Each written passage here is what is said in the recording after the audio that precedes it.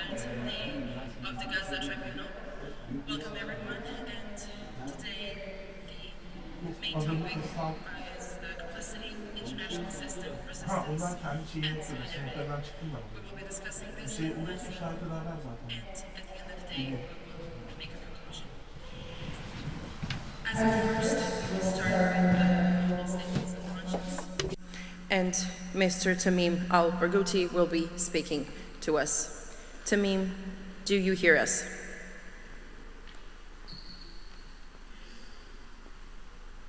Me?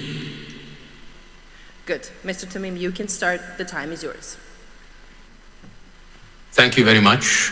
Thank you for giving me this opportunity, and thank you for your moral stand that is essential for our collective survival as humans, like every moral stand in our joint history.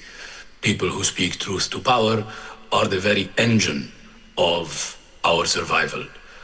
Evil, as anyone who studies law would tell you, if left unchecked, can bring down the entire human civilization.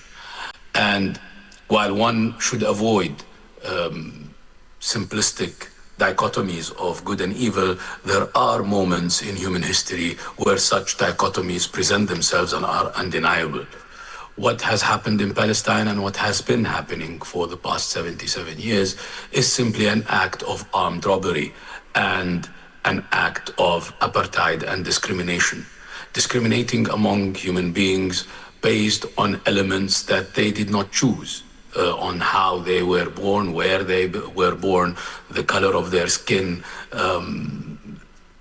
any attribute that is unchangeable cannot be the basis for punishing human beings. And Palestinians are being punished only for being born, the most common attribute of all humans. They were just born there, and they were not of the ethnic or religious group that the settlers and invaders and their backers favored. If Palestinian refugees or the people of Gaza or the people of the West Bank were to have a different religion tomorrow by an act of magic, theoretically, they would be granted all the rights that they are now denied. They would be granted Israeli citizenship. In fact, Israel is the only state in the world that grants citizenship based on inherited religion. Hence, Israel is constitutionally racist, is constitutionally discriminatory, and therefore constitutionally wrong as an idea. It elevates one religious narrative over all others in a land that is holy to all those religious narratives. It also engineers a majority by force of arms, an unnatural majority. Today, for the past 2 years, Israel has been trying to effect a new Nakba, a new ethnic cleansing of Palestine. The very fact that after 77 years Israel finds itself in need of a new Nakba is evidence that the first Nakba has failed. And if the first Nakba failed, it is very likely that any later attempt to do the same would fail also, because it's much more difficult to displace 7 million Palestinians from mandatory Palestine, whether in Gaza, the West Bank, or in the land that was occupied in 1948. It's much more difficult to displace that number today than displacing 1/10 of that number 77 years ago. It was easier 77 years ago to do so in the aftermath of World War II and all the atrocities that happened then.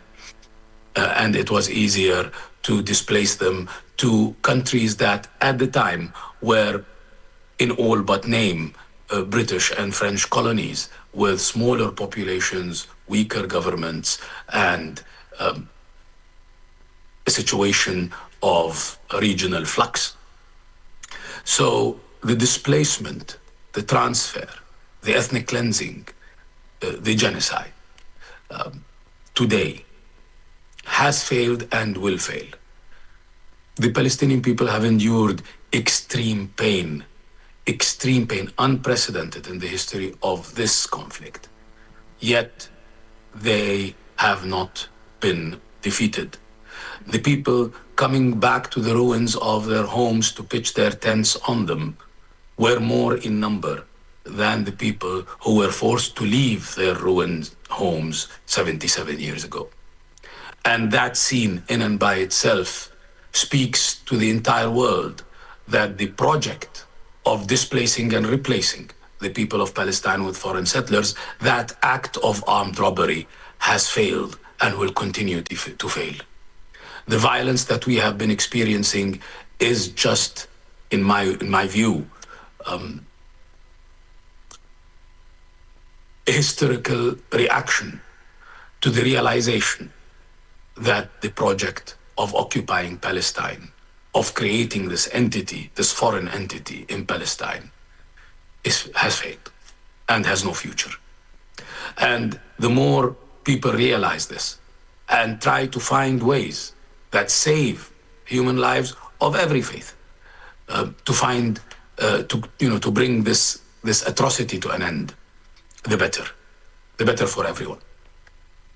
I want to end by saying that the meaning of Palestine, the millennial meaning of Palestine, is what you are standing for. See, Palestine is a narrow strip of land between the sea and the desert, surrounded by two river-fed lands in Iraq and Egypt that historically supported larger populations and were the bases of ancient empires. Palestine was close enough to those empires to be controlled by them, but not close enough to be assimilated in them. And those ancient empires had kings who claimed divinity, impunity. And therefore, it is not by coincidence that the idea of monotheism found grounds in Palestine. The political implication of monotheism is the denial of the divinity of kings. By stating that the divine is not of this world, all kings are stripped of divine power. It's a revolutionary idea. And Palestine, therefore, has an anti-imperialistic meaning ingrained in its geography and in its history. Whoever is faithful to this idea of opposing tyranny and impunity belongs to Palestine. That would make you all Palestinians today. And whoever betrays this and becomes a pawn of empire, a pawn of might against right, or believes that might makes right, that he has the power of gods to give and take life and to say, according to his own whims, what is right and wrong, is the antithesis of Palestine. And therefore, the history of Palestine, the Jewish, Christian, and Muslim history bears witness, like you do, against Israel and against Zionism and against genocide and against ethnic cleansing.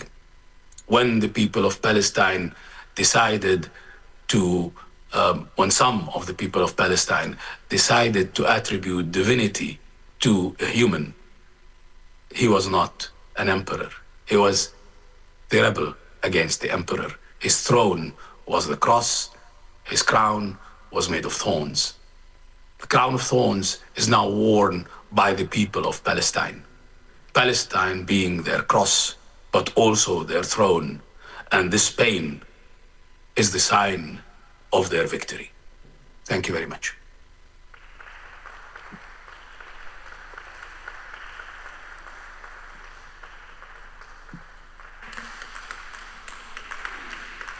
Thank you, Mr. Alberguti.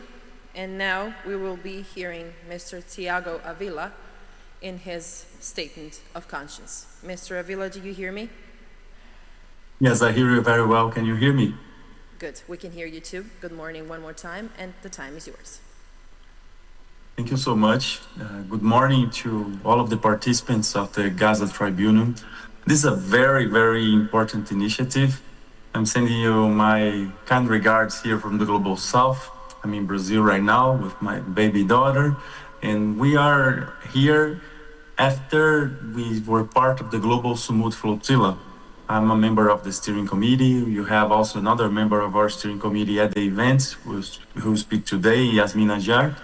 And we were part of a mission of a solidarity, non-violent humanitarian mission to break the illegal siege of Gaza and an attempt to create a perennial humanitarian corridor not under control by the occupying entity that is occupying Palestine. I've been dedicated to the Palestinian cause for over 20 years now. And over 20 years, I had the same shock that I see a lot of people having for the last 2 years. Back then, I was watching the deoccupying plan, the reallocation plan of Gaza, when Ariel Sharon was removing the Zionist colonies from Gaza. And I could not understand that. I said, why is that happening? Because as far as I know, they are trying to take over the land. So how come they are taking away these colonies? And the next year I understood when they escalated the genocide in 2006 and then bombed Gaza and they bombed and tried to invade Lebanon once again and were defeated. And in the year after, in 2007, when they established this illegal siege by land, by sea, and by air. And then I understood that they removed the colonies of Gaza because the plan they had for Gaza was even more cruel than the plan they had for the West Bank. Was not only by taking over, doing the land grabs and taking over settlement by settlement, colony by colony, but was turning Gaza into the world's biggest concentration camp and now extermination camp. So it was very sad to see that. And once I understood that, I knew that I had to be there in support for these people.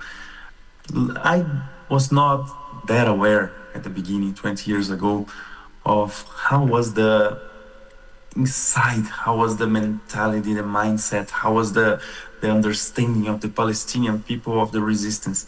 I knew that I was understanding and I was seeing there a colonization project. And now we can say very clearly there's been 8 decades of genocide and ethnic cleansing, which structured itself into an apartheid colonial state, and which is led not by a religion, like I always thought in my young days, but by an ideology, a racist and supremacist ideology called Zionism. To understand this is to decipher the real meaning of the messages and to understand why we are dealing with a rogue state that really has no regard by international law. 20 years ago, I was so frustrating. I would say, how come they don't respect the Resolution 194 of the right of return? How come since Resolution 181 in 1947, they didn't respect, they were already taking and stealing 53%, almost 54% of the Palestinian land by then. And only 2 years later, in 1949, they were already stealing 78% of the Palestinian territory of historical Palestine. And they were never satisfied because this colonization project is very expansionist. It's very, very harmful for the world, not only for the Palestinian people. So I was so frustrated to see that they really had no respect and no regard by anything. The same frustration that I see in millions of young people today when they see the Zionist entity bombing hospitals, schools, shelters, starving children to death, when they see that never before so many UN workers have been killed. Never before so many medical workers have been killed. Never before so many civil defense, so many journalists have been killed. Because this colonization project has no limits at all on its greed, not only to take over and dominate Palestine, but also to establish not only there on the region, but all around the world, its horrific racist and supremacist ideology. So when we see an initiative like the Gaza Tribunal, we understand that is the most important thing that we can do right now. Because for 20 years, I've been listening the same accusations, the correct accusations of what happens in Palestine. When I was in Palestine in person, I've seen that myself. The checkpoints, the racist laws, the national Jewish law, the national basic law that says that there is an ethnic state for the Jewish people. Therefore, racial and religious discrimination regime there, where children of 14 years were imprisoned in administrative detention without any rights, and when they were judged by military courts, and because depending on their ethnic group or your religion or your nationality, you didn't have the same rights in this horrific apartheid state. So we've seen so many violations. But what changed is that for 2 years now, not only Palestine remained being the moral compass of the world, but the world began a global uprising. An uprising that started by denouncing the genocide and in full solidarity with the Palestinian people against this genocide, but also escalated into a way of understanding and a way of denouncing not only the genocide, but the system that enables genocide. This system that exploits, oppresses, and destroys nature in a systemic way, not only in Palestine, but in Sudan, in Congo, that creates ecocides in the Amazon forest, right where I am, that exploits the entire 99% of the workers of the world. So this system is now at stake. And when Trump had to give up on his total ethnic cleansing that he was defending 1 month ago only, to say that Netanyahu cannot fight the whole world alone, is because he understood that the people of the world can never be defeated because they are inspired and they are mobilized and they are answering a call to action by the most resilient, steadfast, and amazing people of the world, which is the Palestinian people. The Palestinian people who are not there to be saved by anyone. They're actually the ones saving the world by giving back the world their humanity, by giving a lens to see society as it really is. So exposing the corrupt and crumbling system where they had for so long told us that they were the beacons of liberty, the beacons of democracy, the beacons of human rights, when they are terrible and cruel dictatorship of the capital and of this imperialist system. So the Palestinian gave us the lenses, but also gave us the map that in order to live in a different society, that someday we will be able to build a society of social justice, a society where people have real happiness, real dignity, where children does not need to know the sound of an F-35 fighter jet or the sound of a quadcopter drone that may kill you or the sound of a surveillance drone or the effects of starvation in your organism, in your body. We need to be like the Palestinian people. We need to be steadfast. We need to remain. We need to make sure that no evil, no hegemonic power, no military industrial complex can defeat you. So we are here to learn from the Palestinian people, to be inspired by them. And thank you so much for the Gaza Tribunal for being a tool to show us the way. International law has pretty much collapsed right now, but the Palestinian people, this global uprising, are rebuilding international law based on what is really right, what is really just, and there's no peace without true justice, and that's what we need to build right now. Thank you so much.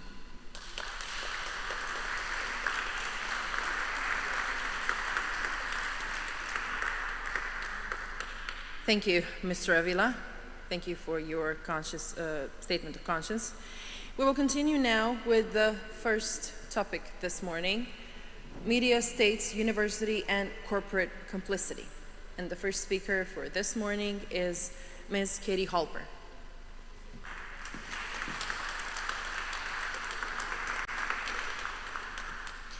Katie will be speaking about media complicity. And after her speech, we will also see a video.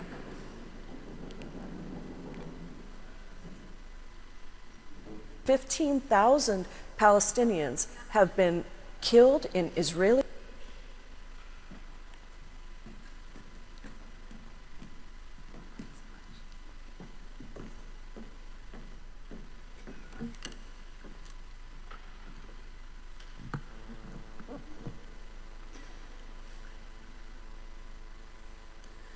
Hello, everybody. And thank you so much to the jury for having me here.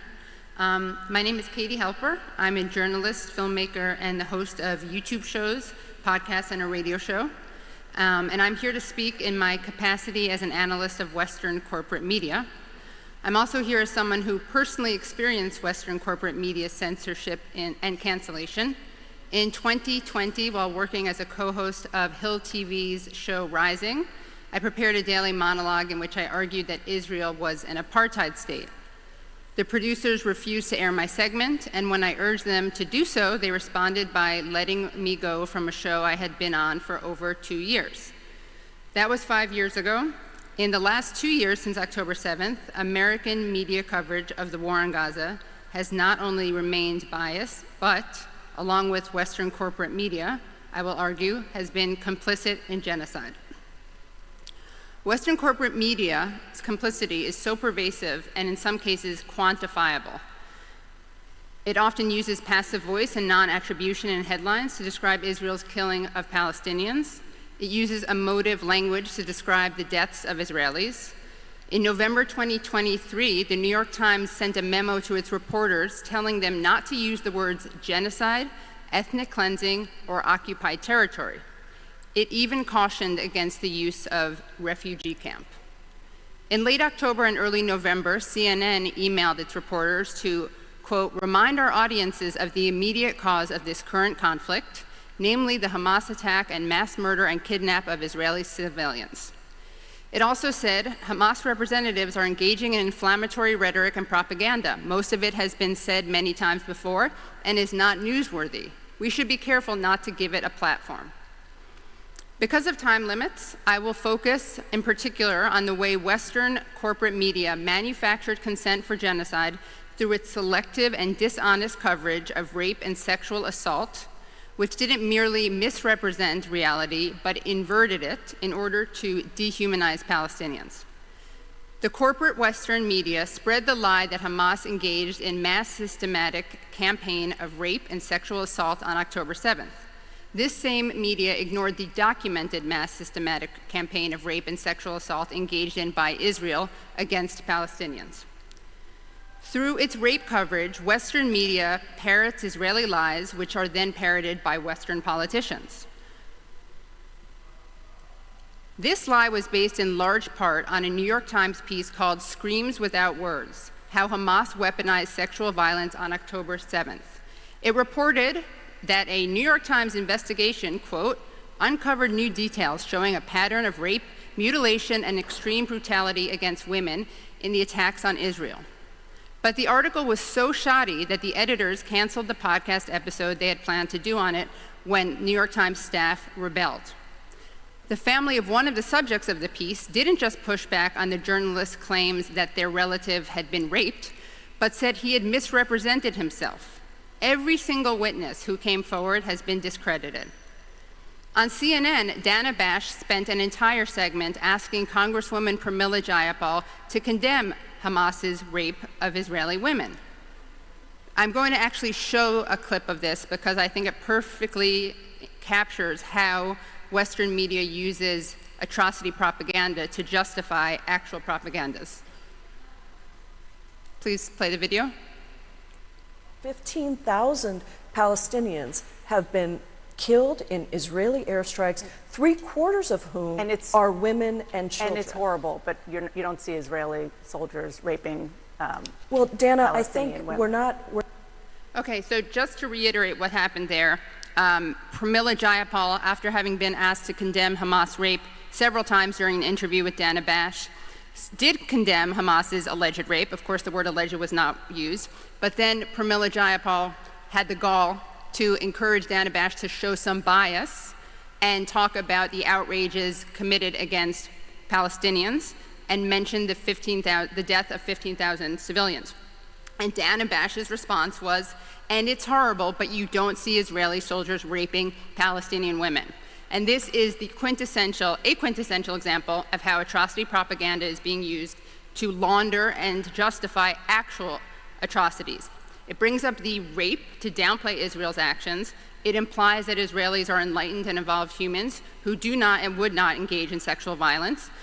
Palestinians, however, are savage rapists, or, as Israel's then Defense Minister Yoav Gallant put it on October 9, 2023, we are fighting human animals and we act accordingly.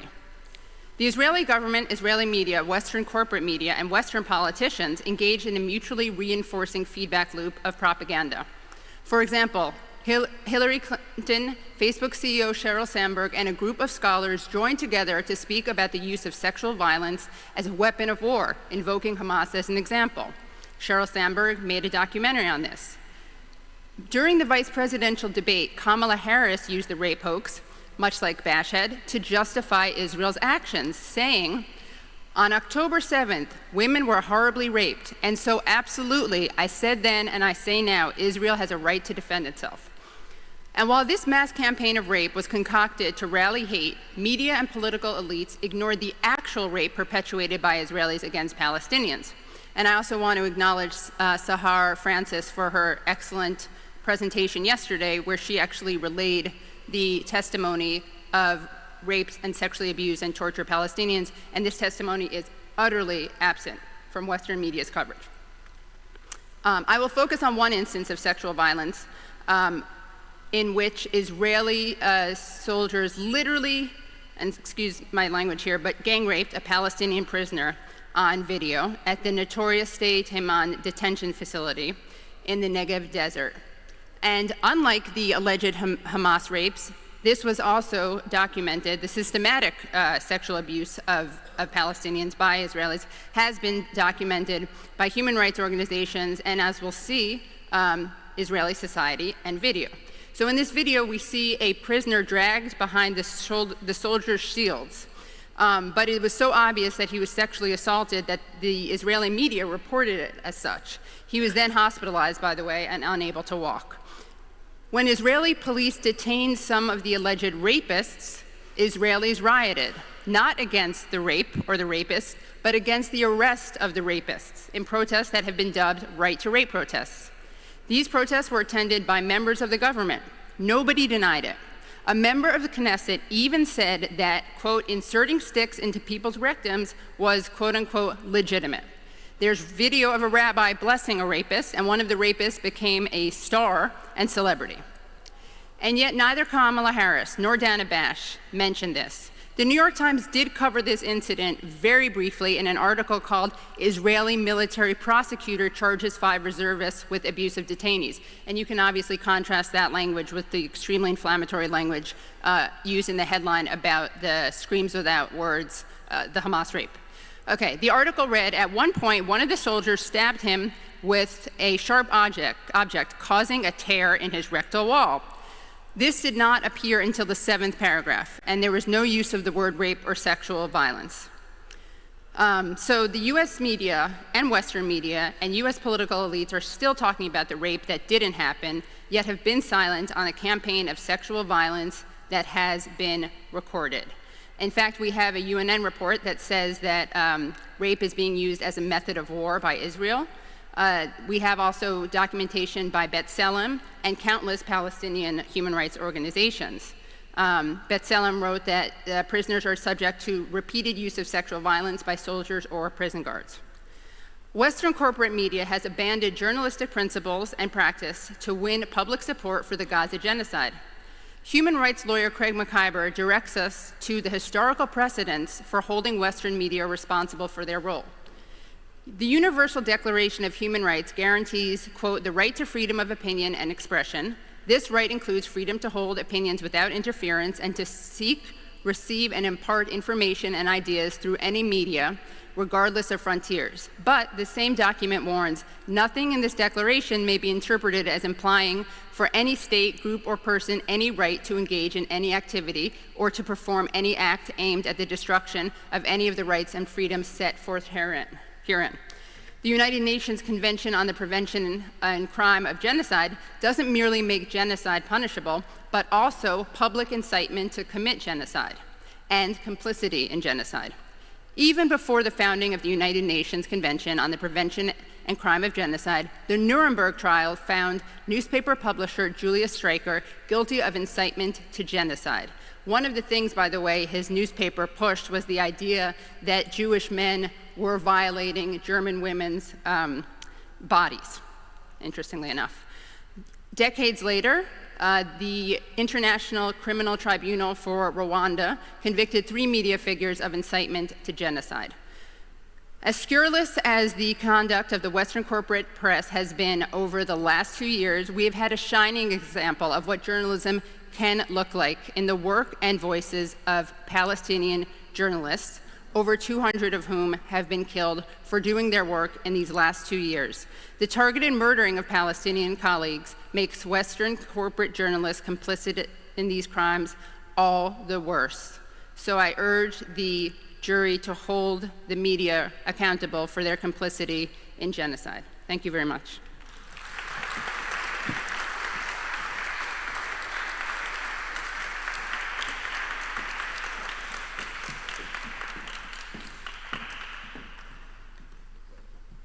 Thank you, Ms. Halper.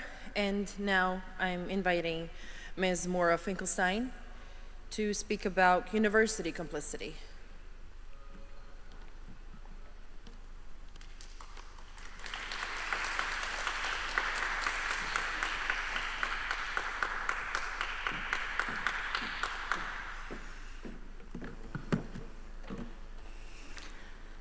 Thank you for having me here.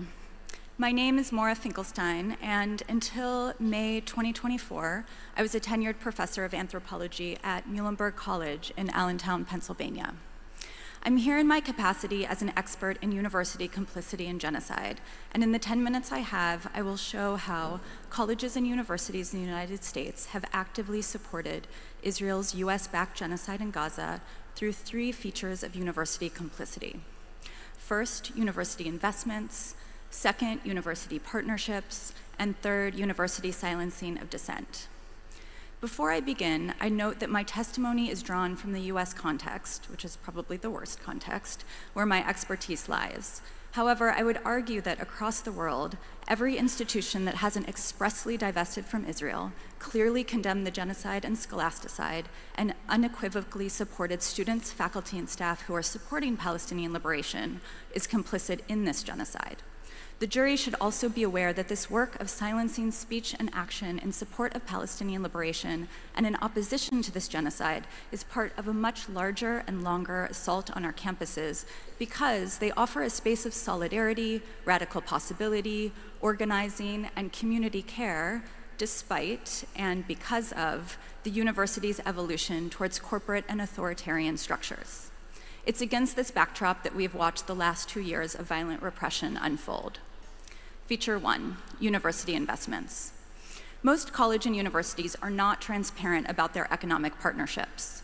So students use the slogan, disclose, divest, to demand that administrators, boards of trustees, and boards of regents first disclose their investments and then unload these investments in companies that are directly aiding in the dispossession, ethnic cleansing, and genocide in Gaza.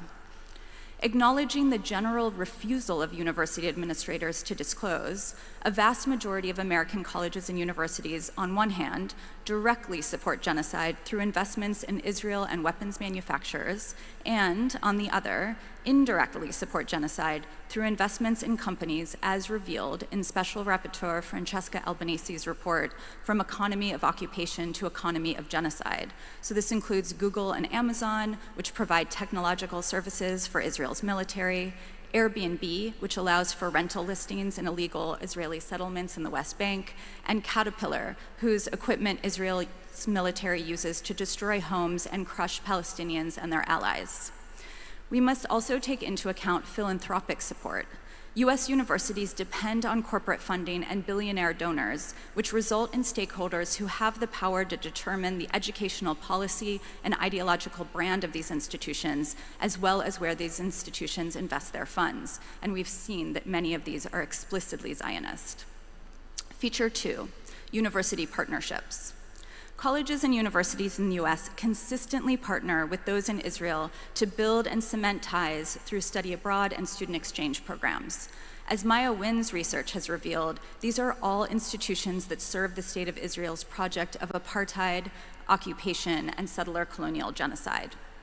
Additionally, organizations like Hillel International not only host and organize such exchanges, they also facilitate birthright trips and Hasbara fellowships for students, and most egregiously, 65 colleges and universities across the US take part in the Israel Fellows program, which brings former Israeli soldiers to campus to forge deeper ties between American students and Israel.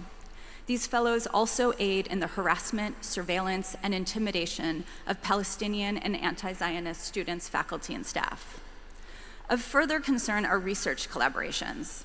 As just one example, since World War II and solidifying and expanding during the Cold War, US universities have collaborated with the military and aerospace sectors, or what we call the military-industrial academic complex, including what the Department of Defense calls University-Affiliated Research Centers, or UARCs, a program developed in 1996 to develop essential engineering and technological capabilities. There are 15 UARC schools in the US, and one of them, the University of Southern California, was also recently revealed to provide human cadavers to the US and Israeli military for trauma surgery training for Israeli soldiers. Feature 3, University Silencing Dissent. In order to protect their investments and partnerships in Israel and its genocide, colleges and universities have been actively and violently silencing dissent and foreclosing spaces of solidarity. An example of this is university overreach. Columbia University has infamously led the way in normalizing repression and silencing dissent on college and university campuses. We've seen this with President Manoush Shafiq's congressional hearing in spring 2024, where she revealed that she dismissed or removed 5 faculty members from the classroom and suspended 15 students and 2 student groups, Students for Justice in Palestine and Jewish Voices for Peace, from campus. She then incorrectly categorized both From the River to the Sea and globalized the Intifada as hate speech. Across the US, college and university administrators following Columbia are now partnering with Zionist organizations like Hillel International, the Anti-Defamation League, and AIPAC to run campus anti-Semitism trainings, which, drawing on the International Holocaust Remembrance Alliance, or IRA, definition of anti-Semitism, categorizes advocating for Palestinian liberation and condemning Israel's genocide in Gaza as hate speech. Another example is how university administrations are silencing and endangering students. The Gaza Solidarity encampments are the most explicit demonstration. As part of the steady neoliberal shift over the past 40 years, college and university administrators across the US have worked hand in glove with the police to dismantle student encampments and brutalize and incarcerate students and some faculty and staff who have been part of the encampment movements. Some of the worst violence has occurred at, once again, Columbia University, with the administrative sanctioned police attacks on Hind Hall, and UCLA, where administrators and police stood back as Zionist and white supremacist mobs brutalized students in the middle of the night. Across the US, every single one of these violent acts of repression occurred under the direction and oversight of college and university leadership. This silencing of dissent by college and university administrators has led to collaborations with ICE and the Trump administration, and these violences have only escalated. As of May 2025, the Middle East Studies Association's Academic Freedom Initiative has tracked 1,708 cases involving visa relocations and terminations of immigration records, entry denials, deportations, and detentions of university students, faculty, and staff. While the most well-known case is that of Mahmoud Khalil, I want to draw attention to 2 political prisoners, Leika Kordia and Casey Gunin, who are still in detention because of their anti-genocide activism and support for Palestinian liberation. Free Leika, free Casey, free all political prisoners. Lastly, I would like to draw attention to the jury's attention to how administrators are suspending and terminating faculty and staff. Over the past 2 years, the Department of Education has released over 100 schools, a list of over 100 schools under investigation by the Office of Civil Rights for potential violations of Title VI of the Civil Rights Act of 1964. Numerous university administrators, famously among them Harvard University, Columbia University, and my former employer, Muhlenberg College, have responded to and exacerbated the situation by conflating political criticism of Israel and Zionism with anti-Semitism and using this to suspend and fire faculty and staff. Once again, drawing on the Middle East Studies Association's research, the Academic Freedom Initiative has created a database that tracks all adverse employment outcomes for university employees who have advocated for Palestine since October 2023. Thus far, and this is just based on people who are willing to disclose their information, they have recorded 61 cases of retaliation, including suspension, termination, forced resignation, rescinded offers, and removal from service positions across 37 colleges and universities. I am one of those faculty members. The number of faculty and staff who are targets continues to grow. These ongoing repressive measures by college and university administrators have created a chilling effect across higher education, as many academics are now choosing to self-censor, cancel classes, refrain from publishing and posting on social media, and omit materials about Palestine from their classes in order to avoid investigation. So in conclusion, I've thus far talked about how institutions of higher education across the United States have directly defended and justified Israel's genocide in Gaza. More insidiously, within academic spaces, many university workers have elided the real stakes of settler colonial genocide, ethnic cleansing, and land dispossession by fabricating, circulating, and normalizing both sides' rhetoric on our campuses. These institutions cannot bring back the dead, nor can they undo the damage of Israel's destruction. But at a minimum, and echoing Rania Muhareb's call on Thursday, we must demand that these institutions completely divest from weapons manufacturers, all militaries, and companies aiding and abetting genocide, as well as the Israeli state. Additionally, U.S. institutions of higher education must dissolve partnerships and exchanges with Israeli institutions and ban Zionist watchdog organizations like Hillel International and the ADL from spaces of influence on campuses. But this is not enough. Every institution with financial ties to the Israeli state should pledge that money number and more to Gaza as Palestinians rebuild the world we in the West have been so active in destroying. While these reparations are not enough, they are at least a start. Thank you.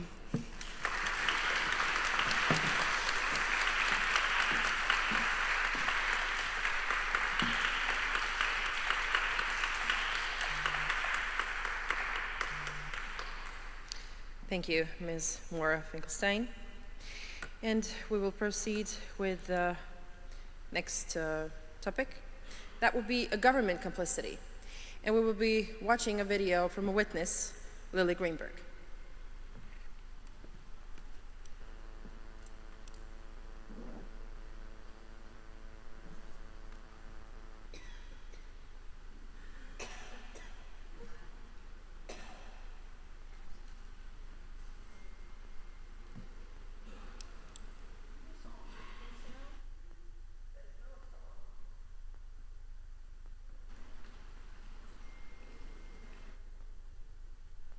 May 2024, I served as a special advisor to the Chief of Staff at the U.S. Department of the Interior.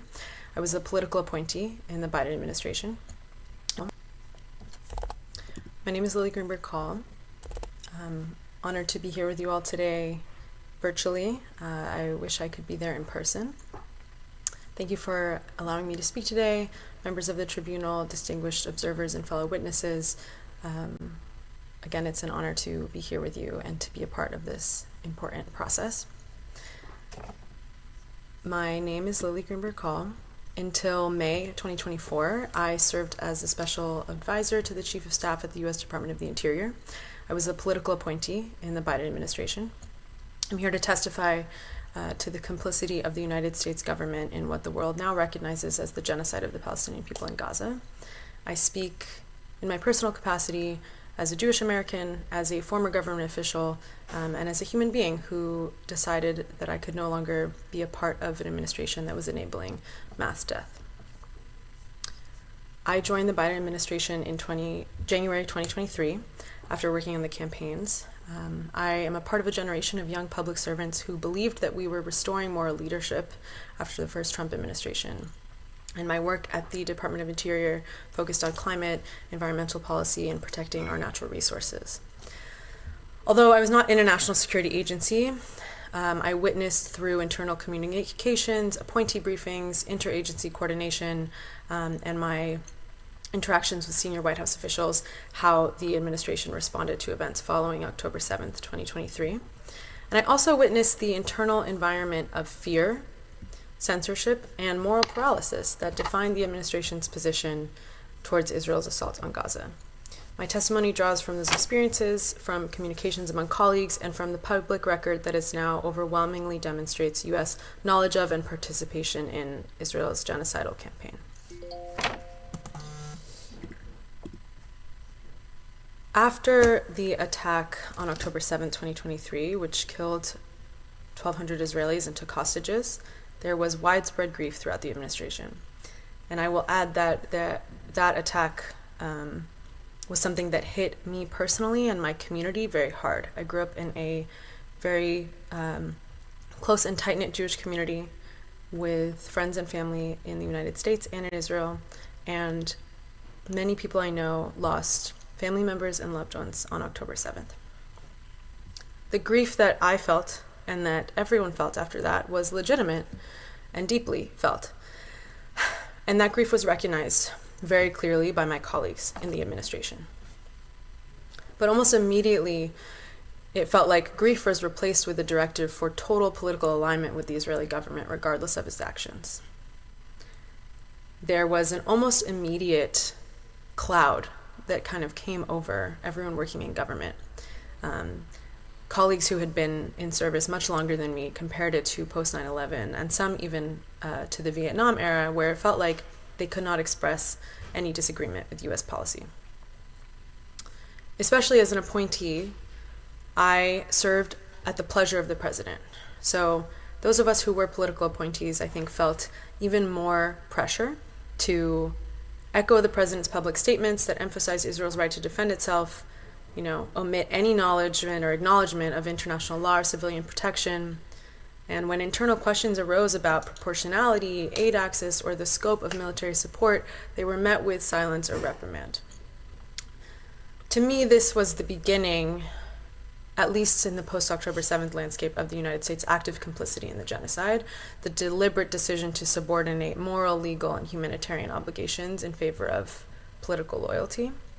Of course, I acknowledge and recognize that U.S. complicity in the genocide of the Palestinian people has been happening for many, many years. And I often echoed this statement to senior White House officials. When I was asked about my opinions on what was happening, I spoke as a Jewish American who was deeply impacted by October 7th, and often told people that I did not feel unsafe as a Jew because of Hamas's attack, and I did not feel unsafe because of anything that the Palestinian people or any rhetoric I was experiencing from Arab or Muslim colleagues in the administration or fellow Americans. What made me feel unsafe was the United States' support and enabling of Israel's system of apartheid and inequality and occupation that created the conditions for October 7th to happen. So it felt like by mid-October, I was hearing from other colleagues about intelligence and humanitarian briefings from across agencies that documented the scale of the destruction in Gaza, that thousands of civilians were killed in weeks, that entire neighborhoods were bombed, that warnings from aid organizations of imminent collapse of medical and food systems were going ignored. And these reports circulated internally, and they circulated informally in signal group chats and among conversation. I know senior officials were aware of them, and I and others received updates confirming that the U.S. government knew in real time that the continued arms transfers and diplomatic cover were facilitating war crimes. By November, thousands of U.S. officials across multiple agencies had signed internal dissent cables or open letters calling for a ceasefire, and none of these warnings changed policy. The president continued to approve weapons shipments. The administration vetoed multiple UN Security Council resolutions calling for a ceasefire. And the justification, often repeated internally, was that halting support would undermine U.S. credibility and embolden our adversaries. In truth, there was acknowledgement among government officials that this was not a policy problem. This was a political problem. This was about maintaining political control and avoiding confrontation with the pro-Israel lobby here in America. A pro-Israel lobby that, I might add, has become increasingly co-opted by Christian nationalists and Christian Zionists who have no interest in the safety of American Jews or Israeli Jews or any minority community, and have enabled and propped up the Trump administration, the MAGA regime, and the Christian nationalist, alt-right, authoritarian leadership that we are seeing currently. So from my understanding, and again, I was not part of any agency that was responsible for these acts of complicity, but I believe that the US government's complicity in the Gaza genocide took several concrete forms: material support, bombs, missiles, artillery shells, diplomatic protection, the US using its veto power at the United Nations to block international ceasefire efforts and investigations and shield Israel from accountability under international law, rhetorical cover.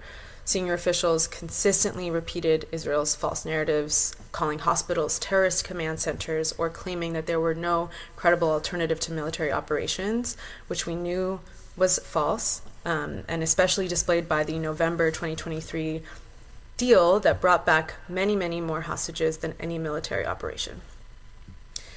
And then, of course, censorship and retaliation. So within the administration, the culture of silence meant that employees who spoke out faced professional isolation and threats to their careers, something that I experienced personally before I even resigned publicly. So this culture of fear ensured a continued silence and bureaucratic obedience.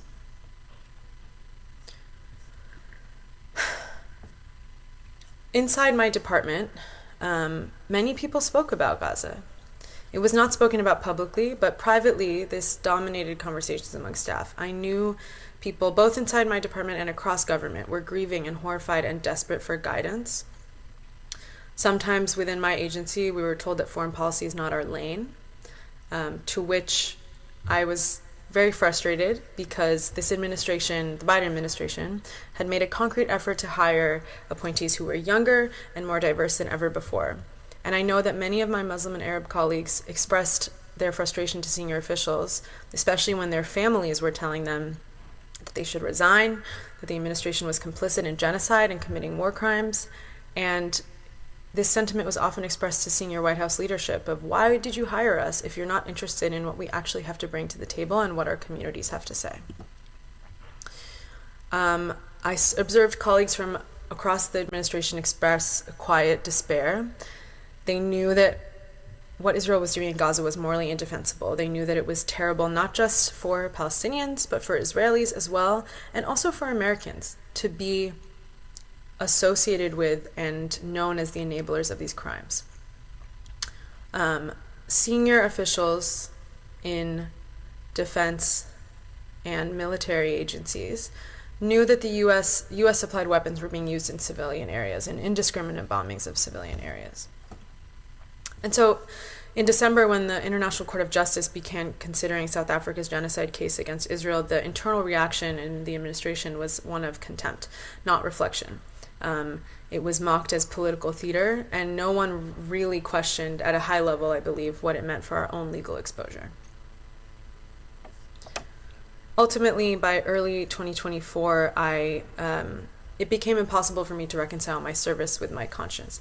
And I felt that I was doing everything I could from inside, whether that was organizing people across government to participate in vigils, to sign on to anonymous letters that got thousands of signatories, to have one-on-one conversations with their bosses, to see what levers of power we could pull internally. And ultimately, it felt like I had done everything I could. And there was no change that was being made. So I decided to resign in May of 2024, stating publicly that I could no longer represent a president that enabled the killing, starvation, and displacement of millions of Palestinians. I was the first Jewish political appointee, and unfortunately the only, to resign publicly over the genocide. I know that there were many others, Jewish appointees, who left the administration in large part because of Gaza, but did not do so publicly. I resigned also very close to the holiday of Passover, which is a holiday that is about liberation from oppression. And I remember in 2024, when I was celebrating Passover, knowing deep in my heart that the lesson to take from that holiday was to speak truth to power, to be like Moses in Pharaoh's kingdom, even when it means going against your community or the people who raised you, or the power that you've benefited from. My resignation was not in opposition to my Jewishness, right? It was because of it. Everything I've ever learned about what it means to be Jewish is that human life is of infinite value, and that to remain silent in the face of injustice is to participate in it. And I want to underscore that my resignation was not a heroic act. It was an act of moral survival. It was an acknowledgement of an understanding with myself that this was the biggest and most important thing I could do in the moment to potentially save lives. And that if I did not do that, I would be failing myself spiritually, morally, and I would not be the person that I want to be in this world. Remaining in that position would have meant accepting the destruction of an entire people as collateral damage, and in particular, the destruction of an entire people in the name of my people's supposed safety, with a president who was repeating that rhetoric consistently.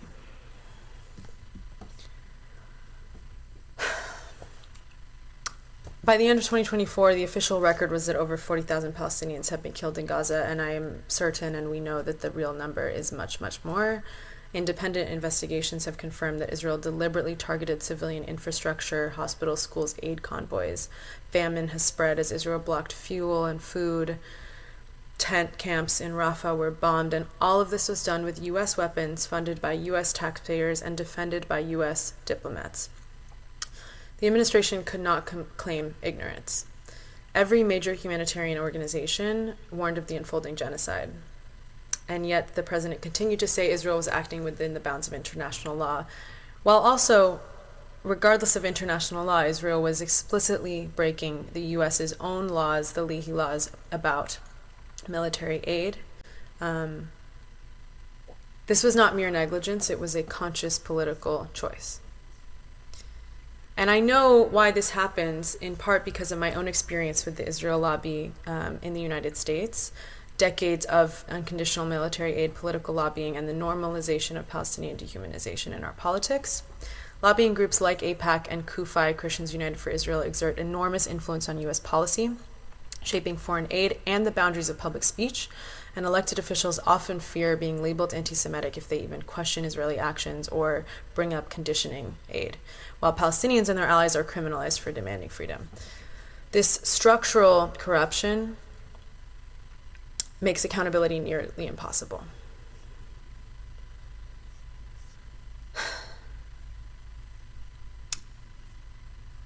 What I think needs to happen, one of the many things that I think needs to happen, are more than acknowledgement. There needs to be an immediate suspension of all U.S. military aid and arm transfers to Israel, full cooperation with internal investigations into genocide and war crimes, reparations, humanitarian reconstructions for Gaza, protections for whistleblowers and dissenters, and structural reforms to end the influence of militarized and foreign lobbying on American policy. And only through such measures can the U.S. begin to atone for its role in this atrocity and prevent future ones. Thank you.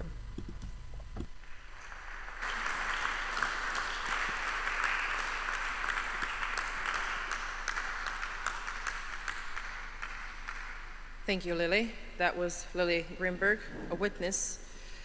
And now we'll talk about corporate weapons complicity. We will have an online session, and with us is Shad Humuri. Mr. Humuri, do you hear me? Yes, I can hear you. Thank you very much, Ms. Humuri. Please, the time is yours. Thank you. Dear esteemed members of the jury, I apologize for not being able to be here in person. I will start by noting that the genocide in Gaza is a context of extremity that has shed power relations bare. It exemplifies the centrality of the interest of capital to the international order. The rules of the free market are the unspoken religion of the status quo that we live in. The accumulation of wealth is only sustainable with the expansion of warfare. The productive capacity of economically advanced states has been deteriorating, and the only means of sustaining dominance is through militarization. Israel is a militarized settler colony. Its economy is built around the sustenance of warfare in the service of the globalized market. It's an open market for militarization and a leading producer of weapons and technologies. Israeli investors are leading actors in some of the bloodiest supply chains that start in the global south, including blood diamonds, cobalt, copper, and gold in the DRC, Central African Republic, Zimbabwe, and Sudan. Israeli military experts have trained US-backed authoritarian militias and regimes across the world in South Sudan, Nicaragua, Colombia, Nigeria, and Kenya. The State of Israel is openly funded by the United States of America, which manipulates the dollar and maintains economic supremacy through coercive means, facilitated by its economic superiority. Those who fund the State of Israel, as we've heard from the other testimonies, predominantly believe in racial supremacy and endorse an apocalyptic vision of the future. In this context, the sustenance of the genocide was an effect of the current dynamics of the globalized market economy. In this short intervention, I seek to bring to your attention some of the relations in the global value chain sustaining the genocide in the weapons, technology, energy, logistics, finance, media, and humanitarian and stabilization industries. First and foremost, and the biggest industry here has been the weapons industry. In the past decade, the weapons industry has been highly privatized, the trade of weapons deregulated, and war commodified. During the genocide of in Gaza, Israel used over hundreds of thousands of tons of explosives, flattening the whole city to the ground. Israel tested new weapons in Gaza, highly explosive weapons and outdated weapons. Residents reported evaporating chemicals, bone-cutting shrapnel, excessive use of suicide drones, among so many other bloody observations that we've heard so far in this tribunal.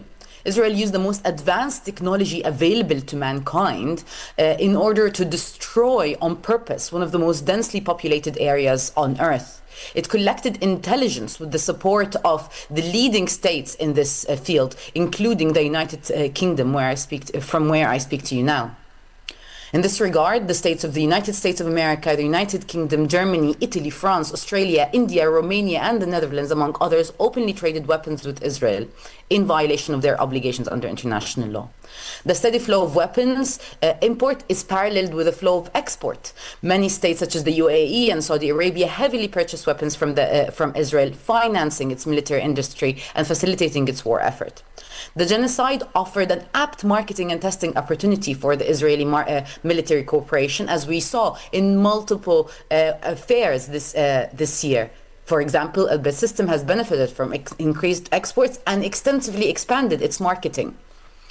The exporting corporations include Boeing, General Dynamics, Leonardo, Lockheed Martin, RTX, formerly Raytheon, BAE Systems, Rheinmetall, and Rolls-Royce, among many others. The operations of such corporations are financed by giant banks like Barclays, Lloyds, Santander, Deutsche Bank, and HSBC, among many others.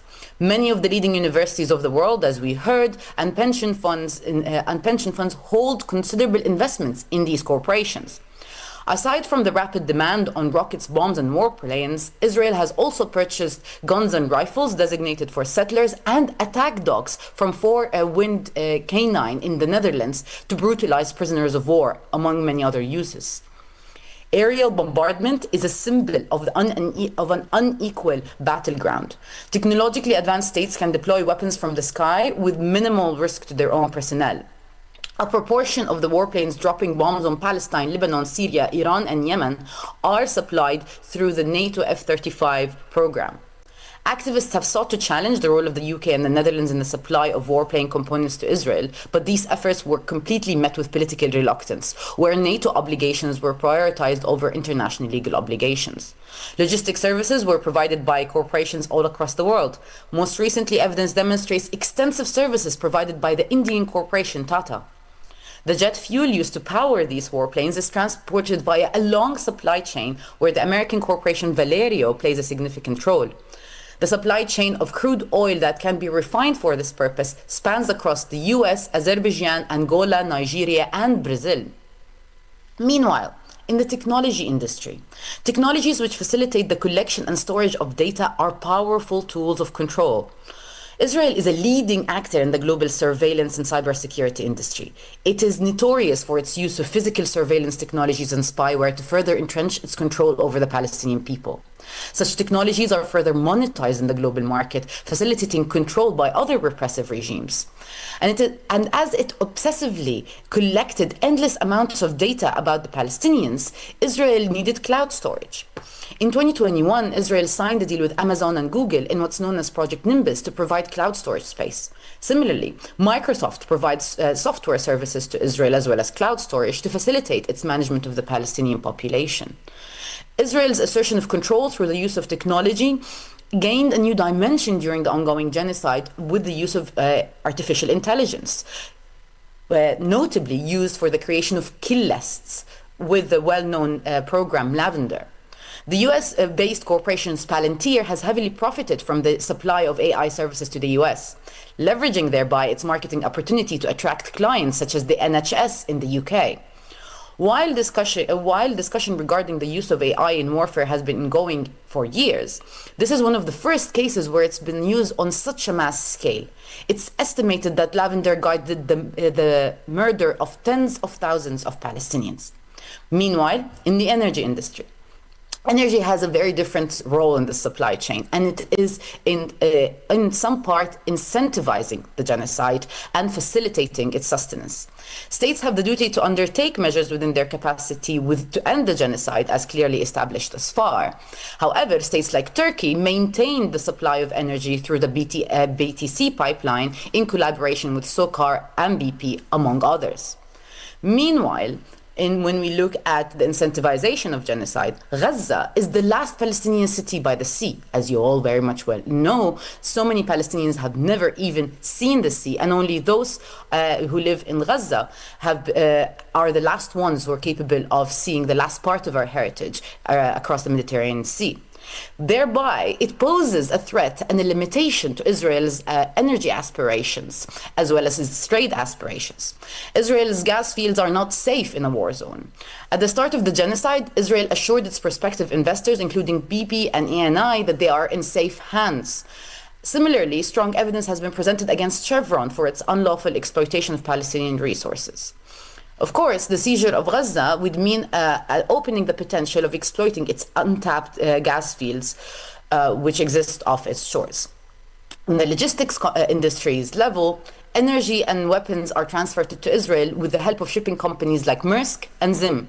Transit lines offer apt opportunity for disruption of the supply chain. However, many states, and most states, particularly around the Mediterranean, openly facilitated the transfer of weapons and technology to Israel, with very limited instances of stopping that, despite clear positions by activists as well as international lawyers. The genocide created great opportunities, unparalleled, for the cargo and transit businesses in neighboring countries. Notably, the corporation Hala in Egypt reaped millions of dollars through fees imposed on Gazans seeking refuge. Meanwhile, transit corporations in Jordan, like Petra, Karim, and Salam, profited from business opportunities created by this genocide. When it comes to the finance industry, Israel's war economy is facilitated by the giant banks of the world. Notably, Citibank has played a major role in financing the Israeli war economy and arms corporations feeding into it.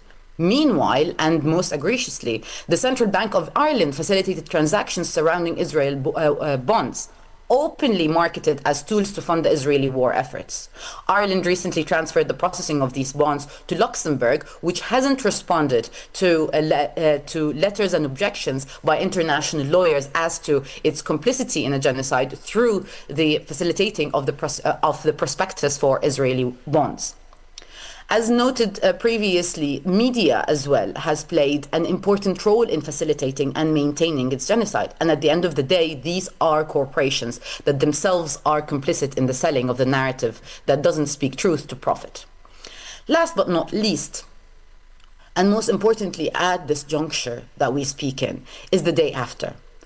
As we speak, the US is planning to openly occupy Gaza, using the shield of business and investment by controlling the reconstruction of Gaza. It conducted a trial run with the so-called Gaza Humanitarian Foundation, a corporation that is responsible for the killing of over 2,600 Palestinians. The situation demonstrates that accountability for Palestinians must start with the confrontation of local and global economic reality, and to refuse the weaponization of the public-private divide and the normalization of coercion by the threat of genocide as means of enforcing alien domination and subjugation on the Palestinian people.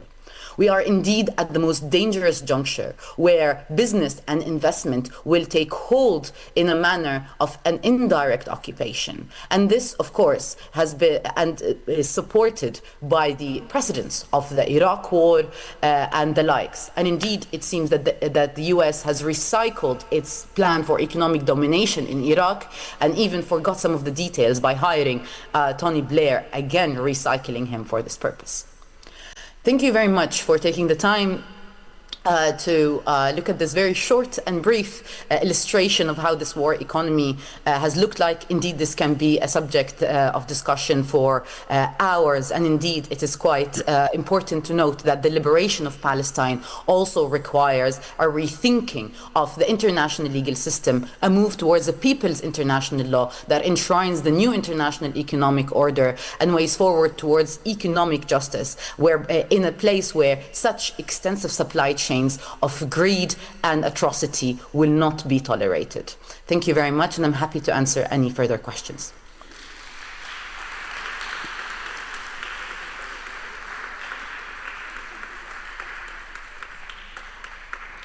Thank you, Dr. Hammouri. And the next topic is cloud and artificial intelligence and bombs and bullets of the 21st century. Ms. Ibtihal Abu Saad will be speaking. Ms. Abu Saad, can you hear me? Yes, I can hear. The time is yours, please. Thank you. Hello, my name is Ibtihal Abu Saad, and I am a technologist and a labor organizer who has witnessed how global tech infrastructures have become, or honestly have been, complicit in genocide and apartheid from inside the industry. I was a software engineer at Microsoft AI for 4 years who was then fired for exposing and denouncing their complicity in the current genocide in Gaza at the hands of Israel. So in the 15 minutes that I have, I will specifically address first just how the tech industry as a whole underwrites and sustains the machinery of Israel's genocide and apartheid. And then I will briefly delve into the key mechanisms and explanations of this complicity, which are cloud infrastructure services, AI surveillance, and propaganda. And then lastly, I will affirm why the jury must see tech not as some neutral actor, but as a central, more than complicit, as a central actor in the material architecture of this genocide, and also what accountability must look like. So first, in terms of laying out the tech industry's role in this genocide, the jury should be mindful that today what has been enabling this genocide is not only the bombs and the sort of physical weapons, but also tech infrastructure, which represents this more invisible backbone that allows Israel to watch and to predict and to kill at scale. And right now, the genocide in Gaza is the most digitized and tech-reliant campaign of mass violence and ethnic cleansing in modern history. Because every airstrike by Israel and every displacement order in Gaza and every assassination of a journalist or a doctor, they all get guided by data to some extent. And so we have location tracking, we have biometric profiling, we have machine learning models that have all enabled Israel, and this is in the words of actual Israeli soldiers, they've enabled them to reach the scale of the genocide that we've seen today, and they've been essential in identifying targets and ranking civilians as targets. And so behind these systems are some of the largest tech corporations in the world.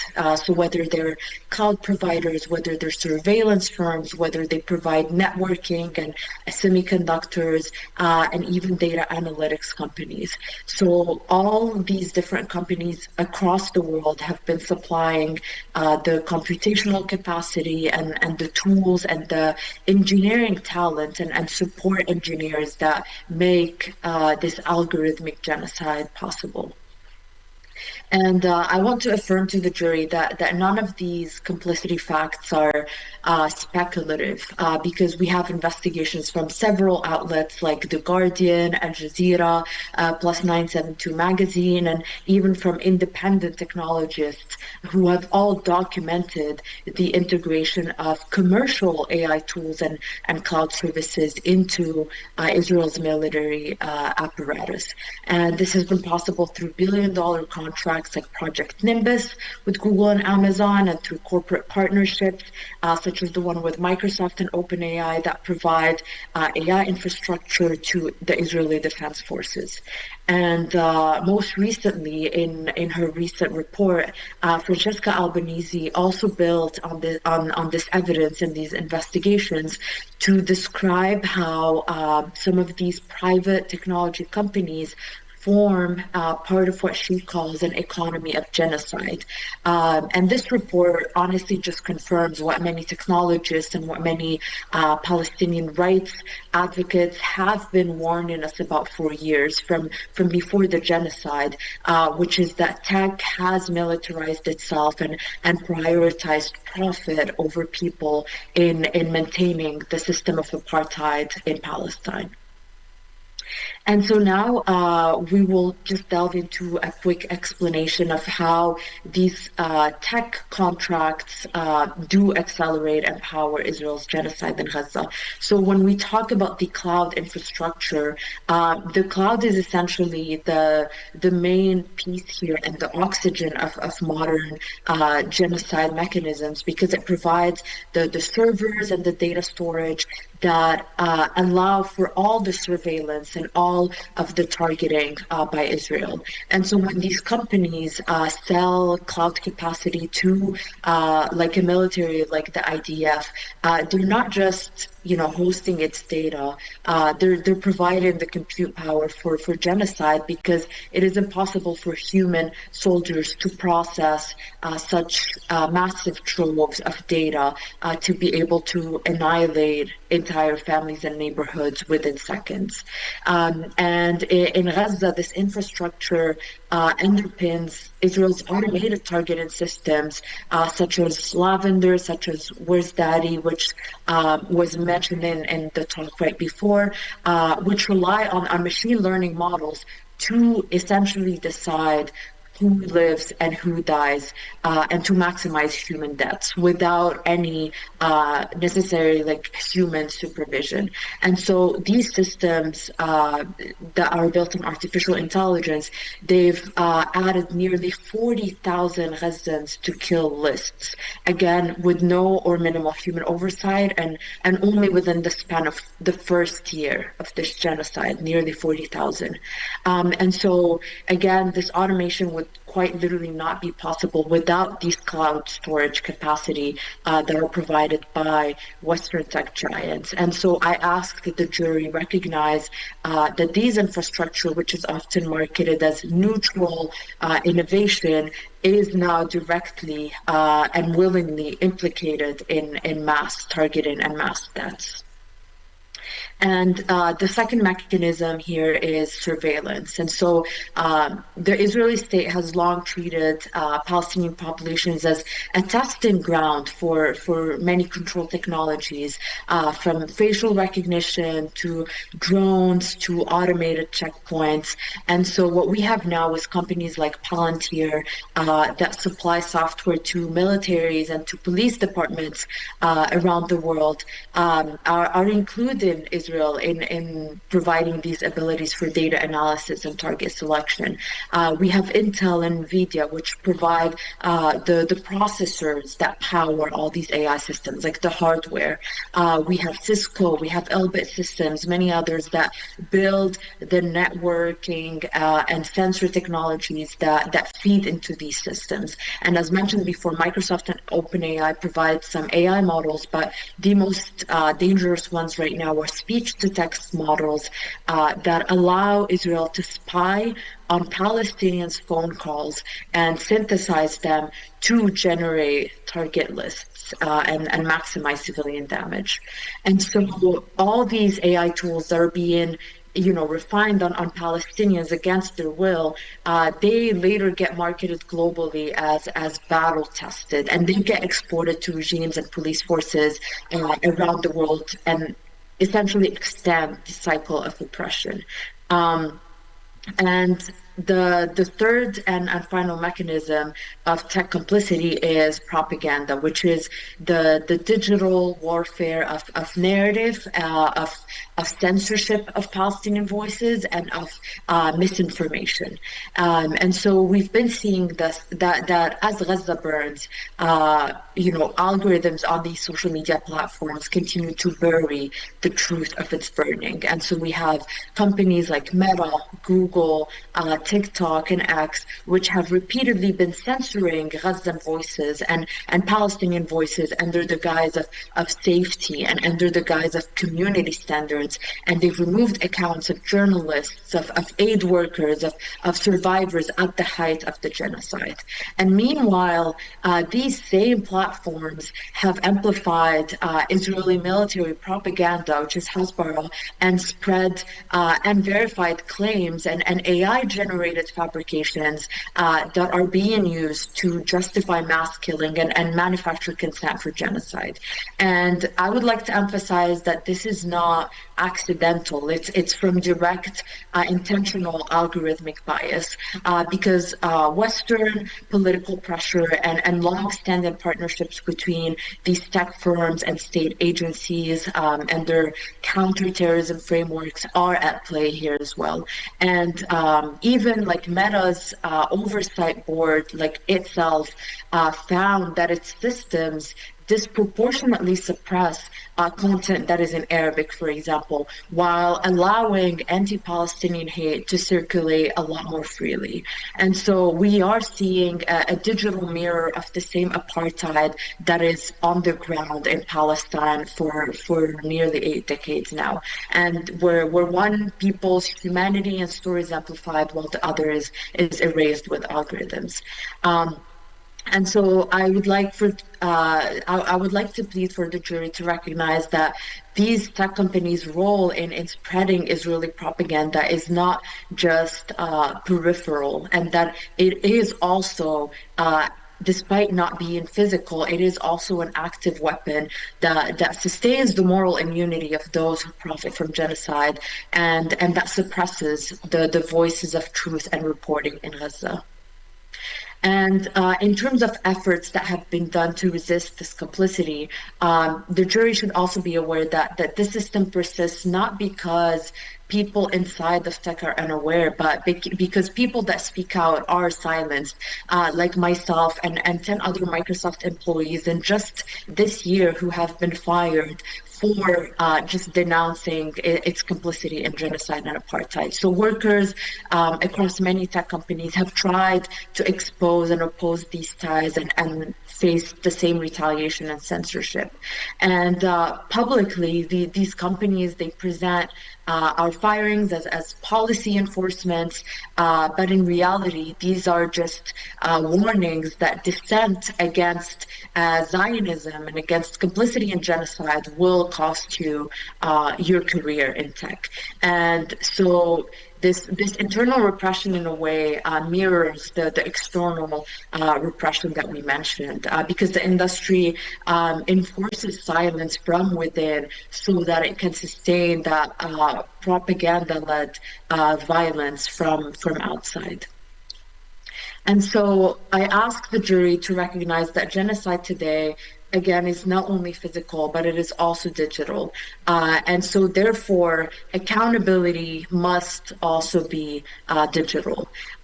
So I asked that the jury should recommend, first of all, corporate disengagement from all Israeli military, Israeli surveillance, and government contracts. And secondly, public disclosure from all tech corporations of all their cloud, AI, and data services that are provided to any branch of the Israeli state. And then lastly, that we demand legal accountability for technology executives that have knowingly facilitated genocide and apartheid and their international doctrines of corporate complicity. And so to conclude, the jury should consider that every genocide begins with dehumanization, and the tech industry right now has automated this dehumanization process because the same systems that classify Palestinian civilians as targets or threats are built by technologists who go home believe that they're creating solutions, and this dissonance is the big moral disease of our time. And so if technology is to have any redemptive purpose, then it has to begin with truth, first and foremost. And the truth that I would like to convey today, again, in the words of Israeli soldiers, is that the scale of the genocide in Gaza is only possible because of tech weapons provided by these corporations. I thank the jury for your time and for just bearing witness with conscience today. Thank you.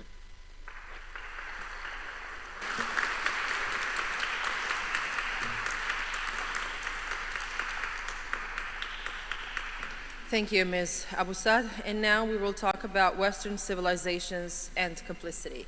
And we will also have one more online session. Mr. Hamid Dabashi will be speaking. Mr. Dabashi, do you hear me? Yes, I do. Thank you very much. The time is yours. Ladies and gentlemen of the jury of conscience, my name is Hamid Dabashi, and I am here in my capacity as a scholar of the history and theory of colonialism, as the sustained economic and political foregrounding of Western global domination. Today I will speak specifically about the roots of the current genocide in Palestine, in Gaza in particular, as the most recent phases of decades-long ethnic cleansing of Palestinians from their historic homeland. My testimony is based on my most recent book on this subject, After Savagery: Gaza, Genocide, and the Illusion of Western Civilization. It is impossible to exaggerate the terrorizing fact of the days and nights we are living.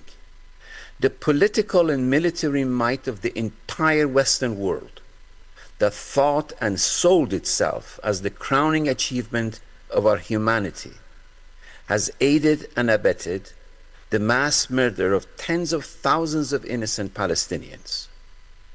The proudest achievement of Western civilization, which is Western philosophy, as it calls itself, the history that it has colonized for itself, from Plato and Aristotle to Hegel and Heidegger, were all summed up in the miserable statement by the senior-most European philosopher, Jürgen Habermas, days after the most recent phase of the genocide of Palestinians started in Gaza, effectively giving a carte blanche to the Israeli settler colony to maim and murder Palestinians in their tens of thousands.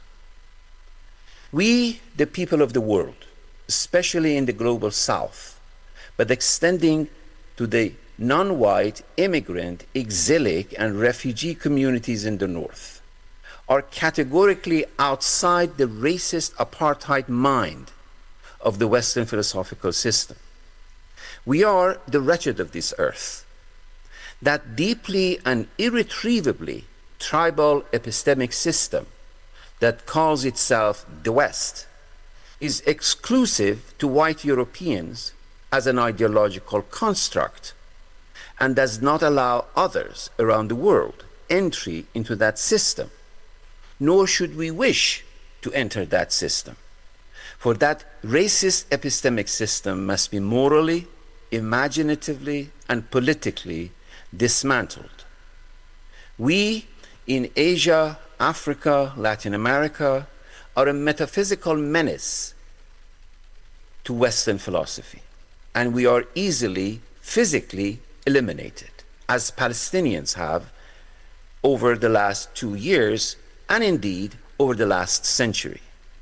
The same way that we are metaphysically denied our existence. The history of European colonialism is the history of the physical elimination of what had already been metaphysically marred and marked as troublesome. Thus, the entire course of philosophy to the east of Plato and Aristotle is falsely alienated, orientalized, exoticized, and dismissed, while the Christian and Jewish disposition of the same philosophy westward is celebrated as philosophy. The savage European colonialism staged in Palestine does physically to the body of the colonized what Western philosophy had already done to their soul, defined it as an ontological impossibility. When the Israeli president, Isaac Herzog, a Polish, Russian, and Lithuanian origin, says he is defending Western civilization, he is absolutely right. The garrison state over which Mr. Herzog presides is the last bastion of the genocidal history of Western civilization. A history that covers the genocide of Native Americans, transatlantic slavery, the German slaughter of the natives in Namibia, and the European Jewish Holocaust. What we face in Gaza is not only the fate of millions of human beings, whom, on behalf of its Western supporters, Israeli slaughter at will. We must also grapple with how to read this colossal injustice in a prose and politics that overcomes the monumental propaganda normalizing, justifying, excusing this genocidal urge. We need and we must categorically alter the discourse, beginning with the body and soul of Palestinians. Israeli genocide in Gaza is the terminal state of genocidal colonialism after a long and languid history around the globe. Is in his seminal essay, Settler Colonialism and Elimination of the Native, Patrick Wolf wrote, quote, "The question of genocide is never far from discussions of settler colonialism. Land is life, or at least land is necessary for life. Thus, contests for land can be, indeed, often are, contests for life." End of quote.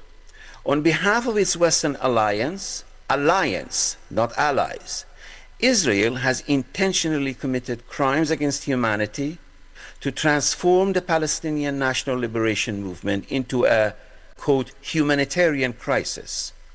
The term humanitarian crisis has deliberately designated by US and European media outlets and politicians to avoid calling it for what it is, a genocide.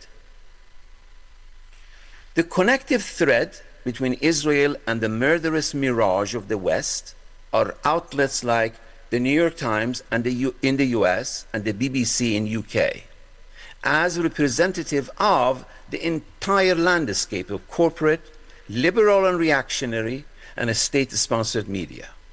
Rather than telling the truth as it is, these media platforms sustain the status quo, the political and normative supremacy of the dysfunctional American empire and all its subsidiaries, particularly its biggest military investment in Israel as a useful settler colony.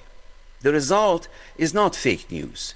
It is processed news, just like processed food, full of chemicals, additives, preservatives, and artificial coloring. For the longest time, the world has been hoodwinked and cast in the false shadow of European moral philosophy. I have adamantly opposed the idea that philosophers like Habermas were being hypocritical in disregarding Palestinians as human beings. In fact, he is perfectly consistent and logical within his imagination, just as Kant and Hegel and Heidegger before Habermas did not bat an eye, dismissing the entire swath of humanity. More than ever before, it is now becoming evident that Eurocentric philosophy has always been a tribal affair, faking universality by virtue of the brutish military might of the West, and not by virtue of any epistemic credibility or rational argument. Dismantling the false claims of Western philosophy is a necessary step towards allowing for the ruins of Gaza to emerge as the metaphysical foundation of a radically different way of thinking of the world philosophically. The racist legacy of European philosophy, reflected in Habermas's views, has no place in that emerging philosophical imaginary of the world at large, except as the extension of those dismounted statues of slaveholders in European or American city squares. Those statues ought to be taken down and placed in some distant museum of human miseries. This is how we must from now on read Western philosophy. I thank members of the jury of conscience for their patience.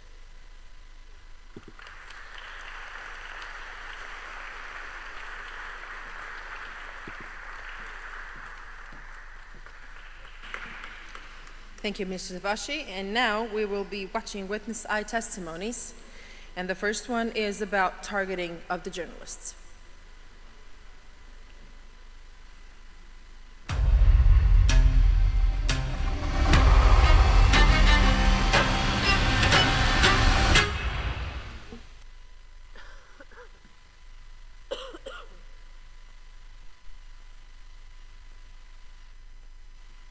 أخطر شيء علينا كصحفيين اليوم هو التهديد الإسرائيلي قتل كل الزملاء بلا استثناء. صح إنه في يعني إحنا قدمنا تقريبا 200 وأكثر من 220 شهيد من بداية الحرب الإسرائيلية حتى الآن من الزملاء، من المصورين والمراسلين والمحررين وفنيين الصوت اللي كانوا يطلعوا معنا في توثيق الصور بالصوت والصورة أو توثيق عفوا المجازر. طبعا في شيء صراحة إنه يعني مرعب. يعني أنا لما انضميت لقناة الجزيرة كان في تخوفات إنه ممكن يصير في استهداف علينا، في يصير قصف، لأنه التجارب بتقول إنه كل المراسلين بلا استثناء تحت طائلة الاستهداف الإسرائيلي. ولكن أنا يعني هي ممكن نقول تحدي، وممكن نحكي كمان إنه لا، المسؤوليه الاجتماعيه واخلاقيات المهنه والصور اللي بنشوفها والقتل اللي عمالنا بنشوفه في الشوارع وفي الاسواق وفي المدارس وفي المنازل بحتم علينا انه احنا لا نواصل نقل هاي الصوره، على الرغم انه فقط اللي شايلين نقل وتغطيه هاي الحرب من اكثر من 600 يوم هم صحفيين ولاد البلد. عدد كبير من الزملاء تلقوا على هواتفهم انه لو انت كملت حيتم قصف منزلك، حيتم قصف بيتك او المدرسه اللي انت فيها او المكان اللي انت فيه او عيلتك، او حيتم قصفك في الشارع او ما شابه ذلك. كثير زملاء كانوا يتلقوا بعد تغطيات ميدانيه انه اذا رجعت حيتم قصفك مره واثنتين وثلاثه. هاي الاتصالات او هذا التهديد والارهاب النفسي هو لا شك يعني بيأثر، ما انه هو احنا في النهايه بشر يعني، والجيش لما يخاطبك الحاطب انت فعليا صعبه جدا عليك كامك كوالدك كعيلتك كاحبابك، انت فعليا بتكون في مرحله صعبه جدا، ولكن مع ذلك انت بتكمل رسالتك. يعني انا لما دفنت والدتي ولقيتها نايمه وقتلت واعدمت برصاص جنود وبقذيفه اسرائيليه عند مجمع الشفاء الطبي، واخذت استلمت الجثمان وكفنت الوالده ودفنتها، العصريات يعني هو انا كنت مغطي، كنت مكمل تغطيتي المحليه وقتها ومواصل الرساله.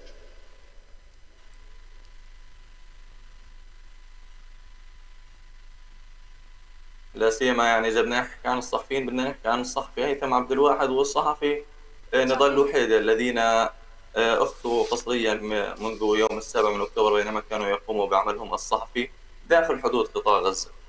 هيثم ونضال كأمثلة على صحفيين مخفيين قسريا منذ 7 أكتوبر، هل يرفض الاحتلال أصلا التعاون بشأنهم وشأن زملائهم؟ الاحتلال يرفض تقديم أي معلومة عن نضال وعن هيثم، يعني يرفض إعطاء أي معلومة سواء كانوا داخل السجون سواء قتلهم وإعدامهم، يرفض إعطاء أي معلومة. يعني الملف بالنسبة للاحتلال مغلق، فيش مجال للحكي فيه. يعني بمجرد أن كنا نرتدي زي الصحافة بريس كانت هذه التهمة الأكبر.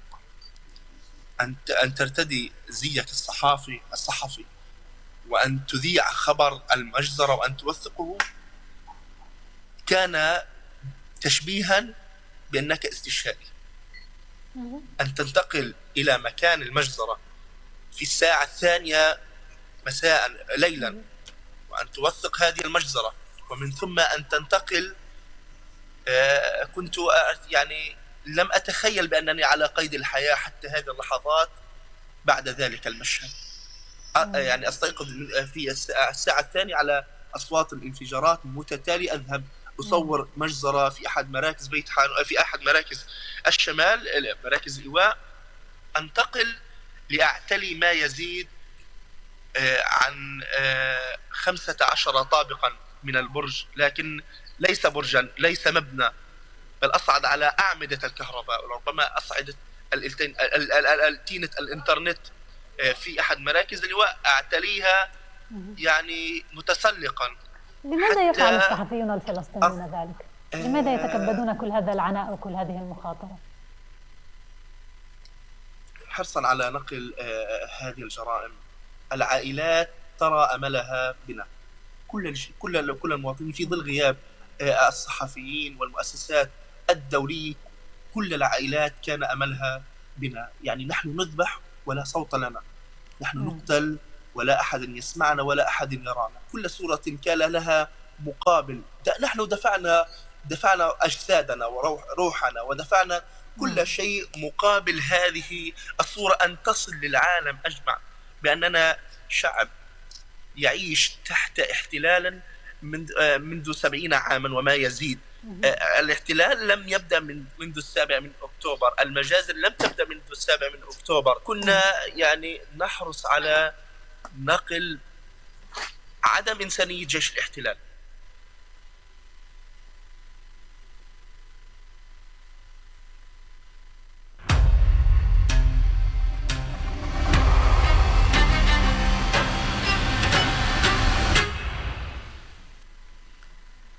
Next video, witness eye testimony, is about attacks on the dead and the unborn.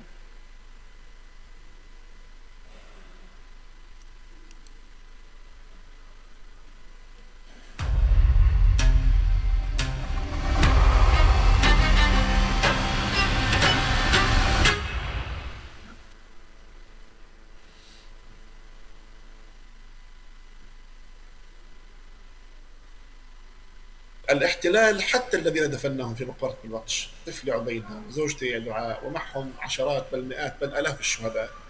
الاحتلال في الحرب البرية ذهب إلى هذه المقبرة، جرفها تماما يا الله، ونكل بدثامين الشهداء. أنا لم أرى ولا أعرف الآن، أنت بتكلميني أنا الآن وأنا لا أعرف لا دثمان زوجتي ولا دثمان ابني وين، ومش عارف هم شو سوى الاحتلال فيهم. وأنا طبعا أتحدث بلسان حالي ولسان حال آلاف عوائل الشهداء اللي فقدوا دثامين أبنائهم مش عارفين هم وين راحوا. هل ذهبوا إلى الاختبارات عند الاحتلال؟ هل دفنهم في مكان ما؟ كنت نقطة تحويل من مستشفى الشفاء، وكنت لوحدي أعمل إجهاضات للستات اللي يموتوا ببطنهم البيبيات من القصف، تكون بالسابع أو بالسادس. لماذا كانت تحدث هذه الحالات؟ لماذا قد يتوفى الجنين داخل الرحم؟ طبيعي الأم بتكون برين إنجري، يعني انقصفت، قعدت تحت الردم وطلعوها من تحت الأنقاض. طبيعي بنقص عليها الأكسجين، وكانت إصابات بالغة في الدماغ أغلبهم أو في البطن، فطبيعي بتأثر الجنين، فكان يموت ببطنها الطفل. ف طبيعي لازم يعني تعملي لها اجهاض عشان يبدوا يعملوا لو بدهم يدخلوها اي شيء، يعني مش حيقعدوا يعملوا اشياء وهي ببطنها بيبي متوفي يعني. طبعا. كونه حيزيد المشكله يعني. صحيح. عند الام جابوها بسياره الاسعاف، كانت لغايه باب المستشفى. حكالي اللي هو المسعف انها كانت انه تتكلم معهم يعني لحد باب المستشفى، بعدها استشهدت. فاحنا عندنا قاعده طبيه اذا بتقدري تطلعي البيبي بخلال 8 دقائق من وفاه الام بيقدر يعيش. فانا طبيعي اول ما حكالي هذا الحكي على طول اخذت المشرط وقعدت على الارض وفتحت بطنها وعملت لها قيصريه بري مورتم، وطلعت البيبي، وقعدت انا وزملاتي نحاول نعمل له ريسستيشن وننقذه. البيبي تقريبا قعدنا نص ساعه واحنا ننقذ بالبيبي، وفعلا البيبي لونه تحسن وصار بمبي وصار يبكي. بعد ما صار يبكي وكثير انبسطنا. مع الاسف فوجئنا انه بطنه عم تنتفخ، وطلعنا فلقيت في شظايا تخيلي داخله من الام للرحم للبيبي، في ثقوب في عند الرئه، في ظهره، في البطن، عند الكليه. مع الاسف البيبي فقدنا بسبب النزيف الداخلي. من المفارقات يعني المستشفى تحمل الكثير من القصص المحزنه والسعيده. يعني تذكر احد القصص المحزنه، ام لا تشعر بحركه طفلها، يعني انا ارجع باسباب لك ان تتخيلي لا يوجد نظام صحي، بالتالي الام ليست حمل الام ليست في رفاهيه ان تذهب الى الطبيب وتتابع الحمل. لا يوجد تغذيه صحيه، لا يوجد فيتامينات، لا يوجد ادويه، لا يوجد الكثير. خوف ورعب مستمر. صحيح. اتت الام، انا لا اشعر بحركه الطفل. لا انسى هذا الموقف. الام كانت في الشهر التاسع من الحمل، يعني على اوج الولاده. اخبرني الدكتور ان اقوم بفحصها على جهاز الالتراساوند، بالتصوير. قمت بفحص الام، لا اجد ضربات الجنين. يعني توقعت بدرجه كبيره ان الام فقدت الطفل. نعم. الام صارت تخبرني هل هناك شيء، ماذا يوجد، لا تخفي عني اي شيء، ما تخبي علي، بلغه الام ما تخبي علي، ايش فيه؟ قول يا دكتور. طمأنتها، الله يسلمني. كنت يعني لسه في عندك امل؟ طمأنتها. لا، مثل هذه الحالات اصلا ينبغي ان يكون هناك حكمان من اطباء او طبيب مختص، وانا لست مختصا، لكن توقعت، اخبرت الدكتور الموجود هنا. لم اجد نبض الجنين. الدكتور تفاجأ، ذهب ليفحصها مرارا تكرارا، لم يجد نبض الجنين.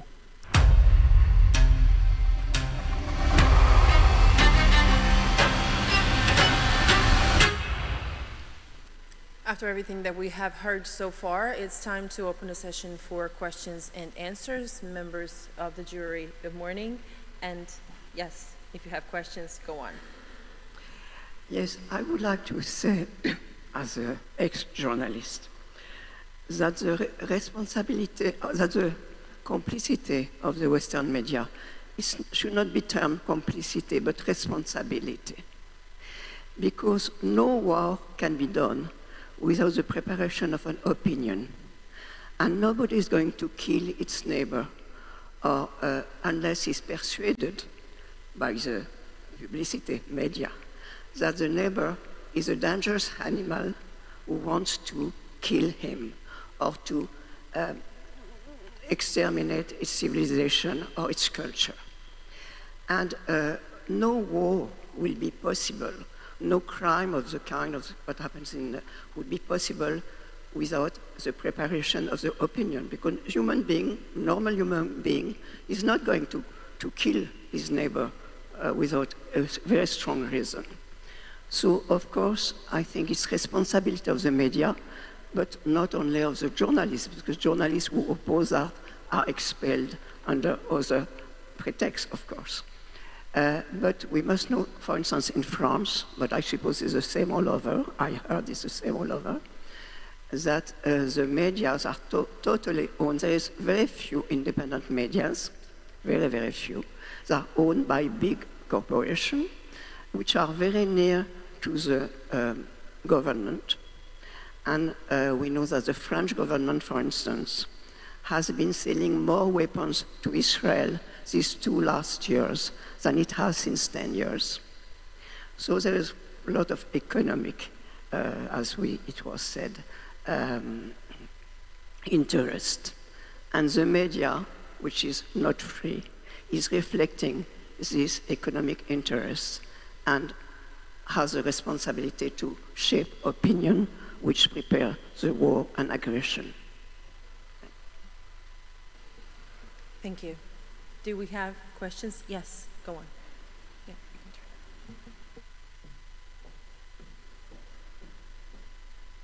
Yeah. Are the two in-person speakers, are they present? Are they present here? Have they gone? They're here. Okay. Well, the 2 questions then. The first question to about the media. Do you distinguish between different outlets? Are some U.S. publications more or liberal, let's say, more fair, even-handed than the New York Times? That's the question about the media. And the second question was about academia, which is, I wondered how extensive the speaker spoke about the suppression of pro-Palestinian voices, the promotion of pro-Israel type information. How pervasive is this? Can we say this applies over most universities and colleges in the United States, or are we talking about a specific number? I didn't get an idea about that. Thank you. Thank you very much. Katie, please. Do you have time? And Ms. Mora, too. Excuse me, do you have time for other questions? Or?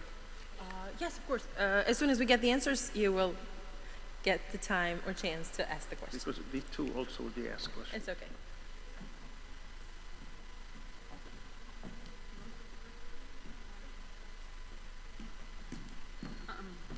So obviously, with only 10 minutes, I didn't have time to go into the details sufficiently of which outlets are the most culpable. And I totally agree, by the way, that it is responsibility, and something I tried to express, but perhaps not effectively, given the time limits, was that without these dehumanizing narratives, you wouldn't have consent for genocide, right? That's why, like, the dehumanization of Hamas as savage animals who run around raping, as opposed to Israeli soldiers who would never rape, is how the West, I think, one of the ways that consent is manufactured in the West.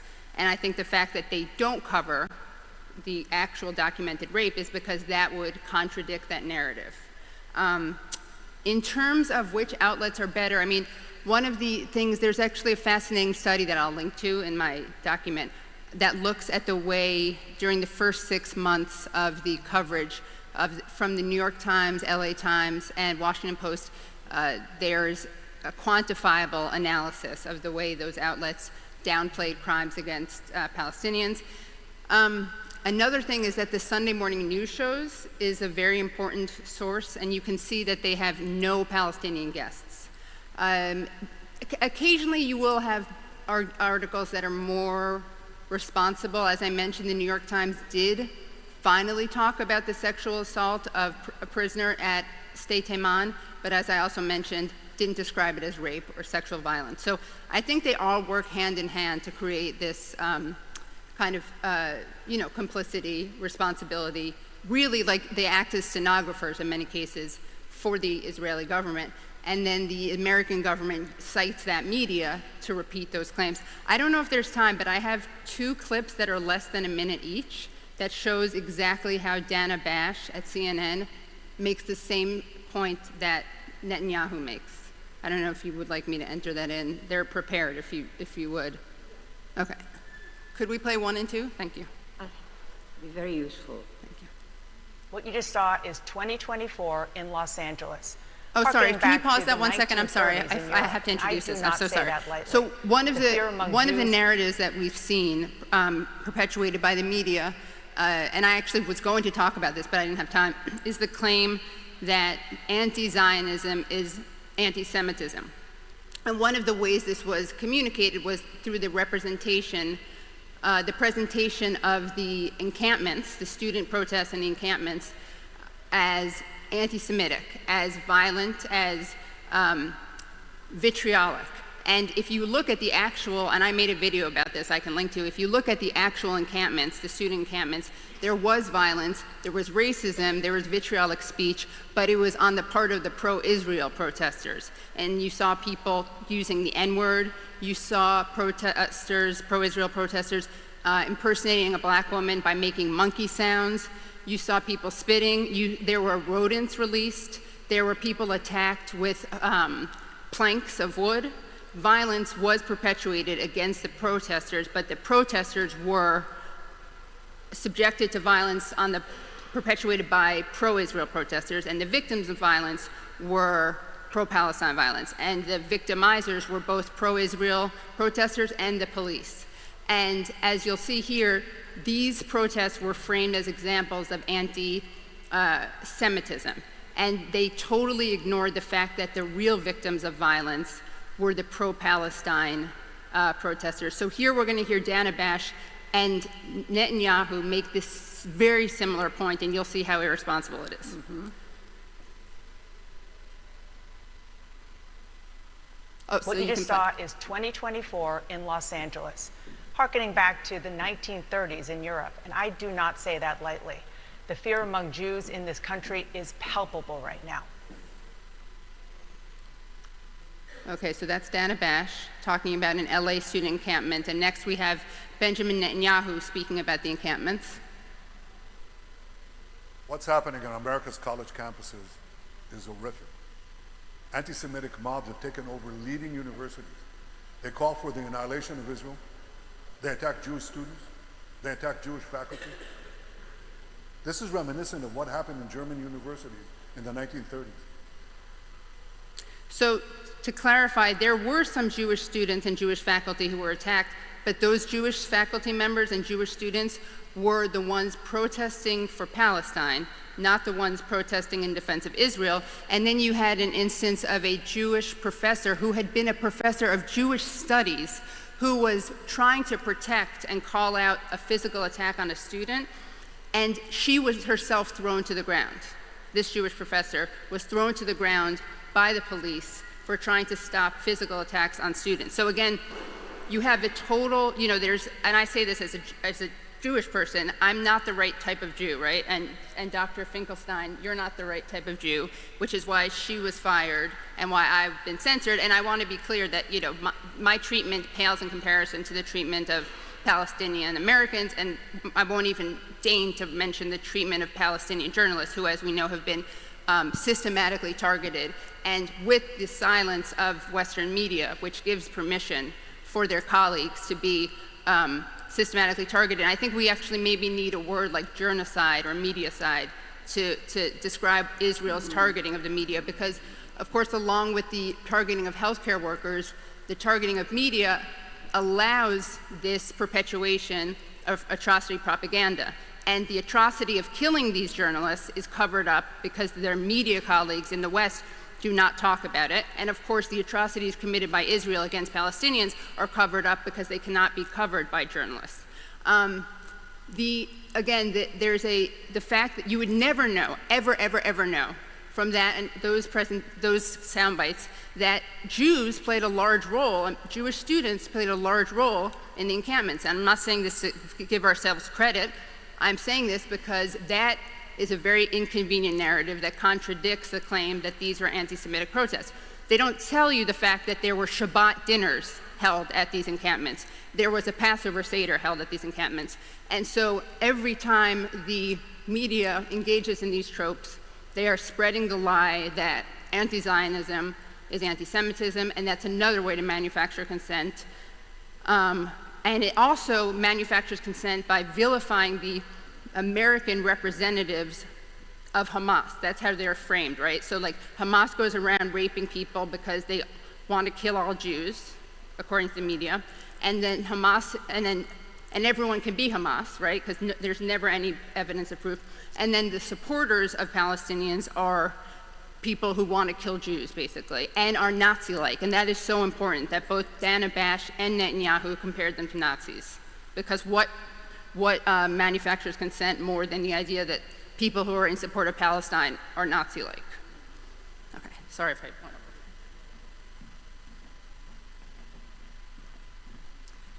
Thank you for the question. I'll try to be as brief as possible. I can provide a very, very, very short list later for the jury, if you're interested, of the very few schools who have committed or at least made promises to divestment, the handful of schools who have allowed encampments to happen. They're usually quite small, they're not high profile, they don't have big donors. And so I think if we're talking about the schools that have actually allowed for vocal support for Palestine divestment, they're the exception that proves the rule. That is almost all schools across the United States, especially large state universities, Ivy League schools, and Ivy adjacent schools, which are actually not schools, they're hedge funds and real estate development companies that offer classes. They have been extremely repressive. And so when we're thinking about the few schools and the few administrators that have allowed for protests and divestment, it reflects the fact that that is actually not the norm in the United States. The norm is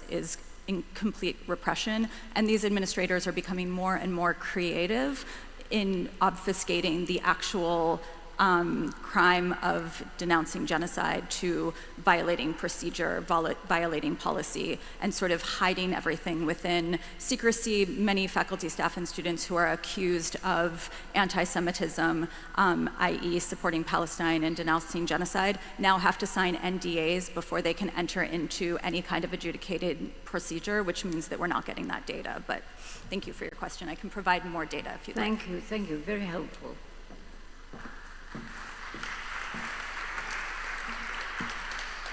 We do have time for one brief question more, so go on. Yeah, well, yeah. In order for you to have a coffee break and get some rest before we start our next session. Okay, I had one for each, but... only Ms. Ibtikhal is with us, and our two speakers that are physically present, the rest of them had to leave, so... Okay. Yeah. Well, let me just get to the one, and then I will ask both speakers, if possible, if they can give us recommendations on what they would like to see for each. But this has been a very powerful session. I really appreciate it. Is Mr. Dabashi there, or is he gone? No, he left. Okay, all right. Okay, so for Mora, 24 years ago, when I was targeted, all professional organizations, media, they came defending academic freedom. Now, we see that mostly they get away with it. Where are the professional organizations, the AUP, the other professional organizations? Remember, there's scores of them. They were coming very forcefully. It seems like this part of academic organizations, professional organizations is gone. Are they also infiltrated? And then the other thing is I wanted to give to Lily. Is she around or no? No. She's gone? No. I'd like to know what kind of pressure are we talking about? Is it threats? Is it political? How do they apply that kind of pressure? Is it ideological? If any of the speakers here can tell us, when they say Zionist pressure, what are we talking about here? It's particularly for government workers. Are they just silenced and without any explanation, or is there any kind of, or is it withholding certain privileges? If these kind of things could be told, would be nice. And finally, for Ibtihal, is there any legal action that can be taken against these corporates, particularly tech, because these are private companies, and certainly if they are complicit in certain policies that are against the law, I'm sure there would be some kind of legal action, and have they looked into that? Thank you. Ms. Abu Saad, have you heard the question? Yes, I have. Thank you. I think certainly there is potential for legal action. Like the ground is laid for that. I think I guess like a barrier or an obstacle is just the decentralized nature of a lot of these corporations having, for example, an HQ in the United States, but the data center that hosts Palestinians. Like phone calls in the Netherlands and then the operations in Israel. And so that is the challenge that I'm aware groups are trying to navigate is the I guess international nature that form their operations. But I know for a fact that certain labor movement groups have started to look at this, especially in light of Francesca Albanese's recent report that mixes like international law with these companies' complicity. I think that is an avenue that we are trying to explore more and that should be explored more on the part of international lawyers that are working on addressing complicit parties. Thank you very much. And I'm calling for Maura to give us another answer.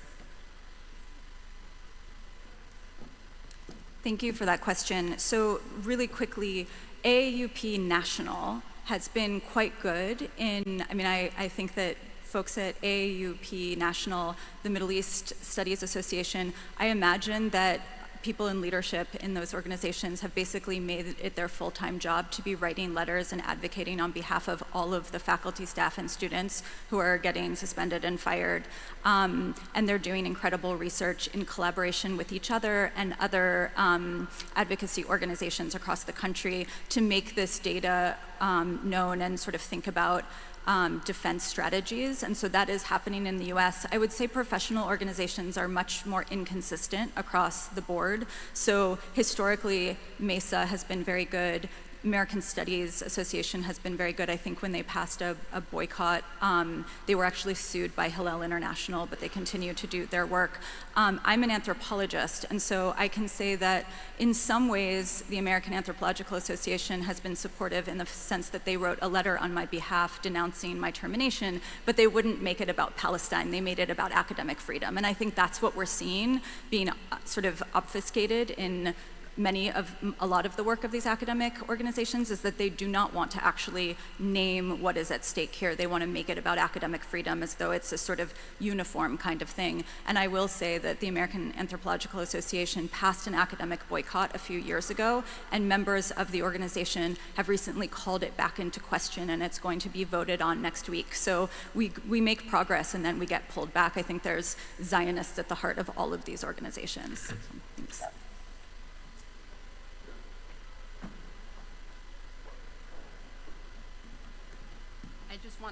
If the jury is okay with it, I wanted to respond to Dr. Al-Arian's question about recommendations.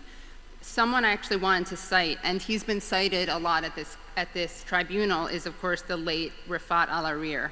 And one of the things that he said to me, we were direct messaging on Twitter a couple months before he was killed by Israel in a targeted attack. I asked him how he was, how his family was. He told me, and then I said, is there anything we can do from here? And he said, thank you for offering more pressure on the media, more coverage, more Palestinian voices, more protests. Hopefully Israel is curbed ASAP.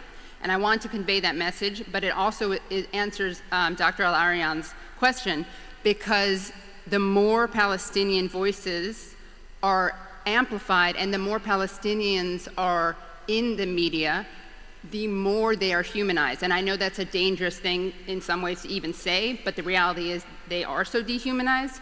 And one example of that is that Jake Tapper at CNN, who's one of the worst, along with Dana Bash, in perpetuating the notion that anti-Zionism or any criticism of Israel is anti-Semitic. He's smeared Rashida Tlaib, the only Palestinian member of Congress, as anti-Semitic. The one time he challenged an Israeli official, Mark Regev, was when Mark Regev basically blamed, and that's the Rafat Al-Arir quote, by the way, was when Mark Regev blamed a Palestinian American producer's family for getting itself killed, basically, by not evacuating. And Jake Tapper said, where were they supposed to go? And this was a unique moment in which Jake Tapper at all challenged an Israeli source. And that was because he had empathy for this producer. It was a Palestinian-American producer's family which had been killed. That empathy is non-existent, usually. So the more, that's why Rafat says, you know, more Palestinian voices. And that's one of the recommendations that I think I would make, which is that more Palestinian elevating Palestinians will help craft this manufactured consent. Thank you.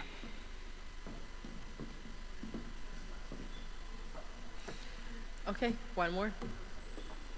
You have to turn, yeah, thank you. Sorry, I would like to know if there is a law in other countries assimilating anti-Zionism to anti-Semitism and punishing it, because in France they've been trying since quite a time, and with Mr. Macron recently, to pass a law telling anti-Zionism is anti-Semitism, and anti-Semitism can be condemned, can be punished by jail. So if this law passes in France, somebody who is anti-Zionist can go to jail. I want to know if in other countries these laws have been passed. Thank you.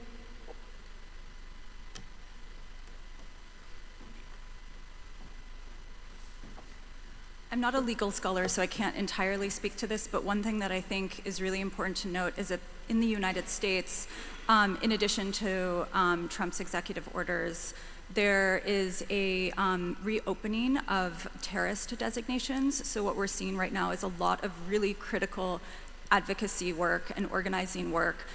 Leaders are being targeted and accused of terrorism. And so it's not exactly that they're being charged with anti-Zionism, but they're being charged with, you know, the Heritage Foundation has created this fictional Hamas support network through their Project Esther that came out last year. And so anyone who is doing this work can be accused of being part of the Hamas network, and you know, when the terrorist designations are reopened, I think we're going to see, you know, catastrophic accusations and imprisonments. I would say that another comparable case, perhaps worse than France, but I don't know about France enough, I would say that another place where it's very repressive and there's a lot of penalization of anti-Zionism, although not officially, would be England, where we see these anti-terror laws being used to punish not just Palestinian action, which engages in direct action against Elbit systems, but you are no longer allowed to express support for Palestinian action because it's a proscribed organization, so you can be arrested for expressing support for Palestine action. In the United States, there is the IHRA, the International Holocaust Remembrance Association's recommendation to equate. What it says is that it has a working definition of anti-Semitism. By the way, the person who created the IHRA laments how it's being used and says it's being misused.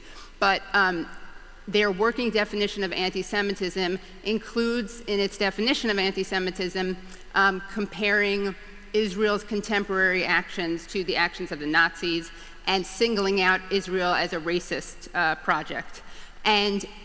But now the United States obviously has a unique, in theory, protection of free speech in the First Amendment. Mahmoud Khalil was kidnapped because of alleged support of Hamas. And his support of Hamas was non-existent, but he was one of the negotiators for the student encampment. And the way that he was smeared was as pro-Hamas. And in fact, Marco Rubio, the State Department, pretended, this is a lie, that as a green card holder and not a citizen, he is deprived of First Amendment rights. Now, that's not in the Constitution. It's very clear that you don't actually have to be a citizen. But so that's how we're seeing the a criminalization of support for Palestinian rights, which is framed as pro-Hamas. Thank you.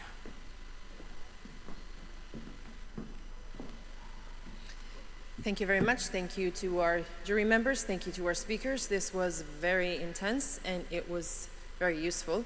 obviously considering the number of the questions that we have. 15 minutes coffee break, and I will see you soon, hopefully on time, so we could start our next session.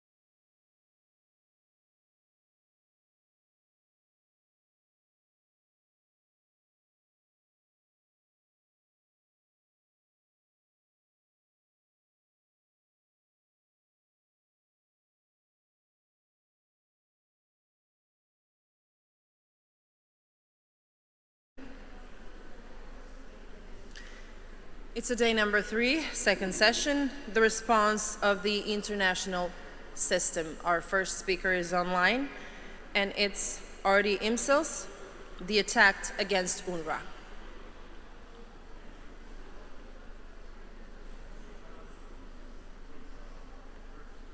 Ardi, do you hear me?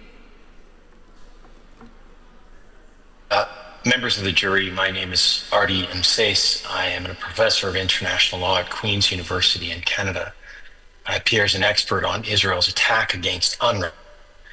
This statement is drawn from my publicly available submissions made before the International Court of Justice on behalf of the State of Palestine on 28 April 2025, much of which was affirmed by the court in its recent advisory opinion of 22 October 2025.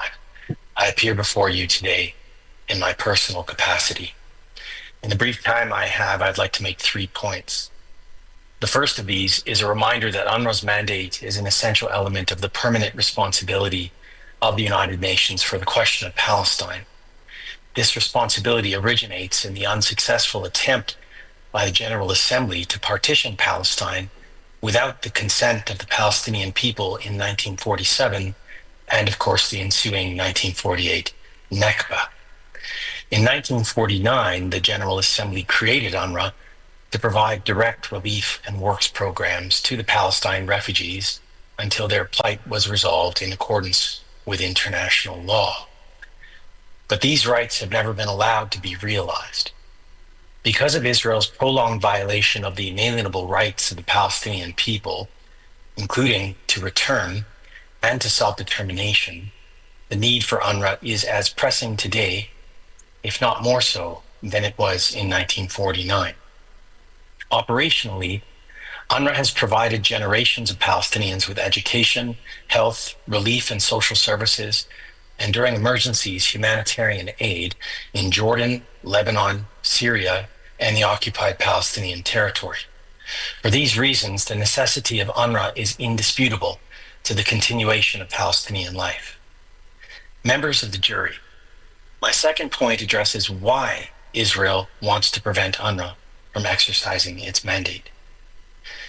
In the short term, Israel is pursuing the erasure of the Palestinian people in Palestine, including through forcible transfer. In Gaza, almost the whole of the population, some 1.9 million people, has been forcibly transferred multiple times through Israel's indiscriminate bombardment and starvation campaign. Following multiple calls by government ministers to depopulate Gaza and to resettle it with Israelis, on 5 February 2025, the Israeli Minister of Defense, Israel Katz, ordered the preparation of arrangements for what he euphemistically called the voluntary departure of Palestinians. But with this brazen suggestion that the departure of Palestinians would be voluntary, Israel is not merely insulting the world's intelligence, it is simply assuming that the world has none. After killing or injuring close to 240,000 Palestinians, after turning Gaza into a moonscape of dust and rubble with well over 70,000 tons or more of bombs, amounting to much more than what was dropped on Dresden, Hamburg, and London combined during World War II, after destroying or damaging over 92% of civilian housing, 88% of schools, 84% of health facilities, 95% of water and sanitation systems, and 92% of roads. Use of this Orwellian language by Minister Katz must be seen for what it is, an open call to expel as many surviving Palestinians as possible. Members of the jury, my point here is this. The elimination of UNRWA is essential to the success of Israel's dreaded plans. Given the scope of UNRWA's capabilities in providing emergency relief, stability, and resilience to the Palestinian people in ways that no other organization can operationally do, it is painfully obvious why Israel insists on eliminating the agency. Quite simply, UNRWA is the last hope that the Palestinian people, particularly in the Gaza Strip, have of surviving Israel's genocide against them. More broadly, Israel's long-term purpose behind destroying UNRWA rests in its complete denial of the existence of the Palestinian people, and in particular, the status, rights, and claims of millions of Palestine refugees to return, to restitution, and to compensation. But you needn't take my word for it. The Prime Minister of Israel has openly admitted as much on multiple occasions, including, it must be stressed, years before 7 October 2023. For instance, on 11 June 2017, Prime Minister Netanyahu proclaimed, and I quote, "I regret that UNRWA, to a large degree, by its very existence, perpetuates and does not solve the Palestinian refugee problem. Therefore, the time has come to disband UNRWA," end quote. Similarly, on 7 January 2018, Mr. Netanyahu stated, quote, "UNRWA is an organization that perpetuates the Palestinian refugee problem.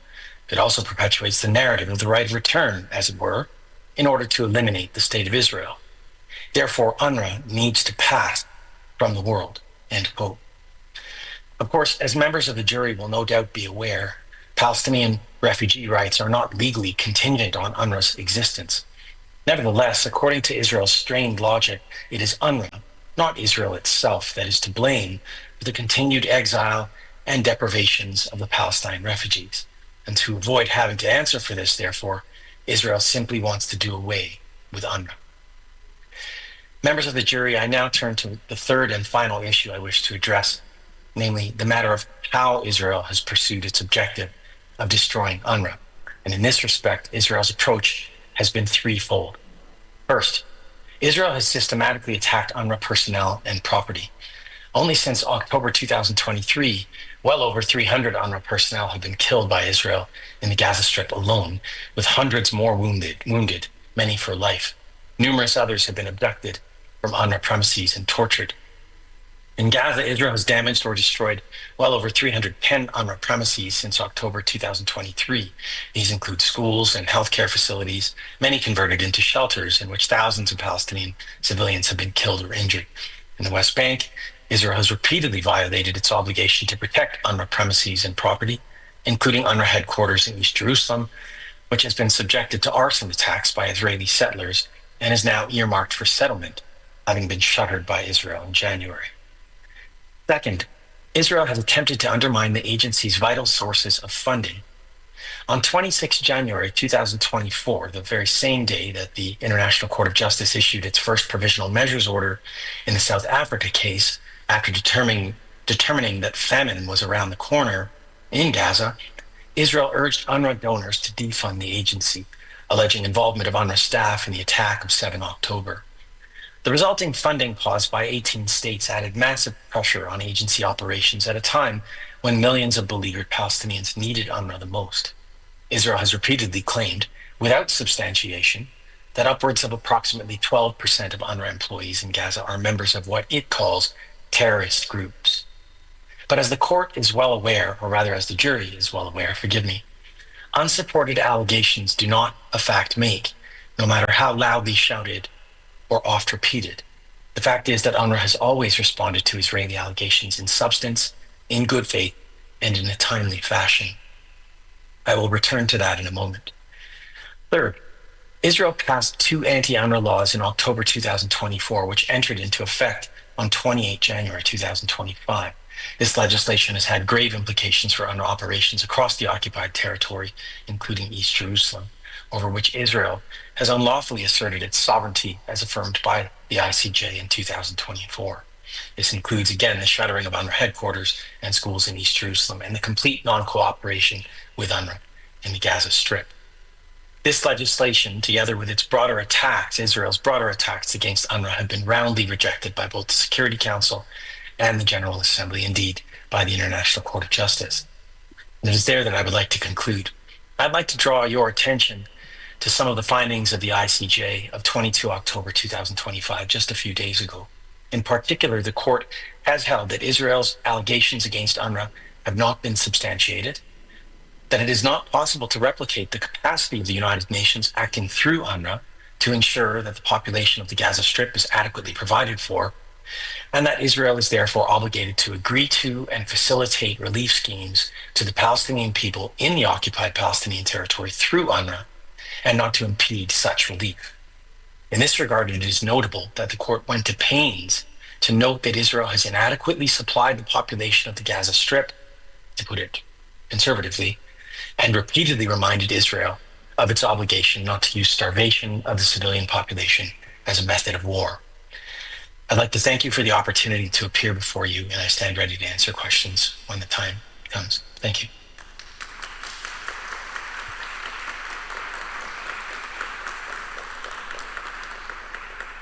Thank you, Mr. Imses. And about politics of genocide, Daryl Lee will be speaking. Do we have a connection? Mr. Lee, do you hear me? Yes, I can hear you. Okay, thank you. The time is yours. Thank you. My name is Daryl Lee. I'm a legal scholar, international human rights lawyer, and anthropologist. I lived and worked throughout Palestine, including in the Gaza Strip. I'm here in my capacity as an expert on international law, settler colonialism, and the question of Palestine. In the 10 minutes I have, I will address some of the problems stemming from the Genocide Convention, the 1948 Convention on the Prevention and Punishment of the Crime of Genocide, to be precise, and how some of those problems have manifested in the proceedings before the International Court of Justice, the ICJ, concerning Palestine. Over the course of these proceedings, here in Istanbul and virtually, the jury has heard overwhelming evidence that the State of Israel has committed numerous acts that, under most reasonable interpretations of international law, meet the definition of genocide. I will not belabor that point here. Instead, my task is to remind you that law, including the law of genocide, is not made or interpreted in a vacuum of objectivity free of politics. I'll do my best to provide a map of the politics of genocide and genocide accusations and the duopoly that the United States and Israel have sought to maintain over the term for decades. And I will remind you that it is people, not courts, and movements, not jurists, who remain the ultimate worldly arbiters on what is just. I'd like to show the jury only one image today.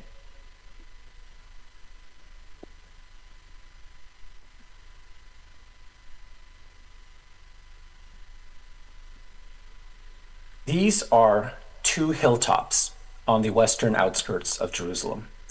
At the bottom of this image is Yad Vashem, the State of Israel's National Holocaust Memorial, a site of pilgrimage for visiting dignitaries and schoolchildren alike.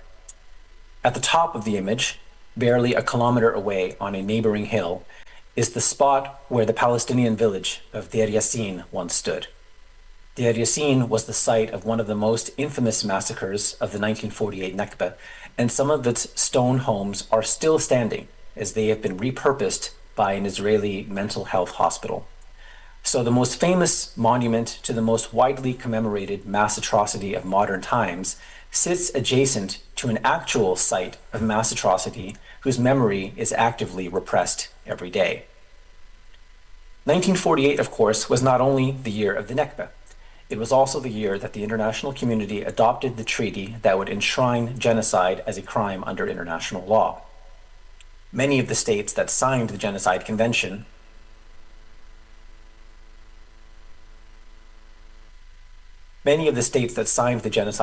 of course, had committed mass atrocities of their own. Thus, care was taken to craft a legal definition riddled with enough ambiguities and loopholes to afford states a degree of plausible deniability. Thus, a chasm emerged. Morally and ethically, genocide came to be known as the crime of crimes, a superlative form of mass atrocity that should generate unconditional, absolute, and universal opposition. On the other hand, genocide had a narrow and highly technical legal definition around notions of specific intent and protected groups that left it open to manipulation by states. Powerful states could thus use genocide as a rhetorical cudgel against their foes while avoiding accountability for themselves and their allies. The State of Israel has for decades mobilized the memory of the Shoah, or the genocide of European Jews by the Nazis and their allies, as a justification for dispossessing the Palestinian people. According to this logic, European Jews have survived history's greatest crime, and therefore any crime Israel commits is necessarily trivial by comparison. For its part, the United States, especially from the 1990s onward, has repeatedly referenced its role in liberating the Nazi concentration camps to argue that it has a unique responsibility as the most militarily powerful country on earth to combat genocide around the world. According to this logic, the United States ended history's greatest crime, and therefore any crime the United States commits is necessarily trivial by comparison. Of course, these arguments are profoundly misconceived and ahistorical. They erase the collaboration between the Zionist movement and the Nazi regime. They erase the wartime refusal of the United States to accept Jewish refugees fleeing persecution. They erase the role played by the Soviet Union in defeating Nazism. And they erase the fact that the United States is itself a settler colonial state founded in genocide. Nonetheless, the jury should take note that the United States and Israel have forged a rhetorical duopoly over genocide to justify their respective agendas, portraying Israel as the ultimate righteous victim and the United States as the ultimate righteous avenger.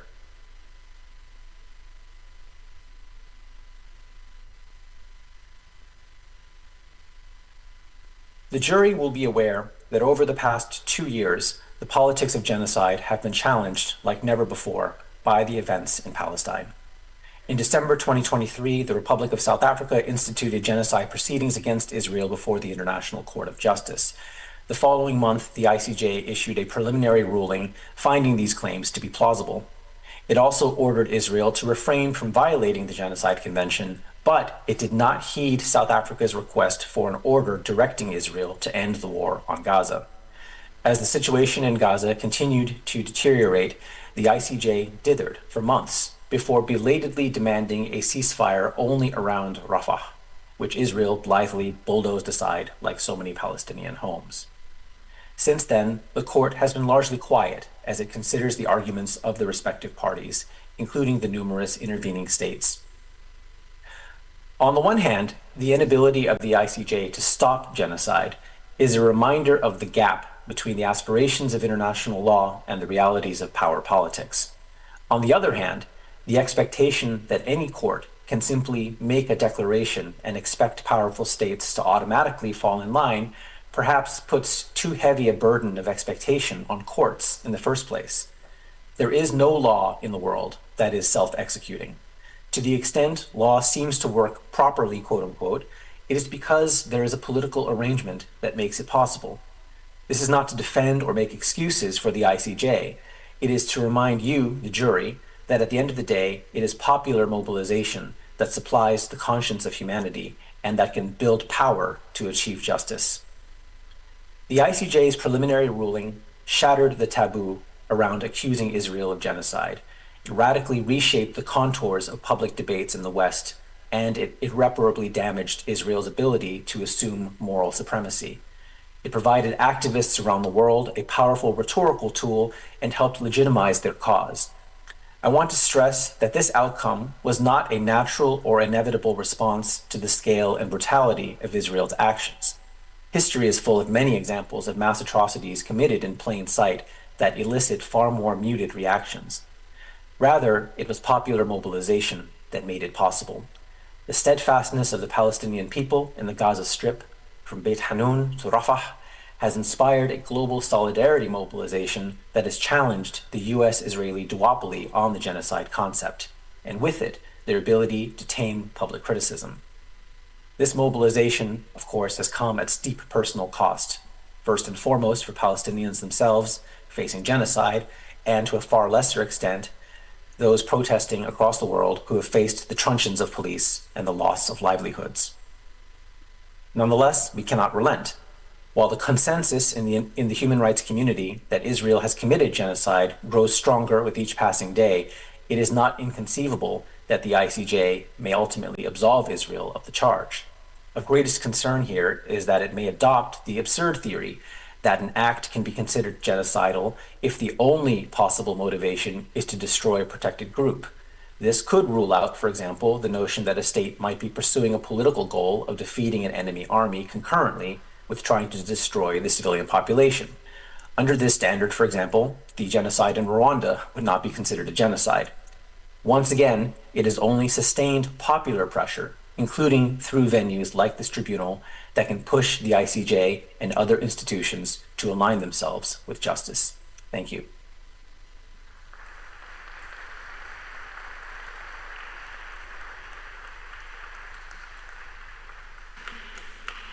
Thank you, Mr. Lee. And about critique of the UN system, for the next minutes, Craig Mokhiber will be speaking. Mr. Mokhiber, can you hear me? Yes, I can. Good. We can hear you too, loud and clear. The time is yours. Thank you very much, distinguished members of the Jury of Conscience, members of the Tribunal, ladies and gentlemen. Throughout the genocide, senior UN officials have adopted a kind of rhetorical shield that allows them to avoid taking a principled stand on the genocide in Palestine. Quote, only a court can determine a genocide, they say.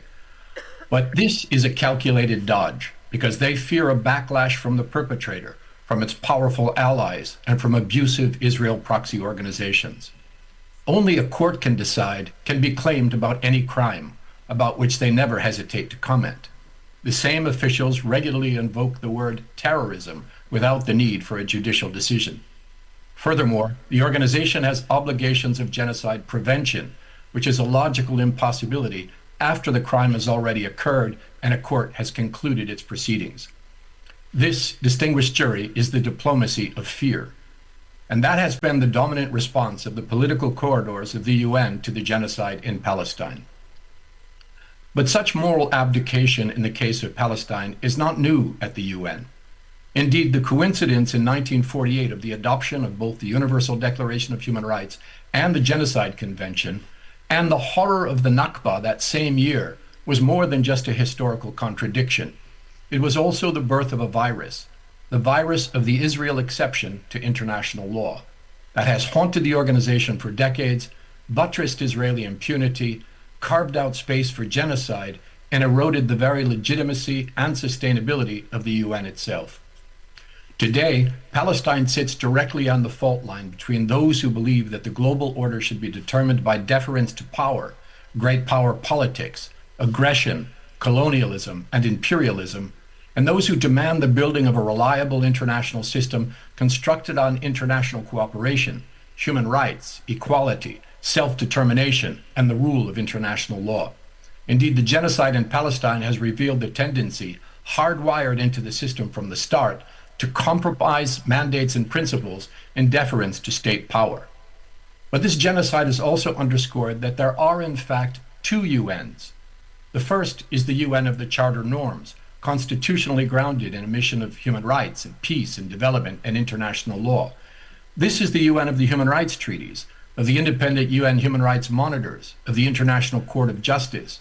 It is the UN in which the use of force is prohibited in all but a few narrowly defined circumstances.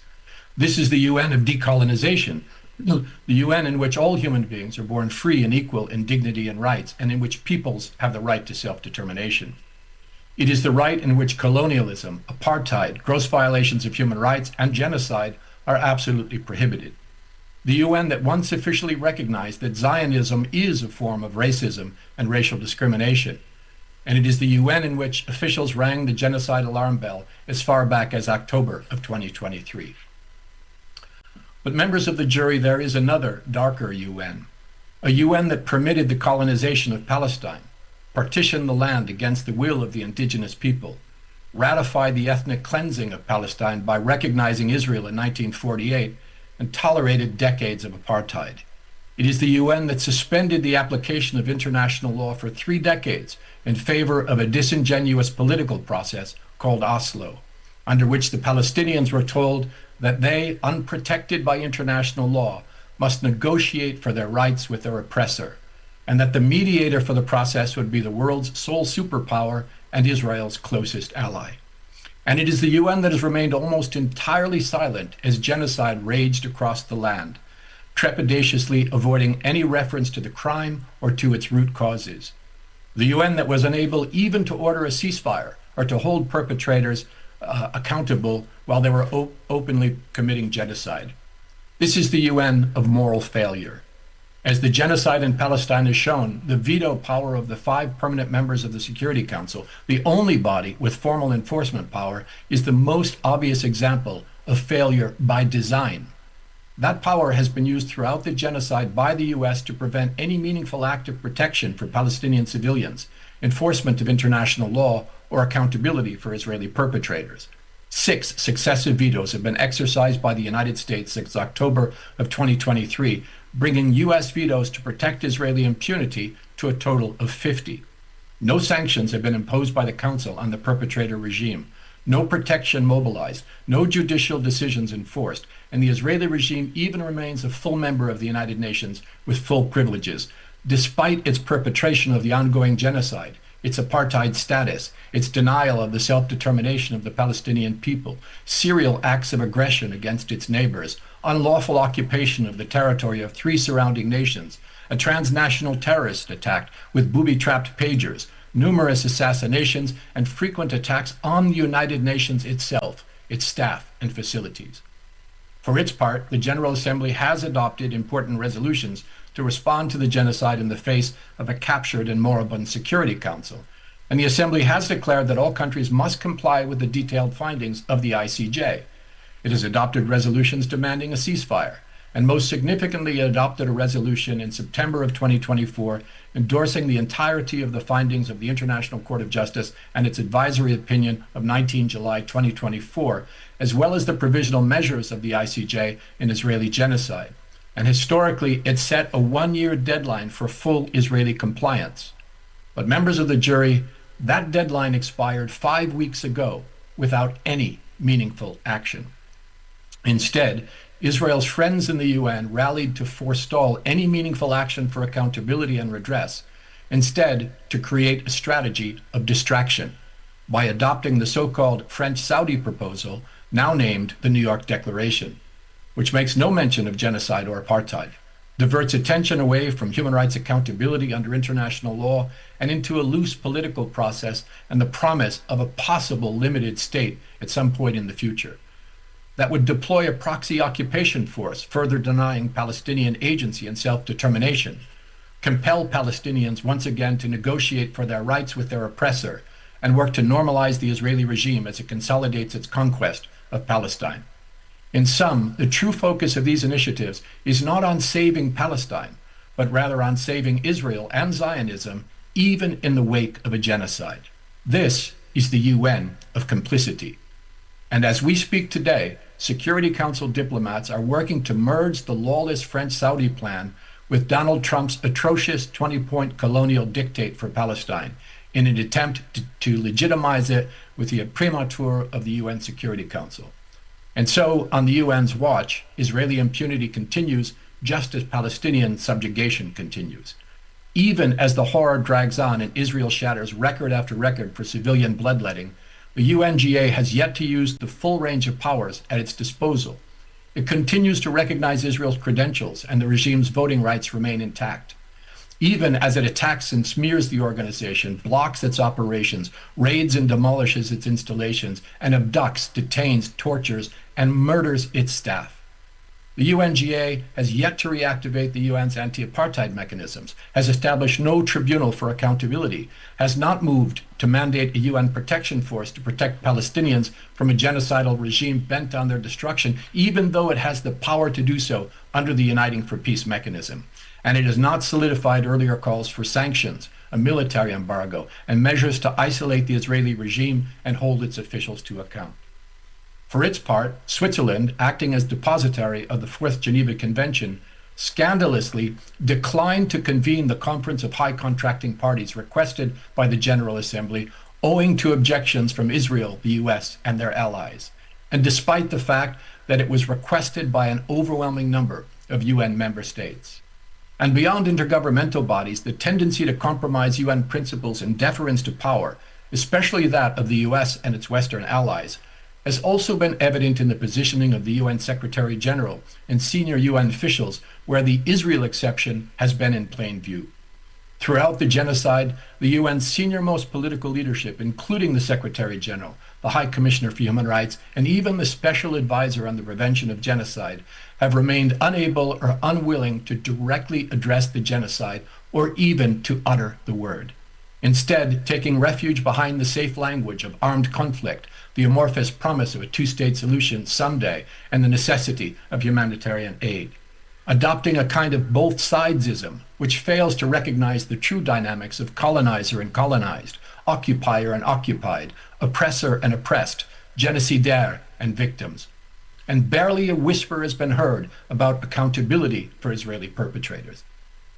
As such, the significant reserve of moral and political power of the senior-most podiums of the organization have been left largely untapped.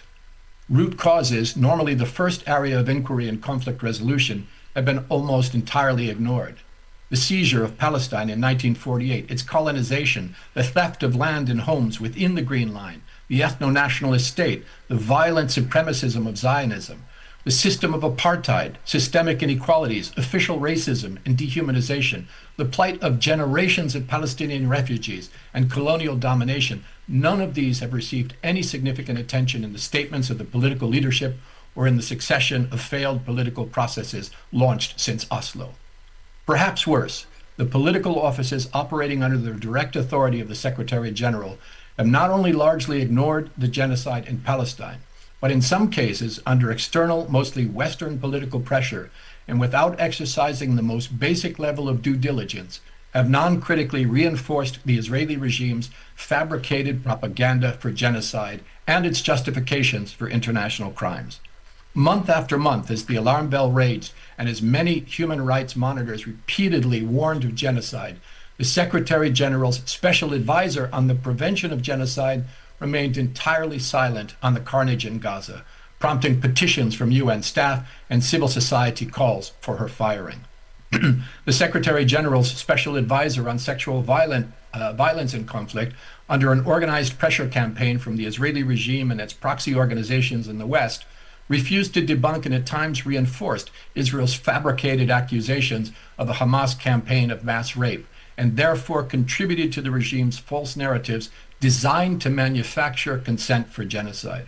And the Office of the Special Advisor on Children in Armed Conflict, under political pressure from and through the Secretary General, repeatedly censored its own annual listing of countries systematically violating the rights of children to remove Israel and ensure its continued impunity.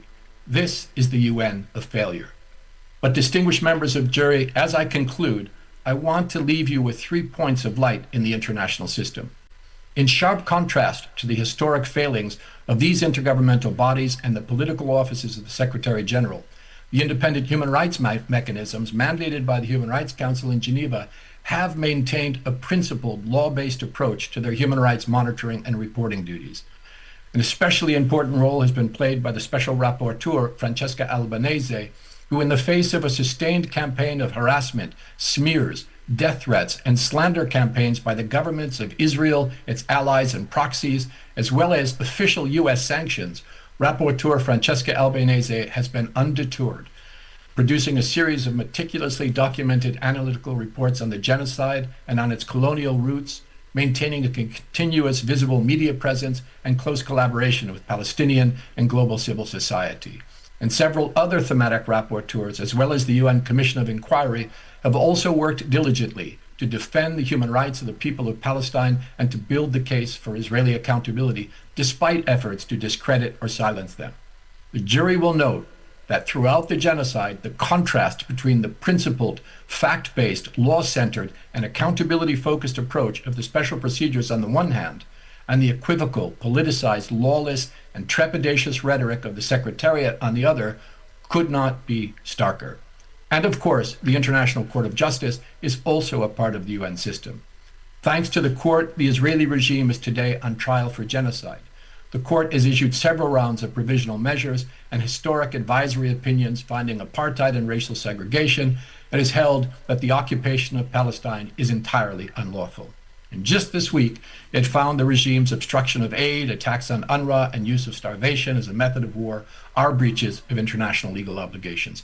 These pronouncements provide even more proof of the legitimacy of the Palestinian cause and the illegitimacy of Israel's project and crimes in Palestine. Finally, the UN also includes courageous humanitarian workers from a host of agencies, foremost among them the people of UNRWA, who to this day continue to operate in the depths of Gaza's hell to support the survivors of genocide, despite the smears of the Israeli regime and its collaborators in Washington and Europe, despite the bombs, the bullets, the widespread destruction, the targeting of UN facilities, the abduction and torture of countless UNRWA staff, and the murder of more than 370 of them, many along with their families. They represent the best of the United Nations system, they embody its highest principles, and they deserve our unwavering solidarity. I thank you.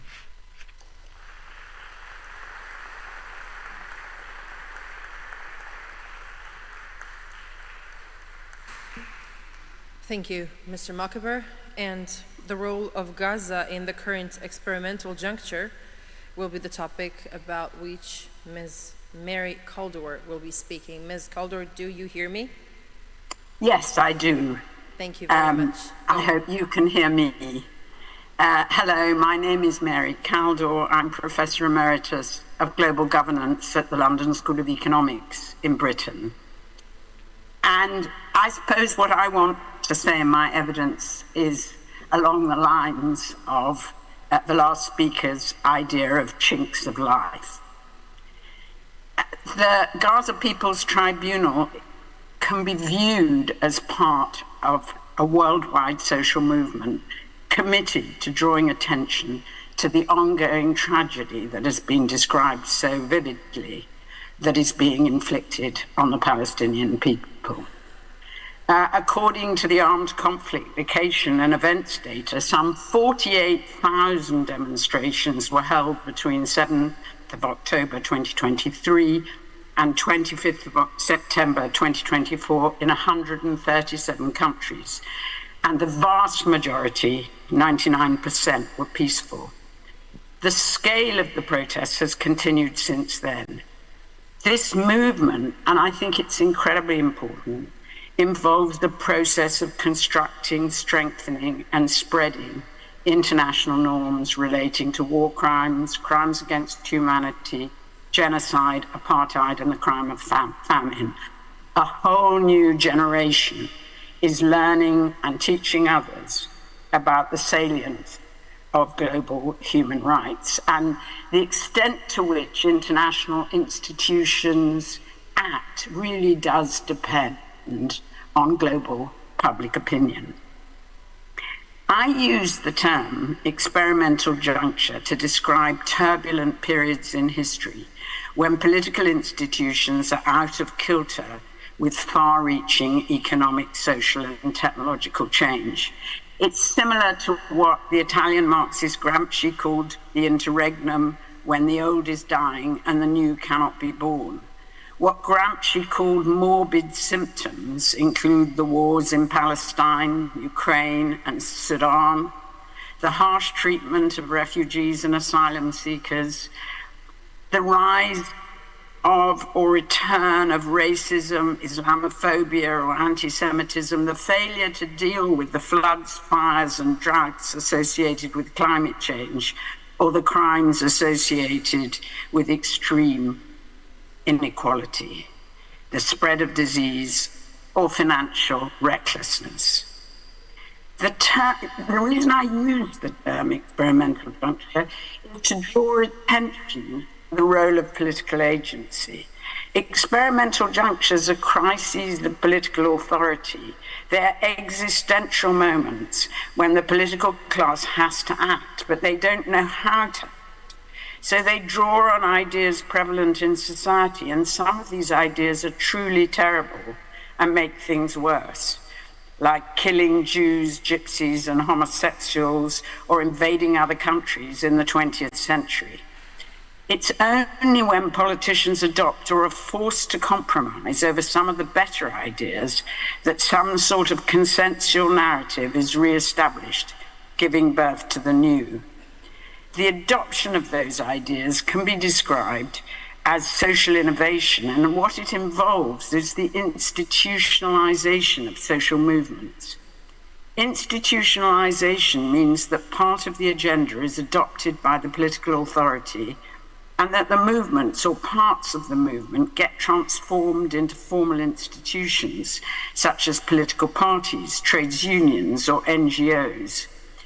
Institutionalization is always an imperfect compromise and often involves the marginalization of more radical groups or movements. In the past, experimental junctures were associated with major hegemonic wars.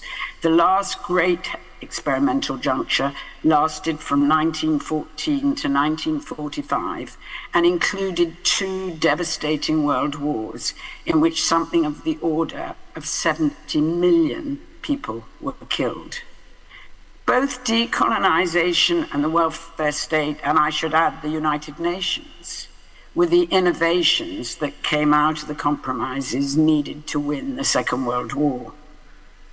The withdrawal of the British from Palestine was part of the decolonization process, but as was also the case in Ireland and India, it was linked to ethnic partition that left a lasting bloody legacy, in particular in Palestine. As so many of the previous speakers have stressed, this involved the denial of self-determination for the Palestinians, as well as repression, war, and occupation, and now genocide. Ideas about human rights, crimes against humanity, or genocide also emerged during that period, but the subsequent Cold War and the rise of the return of geopolitics, the geopolitical mindset constrained their realization. Now, the Cold War ended not just because of its own contradictions, but more importantly, as a consequence of a worldwide movement for democratization that led to the end of military regimes in Southern Europe, Latin America, and Asia, the end of apartheid in South Africa, and the 1989 revolutions in Europe. These movements were global, not only in the sense that they were everywhere, but because they were able to use transnational links to leverage human rights legislation. For instance, the 1975 Helsinki Agreement in Europe. The legacy of those movements was a new post-Cold War discourse about peace, human rights, humanitarianism, and civil society, as well as new institutions, the peace and humanitarian machinery of the UN and other multilateral institutions, the OSCE, the EU, the AU, or the International Criminal Court, among others, as well as the dramatic growth of international NGOs. Alas, that discourse, sometimes referred to as the liberal peace, for all its shortcomings, and there were shortcomings, was blown off course both by the renewed militarism of the United States, Russia, China, and other powers, and by the associated spread of free market fundamentalism. Neoliberalism led to the rise of new oligarchic classes who benefited from privatization and contracting out, as well as growing inequality, and who are inextricably linked to the rise of the authoritarian populist right, and I would add the undermining of the UN and the way it's supposed to function in these situations.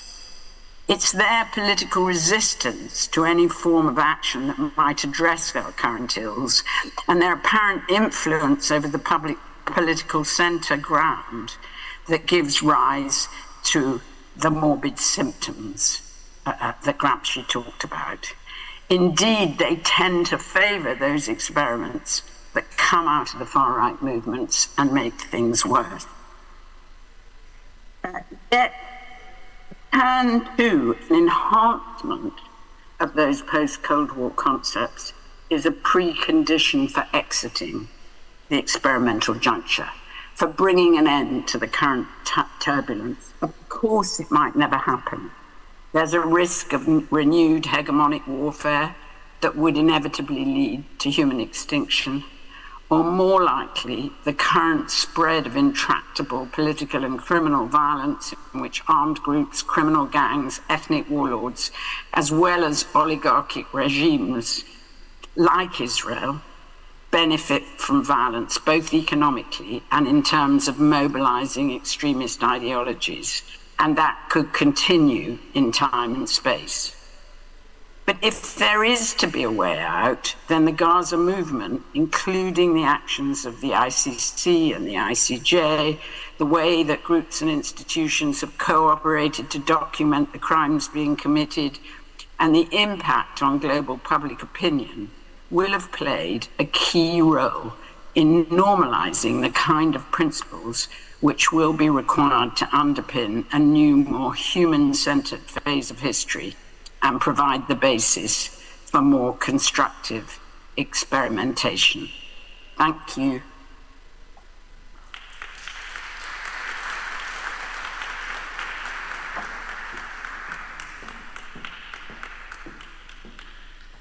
Thank you, Ms. Kaldor. And next topic is the Gaza Tribunal as an alternative jurisprudential paradigm. Ashibali and Vasuki Nisaya. Thank you. We are very grateful to have this opportunity to address the jury.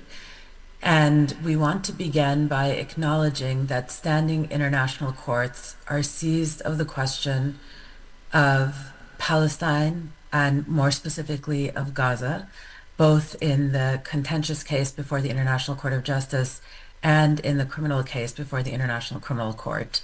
And yet we view the Gaza Tribunal as an important, indeed essential complement to the work of standing international institutions and courts.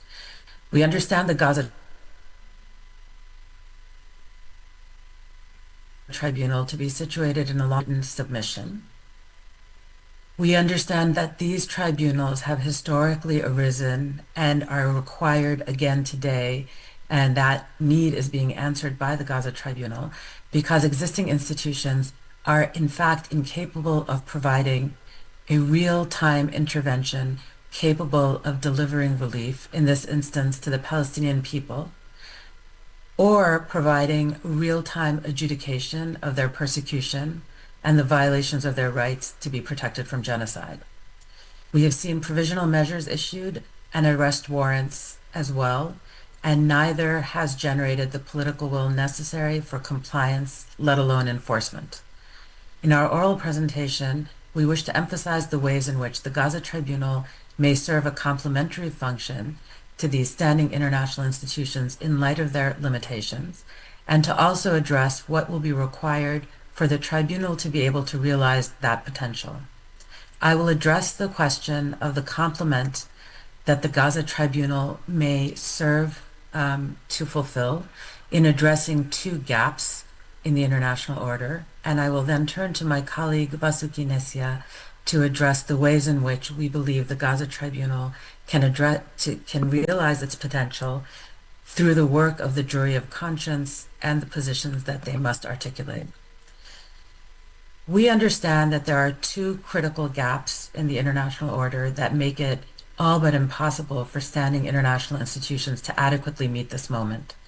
The first of those are the geopolitical limitations of the international order as presently constituted, primarily as expressed through the UN Security Council, of which Craig Mokhiber and many others have spoken eloquently.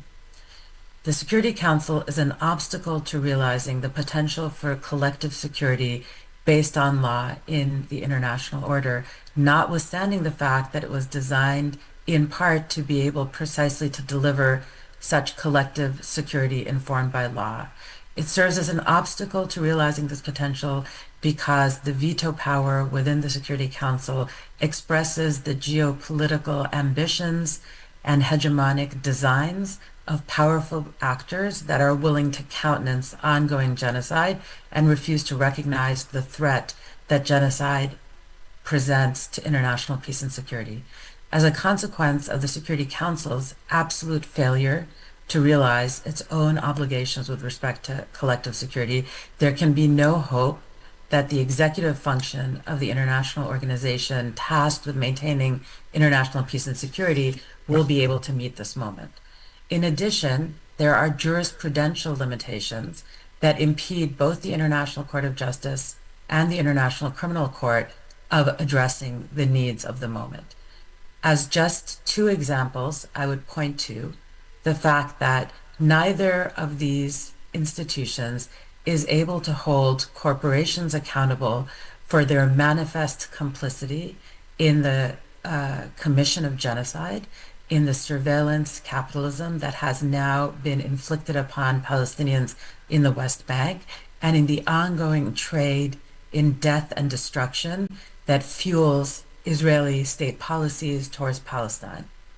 In addition, neither institution is capable of instantiating a non-prosecutorial vision of justice and accountability that would, for example, provide a reparative account of the kinds of justice to which Palestinians are entitled beyond models of enforcement and criminal accountability on which the ICC is premised, and beyond the limitations of sovereign adjudication to which the ICJ is limited.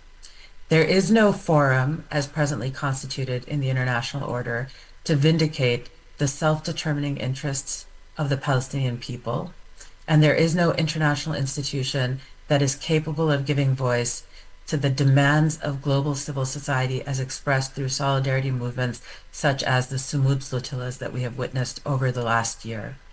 The structural limitations of what international institutions and international doctrine can address further reinforce the gaps that I've defined. For example, international law expresses a clear doctrinal bias in favor of states, thereby necessarily engendering an unequal playing field for the claims of stateless peoples like the Palestinians, or for the expression of the self-determining claims of communities that have been deprived the recognition of their sovereignty to date. In addition, doctrinally, international law is limited in its capacity to conceptualize collective harms and imagine meaningful collective redress. I've already mentioned the inability to express meaningful reparative claims to justice, and that's only one of the manifold ways in which collective claims fail to be cognizable or rendered legally recognizable in the international legal order. In part, this is because there's an enormous challenge in disentangling international law doctrine and legal institutions from the afterlives of the colonial and imperial orders that issued and engendered their shape, their structure, and their normative content. It's possible through the work of people's tribunals to imagine not only alternative fora, but also alternative jurisprudential paradigms through which a reparative vision of justice can be articulated. The absence of a positive horizon for empowering Palestinian communities to define their own self-determining future through existing international institutions and existing international legal doctrine are fundamental flaws and gaps so profound that they call into existence a people's tribunal like the Gaza Tribunal, and of course invest that tribunal with the enormous responsibility to giving expression to those aspirations which have been so brutally repressed, not only through genocidal violence, but through the violence of the existing international order and its legal doctrines. I turn now to my colleague, Basuki Nesia, to continue our reflection based on our written submission and to address the jury of conscience in what positions it may take to fulfill the potential that is expressed through the complementary role that the Gaza Tribunal plays. Many thanks, Professor Bali. My name is Vasuki Nesia. I'm a professor at NYU, and I'm here in my capacity as an expert on international law and co-author with Professor Bali and Ala Haya of a submission on alternative jurisprudential paradigms. In the 5 minutes I have, I will follow on Professor Bali's presentation by elaborating on how we believe that the limitations of existing approaches are not the horizon of our political and legal imagination. Rather, they are arguments for drawing on and building an alternative jurisprudential paradigm, and we believe this tribunal offers an opportunity to do precisely that. We would like to emphasize 4 dimensions of this opportunity. Firstly, we welcome the fact that the structure of this tribunal goes beyond a narrowly legalistic approach. Instead, it echoes indigenous and global South policies and practices and epistemic traditions that refuse to separate law from context. As you know, this tribunal draws on a tradition represented by Russell tribunals to offer a people's forum for international affairs. There are other important institutional innovations that offer inspiring precedent as well. For instance, truth commissions are among the most significant institutional innovations to emerge from the global south. Truth commissions offer important precedents as an institutional form that offers a more holistic approach to justice by giving due weight to history, analyzing root causes and structural dimensions of atrocity, and taking seriously the testimony of those persons most directly impacted. Over the past several decades, institutional forms such as the Russell Tribunals and Truth Commissions have enabled a reckoning with the past while connecting the dots between individual testimonies and national histories and counter-histories. Secondly, this is an opportunity to develop a broader understanding of the repertoires of custom that can democratize and pluralize the sources feeding international law. For instance, resisting a narrowly Eurocentric understanding of legitimate sources of law, we need to take seriously third world approaches to international law and other non-Western traditions, including that of stateless people and the ethical legal guidance of grassroots social movements such as BDS that treat Palestinian lived experience as foundational legal knowledge. In taking a broader approach to custom, these tribunals can model people-centered justice and hold the powerful to account. Thirdly, this is an opportunity to appreciate that solidarity has legal standing and legitimize the accountability claims from actors not directly harmed but bound by shared humanity and collective responsibility to prevent genocide. Over the last 50 years, the International Court of Justice has had a revolution in its own understanding of the significance of solidarity in establishing procedural standing when the court is dealing with erga omnes claims, namely obligations under international law that are owed to the entire international community, and the matter of genocide is surely that. Since 1955, when the Bandung Conference endorsed the UDHR in its final communique, representatives of the vast majority of the international community have situated human rights in relation to anti-colonial solidarity. The Declaration on the Right to Solidarity situates it as indivisible from self-determination, grounding it specifically in the challenge of preventing and removing the causes of asymmetries and inequities between and within states.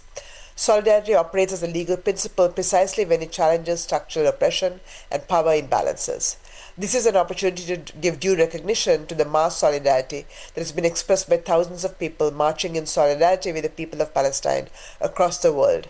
Dock workers refusing to load shipments, armed shipments bound for Israel, students building encampments, and the Sumud flotillas of solidarity. Fourth, the tribunal offers a bold, precedent-setting opportunity to recognize a people's right to self-determination without being cabined within statist models of recognition. The Palestinian people have a claim to self-determination that exceeds the state form. One source of inspiration here are Fourth World or original nations approaches to sovereignty that go beyond the received model of Westphalian statehood to instead center stewardship of the land, citizenship, and hospitality. As we have elaborated in our written submissions, indigenous treaty-making practices, both formal and informal, embody these different values and support a people's jurisprudence that democratizes the right to self-determination. Drawing from the principles we have gestured to here, we would like to emphasize the opportunity to activate international law as a tool for an emancipatory jurisprudence rather than an end in itself. We argue that the Gaza Tribunal has the potential to exemplify how alternative jurisprudential paradigms can preserve the transformative ambitions of international law at its best, even when formal mechanisms fall short, but also being a much-needed complement to those formal mechanisms by generating space for legal innovation, amplifying marginalized voices, and helping bridge normative frameworks with political change. We ask the jury of conscience to issue calls that reach beyond traditional international law jurisdiction by, firstly, recognizing the expertise of Palestinians as chroniclers of their experience and authors of the norms defining their aspirations. Equally, providing the space to articulate non-statist models for the self-determination rights of the Palestinian people. In addition, adjudicating the complicity of and demanding accountability from third states and non-state actors, including weapons manufacturers, financial institutions, universities, tech companies, and other actors enabling genocide. And finally, bridging documentation with mobilization, creating tools for movements to enforce the norms that formal institutions establish but cannot implement, with attention to how its own findings can be crafted to educate and equip civil society actors, not just legal elites, turning legal knowledge into tools for building an alternative jurisprudence of international law from below. Thank you for giving us this opportunity.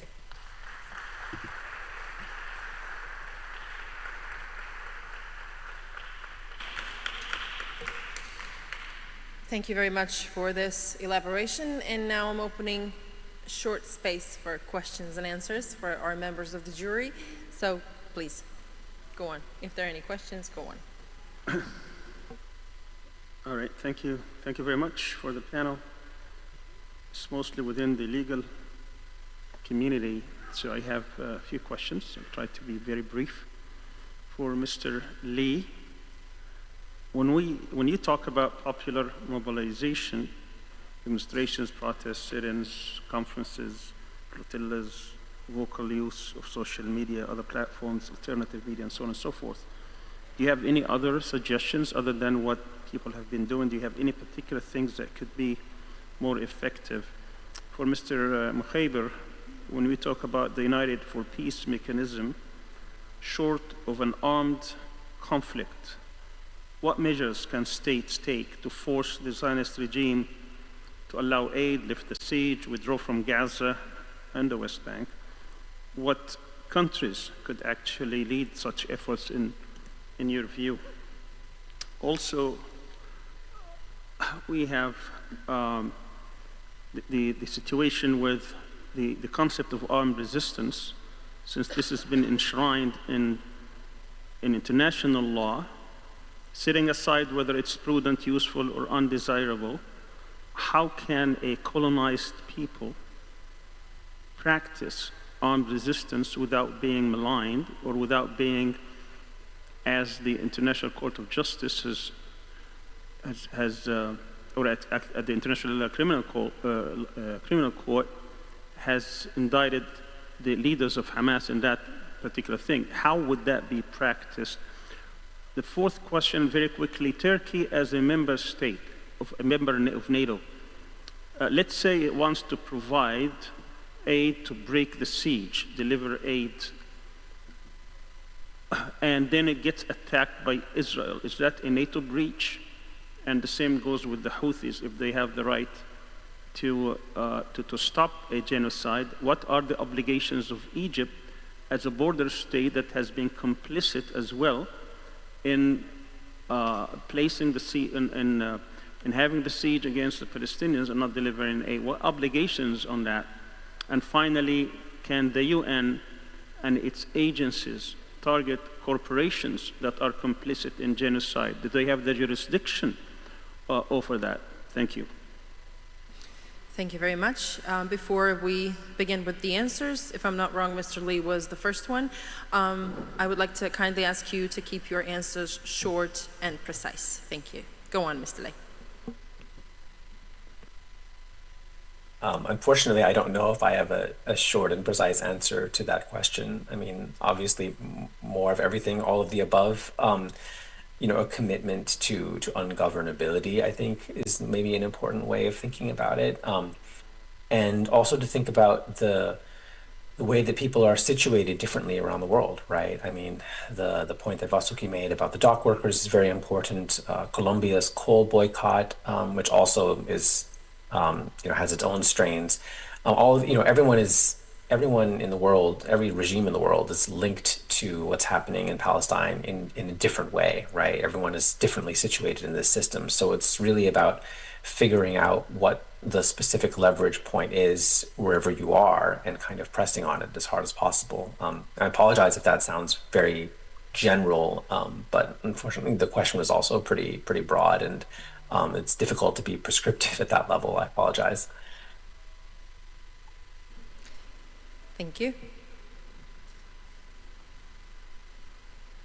Craig, I believe the next question was for you, if you've heard it right. I heard several questions there, by all means. So on the Uniting for Peace, there is in fact a process that has gotten very little attention behind the scenes to bring a Uniting for Peace process forward, to bring a resolution forward for which there is a draft that includes things like the mandating of a consent-based protection force to be distinguished from the sort of colonial machinations of the Trump stabilization force or the proxy occupation of the stabilization force recommended by France and Saudi Arabia. This is a consent-based protection force that only would perform the functions of protection of civilians, the preservation of evidence of Israeli crimes, facilitation of the distribution of humanitarian aid, and help with reconstruction. But it also includes a number of measures that would pressure the Israeli regime to not interfere and actually to cease its many violations of international law. Measures like a military embargo, measures like sanctions, measures like the reactivation of the anti-apartheid mechanisms, and possibly the establishment of a tribunal. All of these things could be done by the General Assembly in the face of a US veto. I just want to say this about it because it's often confused. It's true that the GA doesn't have enforcement power, but it has power, as we saw during apartheid in South Africa, to nevertheless adopt these measures and to compel, to use a word loosely, other states to join on in these initiatives in a multilateral initiative to bring this pressure to bear. So it can adopt sanctions, it can enforce them, but it can create a mechanism for other states to join on in applying them. So that's what could happen under Uniting for Peace. The question about the Houthis, for example, I've written on this that the Houthis made very clear, Ansar Allah in Yemen, that what they were doing was applying their obligations as they saw them to intervene to stop the genocide in Palestine. And they did this through the initiation of a blockade in the Red Sea in order, as they understood it, to meet their affirmative obligation to take measures to stop the genocide that was being perpetrated against the Palestinian people. The US and its allies, on the other hand, in attacking the Houthis, had no authorization for the use of force and no justification for doing so, which makes it an act of aggression. It's completely the reverse of what was reported in Western media about what was happening or the way the Security Council was addressing these questions. So, it comes down to a question that, do the jus cogens and erga omnes norms of international law cease to exist with a Security Council veto? The answer to that has to be no. The Security Council is established by the UN Charter. The UN Charter is a treaty. It is situated within international law, not above international law. And so those highest norms of international law continue to apply, and among them is the prohibition of genocide, the affirmative obligation of states to stop genocide and to punish genocide and to prevent genocide, the self-determination of peoples, and all the other things that are mentioned in this context. Thank you very much. RD, you have something else to add? Yes, I just wanted to briefly address the issue of armed resistance. I actually think that while the right of peoples who are subjected to forms of foreign domination, colonial occupation, and so on, do have a right to exercise force in repelling such regimes against them. The one thing that people are often forgetting is that because the state of Palestine exists juridically, that is, it is a juridical entity, it behaves like a state on the international plane, even though its ability to exercise its sovereignty is impeded by an unlawful, aggressive, occupying power, imposing an apartheid regime on them. But because that state of Palestine exists, it also enjoys certain inherent rights of all states, including the right to use force when it is subjected to an illegal use of force or an armed attack, as lawyers call them, under Article 51 of the United Nations Charter.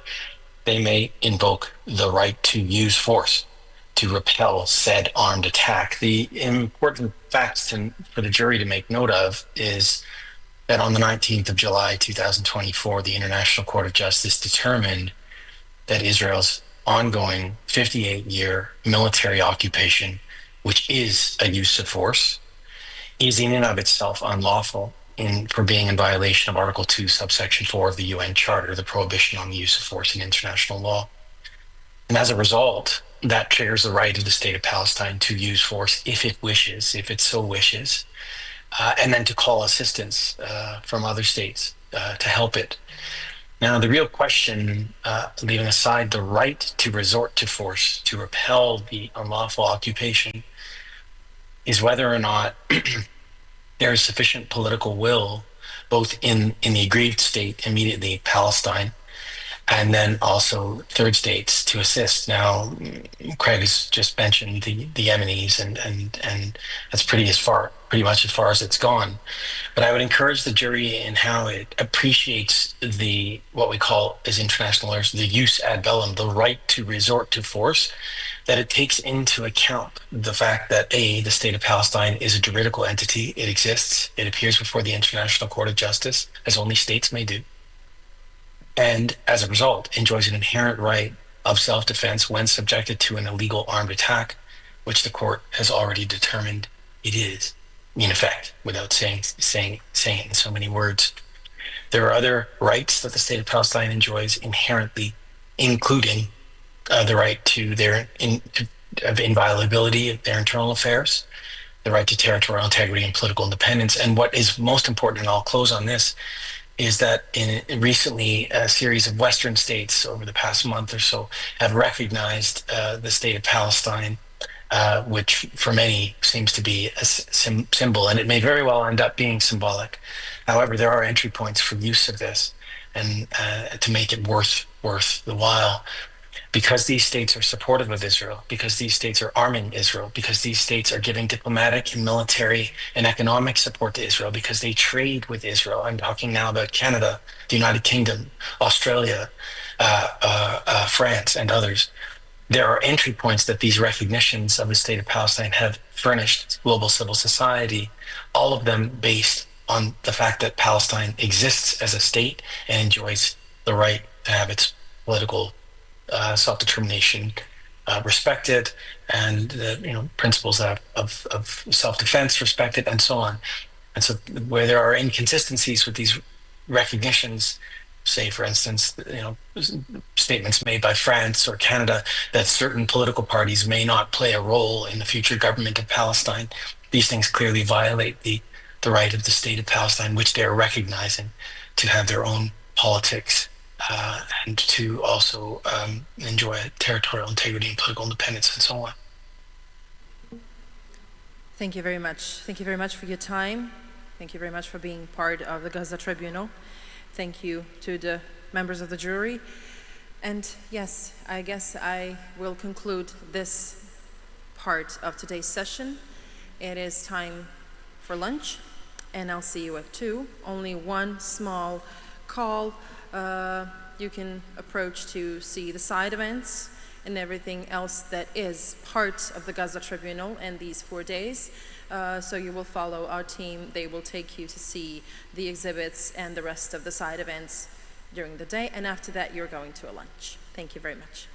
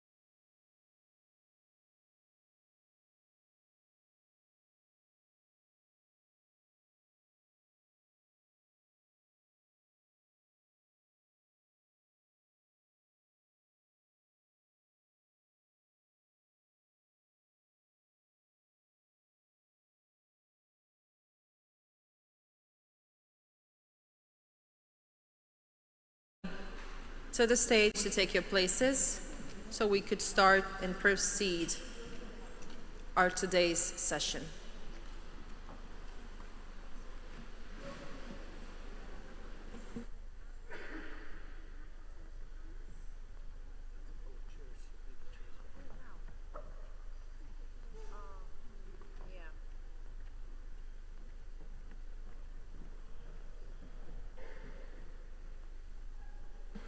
A small request for our team. We need chairs for the jury. They've been taken away.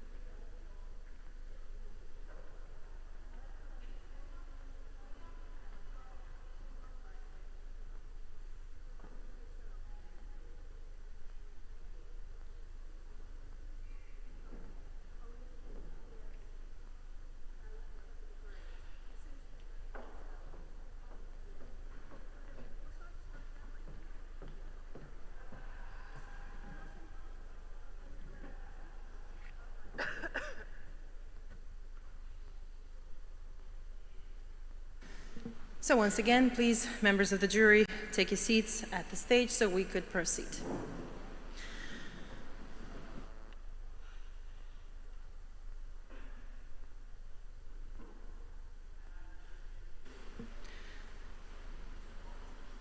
This session is called Resistance and Solidarity. That's something that we will be discussing in the next 60 minutes. And the first topic to talk about is Gaza's resistance within its historical and political context. The first speaker is Mr. Ramzi Baroud.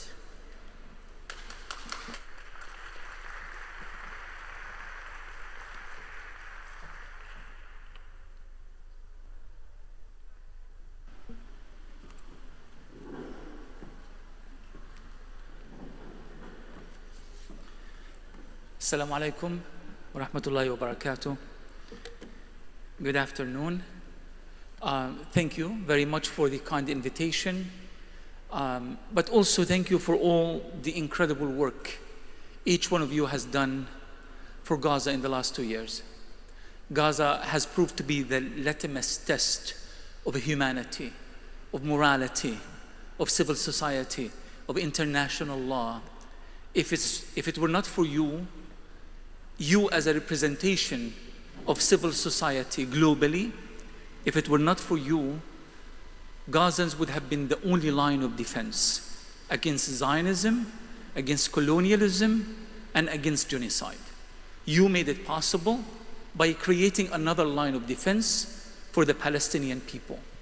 The Palestinian people are not only grateful, but they are also hoping that this movement that was created against the genocide in Gaza will not be a temporary movement that will be dismantled with the assumption that the genocide is over. The genocide is not over. It manifests itself in so many different ways, and the very reasons and the historical context that created or led to the genocide in the first place is still there and will be there until Palestine and the Palestinian people are free. So please don't stop speaking out, don't stop rallying, don't stop centering Palestinian voices, and don't stop creating the momentum that is foisting Zionism as the racist ideology that created Israel from imploding. You are making this happen, and again, Gaza is at the front line of this struggle. not just for the sake of Gaza and Palestine, but for the sake of humanity at large. I was born and raised in a refugee camp in Gaza called Nusayrat. You must have heard so much about Nusayrat in the last 2 years. Unfortunately, much of what you must have heard is affiliated with massacres in Nusayrat. Many of my family members were killed in Gaza, over 110 people as of last year. I stopped counting because there was no point of counting, and because all of Gaza is my family, and I think this is something that is shared by Gazans as well and Palestinians as a whole. We are all one family, and the loss of every family is my personal loss as well. I grew up in a family that was made of a father who was a former freedom fighter, although I believe that my father was a freedom fighter as much as my mother was a freedom fighter, despite the fact that freedom fighting did not necessarily always take place carrying Kalashnikov. They fought for survival, they fought for existence, they fought for their identity, they fought for self-assertion, they fought for their culture, they fought for their religion, they fought for their history, they fought for the prosperity of their family and for their children, and that, by definition, makes every Palestinian in Gaza a freedom fighter, and every Palestinian who is standing up to colonialism and military occupation. One time, I believe it was just before the first Intifada of 1987, I think I was about 10, 11 years old. I saw an Israeli jeep speeding through the refugee camp. And they were going at an exceptionally high speed. And then after that, I saw two Palestinians. They were masked, and they were running at very high speed as well, hiding in the graveyard. We call the Martyrs' Graveyard in the center of Gaza. Those from Gaza know what I'm talking about. And I asked my dad who these people are. He said they are members of the Islamic Jihad. That was a time before Hamas itself was created. There was no such Hamas to be used as the example of so-called Palestinian militancy, terrorism, and supposedly bad political decisions. Gaza during that time, or armed resistance in Gaza during that time, was controlled largely by two major groups: the socialists, the PFLP in particular, and the Islamic Jihad.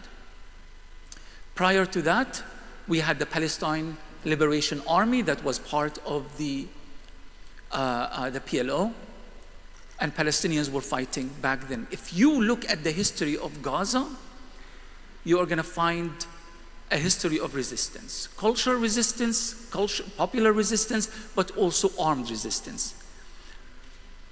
One thing, and I'm here speaking as an intellectual, if we are to have an honest conversation about Palestine, we are to get in serious trouble, especially in the West.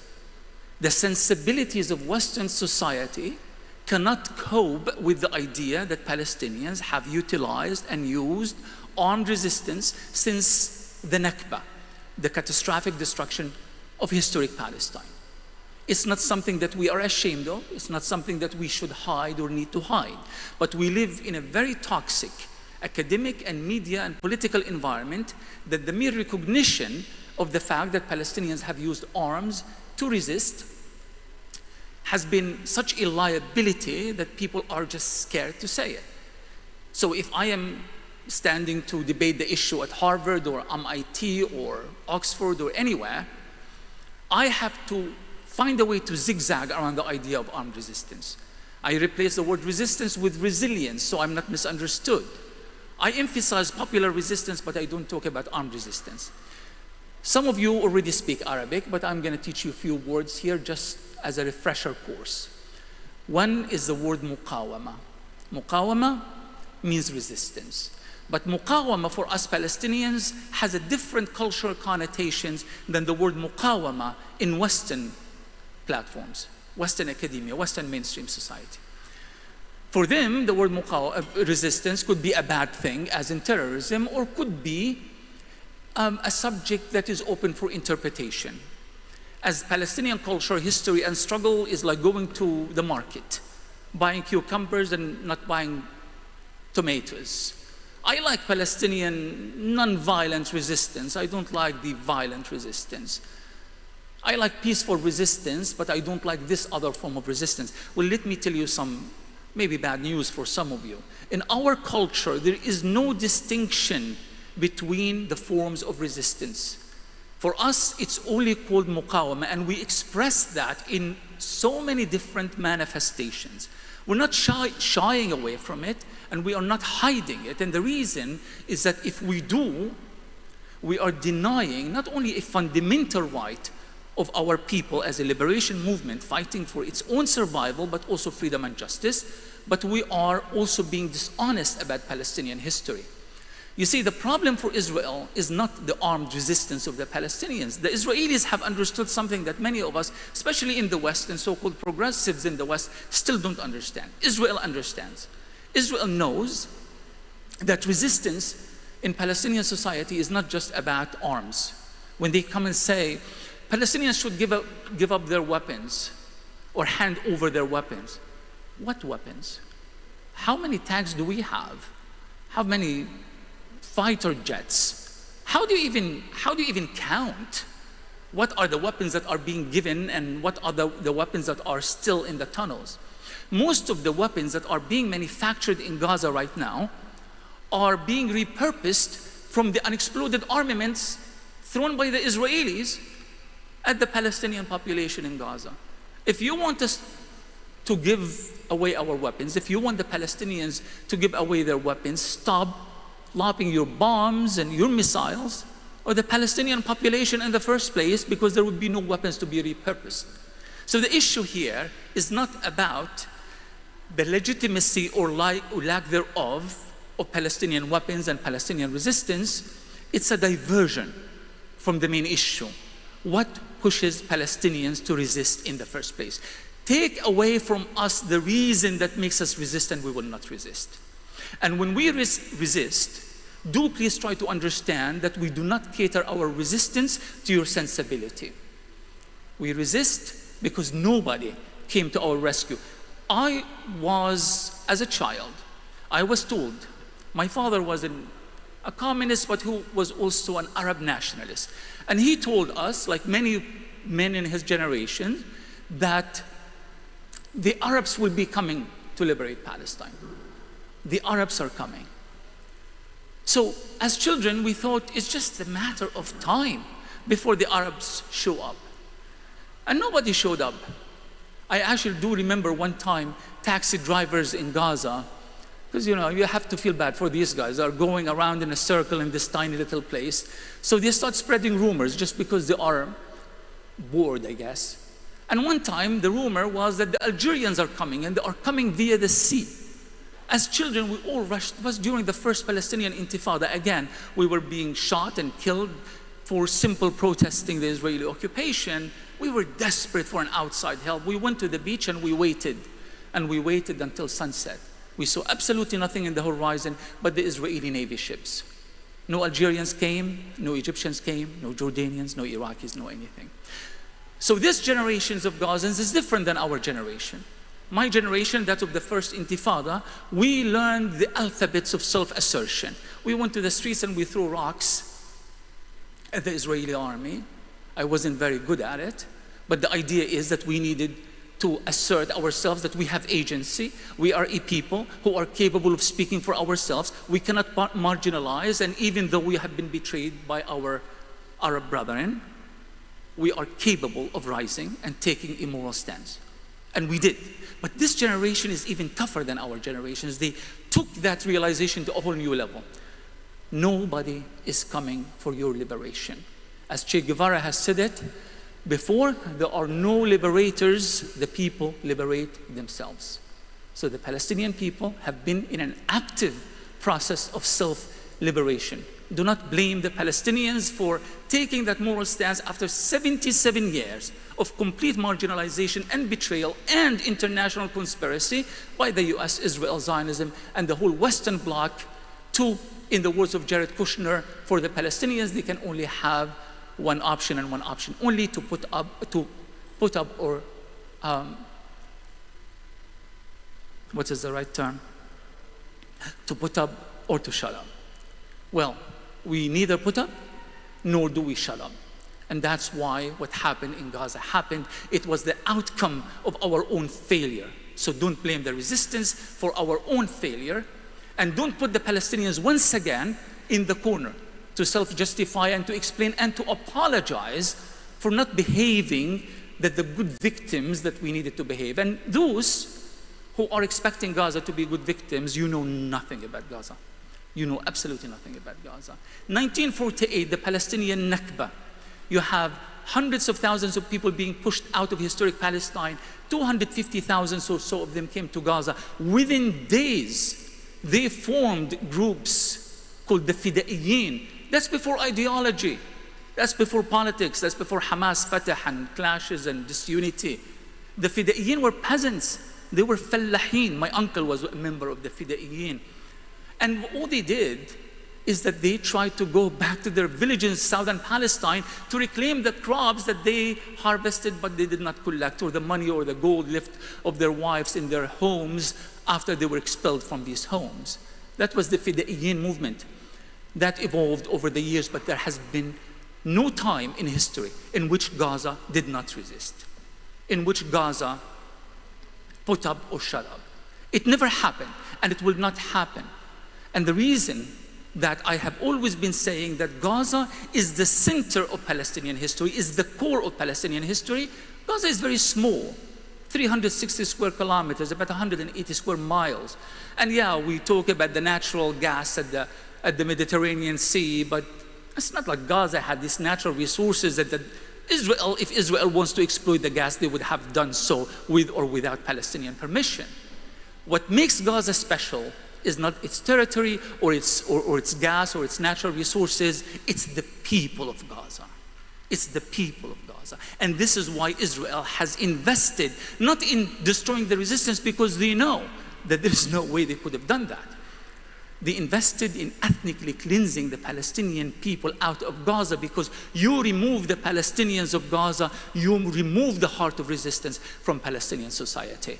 The fact that we are still there, the fact that the people are still there, even though they are sitting on the ruins of Gaza, the ruins of everything, the mosque and the church and the school and the university and the home and the kindergarten and the art gallery and everything in Gaza, the fact that they continue to do so, it means that the Palestinian people, the heart of Palestinian resistance is still beating. And the fact that it's still beating means that resistance in Palestine would remain alive. Yeah, feel bad for the Palestinian victims, feel bad for the innocent children who were pulverized along with their families. Thousands of them are still under the rubble. Feel bad, because we are human and you should feel bad. But don't think for a minute that resistance in Palestine will stop under any circumstance. Thank you.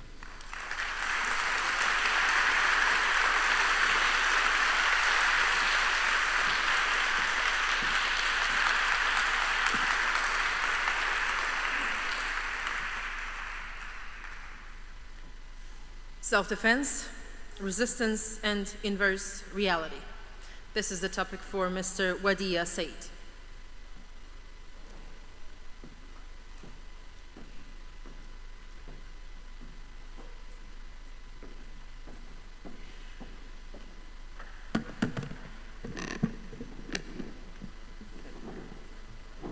Thank you all for being here, and thank you to the members of the jury for listening to my statement. My name is Wadia Said, and I teach law at the University of Colorado in the United States. In this brief statement, I intend to address the issue of self-defense in the context of the Gaza genocide, as well as articulate the legal basis for a Palestinian right to resist Israeli occupation. To do this, we have to understand the overall context, not merely as it relates to the question of Palestine, but to the legal status of the Gaza Strip and the nature of the Israeli presence there. In doing so, we must confront how reality has been reversed and distorted in many instances. Also, this exercise is of great importance, especially when we consider the fact that Palestinian nonviolent resistance, such as the kind we saw in the First Intifada between 1987 and 1993, or the Great March of Return in 2018, has been historically met with tremendous violence and repression by the Israeli authorities. As a threshold matter, the International Court of Justice made clear in its July 2024 advisory opinion what was already well understood by many international law scholars, namely that the West Bank, Gaza Strip, and East Jerusalem have been illegally occupied by the Israeli military since 1967. This is consistent with how the ICJ ruled in its 2004 advisory opinion, which found that the wall Israeli authorities built in the West Bank to be illegal under international law. Essentially, the occupation constitutes a violation of the Palestinian people's right to self-determination and must end, as ordered by the ICJ. In fact, the ICJ set the end of September 2025 as the date by which Israel must end its occupation of the 1967 Palestinian territories, although that clearly has not occurred. The ICJ's 2024 opinion removed any doubt as to the occupied status of the Gaza Strip, rendering definitively invalid the Israeli position that the redeployment of its forces outside the territory in 2005 meant that the Strip itself was no longer occupied. This background is useful to note because, as many scholars and states have noted, an occupying power does not have a right to self-defense in territory it occupies. Among other claims, some have tried to argue that Israel retains a right of self-defense. In the United States, if you were ever to visit, you would probably see politicians repeating that phrase the same way that they breathe air or drink water, that Israel has a right to self-defense, but it doesn't in territory it militarily occupies. The argument has morphed to the point where Israel retains a right of self-defense because it was subjected to an armed attack by a non-state group from the territory of a different state, Palestine. But arguments along those lines have been basically rendered invalid by the ICJ's ruling. Even those parties who recognized a purported Israeli right to self-defense initially have had to acknowledge that the Israeli authorities have an obligation to respect the principles of international humanitarian law, that is to say, necessity, proportionality, and distinguishing between civilians and military targets. Whatever the case may be, there is never any justification for genocide, not based on arguments about the nature of the events of October 7th or via the claim of self-defense.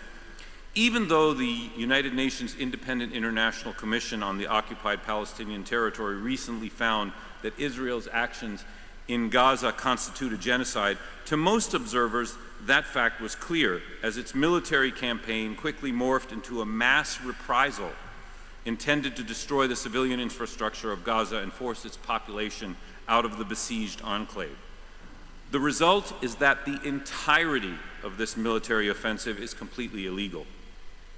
Further, all arguments about Hamas using civilian infrastructure and homes and individuals as human shields, which even prior to October 7, 2023, were highly contentious and speculative at best, these have been exposed as not based in fact, given the staggering civilian death toll and the Israeli military's feeble efforts to justify their targeting in this regard. I'm sure we all remember Israeli military spokesperson Daniel Hagari showing a calendar as evidence of how Hamas was based under a Shifa hospital. And that's the level of evidence we've been getting. Despite Israeli attempts to negate any Palestinian right to armed resistance, such as declaring the Gaza Strip a hostile territory in 2006 and insisting that its military actions against Palestinians constitute a, quote, armed conflict short of war, what that means is the Israelis are saying, we can shoot at them, they can't shoot back at us. The Palestinians clearly possess such a right. The Fourth Geneva Conventions recognize the right of people under military occupation to resist that occupation, a fact that's been repeatedly reaffirmed by several United Nations General Assembly resolutions over the years, allowing this principle to achieve the status of customary international law in the opinion of numerous jurists. Although not accepted by the United States and Israel, the first protocol additional to the Geneva Conventions of 1977 more specifically support the right of a non-state national liberation movement of a people militarily occupied to use armed force to achieve liberation. The repeated findings of the ICJ that the military occupation of the West Bank, Gaza Strip, and East Jerusalem violates Palestinian self-determination is critical in underpinning this right. A main objection to a Palestinian right to resist resided in the idea that a people cannot unilaterally declare that their right to self-determination is being denied by military occupation as a basis to use force against that occupation. The ICJ's rulings recognized both a Palestinian right to self-determination and its violation by the Israeli authorities, thereby rendering this point moot. Palestinians may use force to resist their occupation. To deal with the questions related to October 7th directly, it is correct to note that international law does not condone the taking of hostages or intentionally targeting civilians. In the United States, Israel, and allied nations in the global north, however, officials invoke October 7th as the origin of all violence in this current stage of the Palestinian cause, thereby obfuscating the entirety of the Palestinian experience prior to that date. In fact, for over the past 18 years, the Gaza Strip has been a blockaded territory, subject to total Israeli control over its airspace, borders, access to the sea, trade to and from the Strip, as well as periodic military campaigns of increasing severity. Surely, there must be a difference between an occupied people targeting the military apparatus of its occupier and other prohibited acts. There's also the widely recognized fact that the Israeli military caused a significant number of deaths on October 7th via its activation of a policy called the Hannibal Protocol, which calls for killing Israeli personnel before allowing them to be taken captive.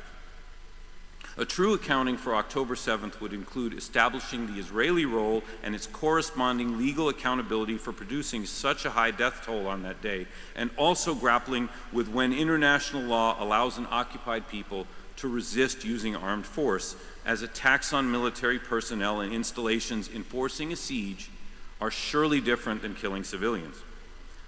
In addition to the Israeli rejection of any Palestinian right to resist, the United States recognizes the same position. The United States has classified Hamas as a so-called foreign terrorist organization. That's a legal classification. And that determination rests on the logic that, quote, foreign organizations that engage in terrorist activity are so tainted by their criminal conduct that any contribution to such an organization facilitates that conduct, end quote. This position necessarily demands that every act of violence, and also nonviolence, by the way, carried out by Hamas and affiliated Palestinian groups is illegal, even if it involves shooting at Israeli tanks and soldiers invading the Gaza Strip in service of a genocidal campaign on illegally occupied land. In recent times, the U.S. government has taken this position to extremes. As in March of this year, the State Department's official spokesperson stated, quote, every single thing that is happening in Gaza is happening because of Hamas. This is a position that justifies illegal collective punishment and views all Palestinian life as legitimate collateral damage in an endless war against a people's fight for self-determination and liberation. If this were a criminal law, I teach criminal law in my day job, and if this were a criminal law theory of self-defense, it would be laughed out of the room. Regardless, it appears that the U.S. government believes that Hamas and the Palestinian people in Gaza as a whole are accomplices in crimes against Israelis, and when the Israeli military targets Palestinian civilians, it is Hamas that is responsible for their death. Stated another way, it seems that the government believes that what occurred on one day can justify over 2 years of genocide and deliberate targeting of all aspects of civilian life in Gaza.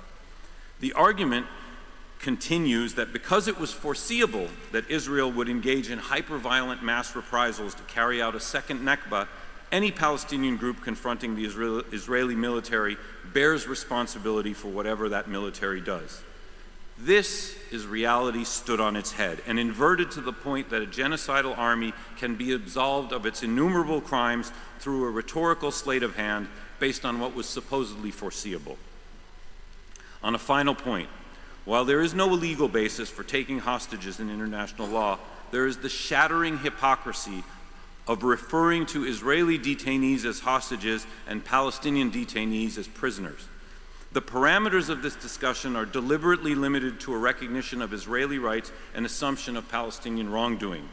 How can this be when since 1967 over 1 million Palestinians have been jailed by the Israeli authorities under military law in service of an illegal occupation with none of the usual rights afforded a defendant in a civilian criminal court? This is before we even examine the actual conditions of detention and the use of torture by Israeli authorities, and we've heard from many distinguished speakers about that during this very tribunal. This historical record also includes Israel's widespread practice of administrative detention, where Palestinians are held without trial or charge on an indefinite basis.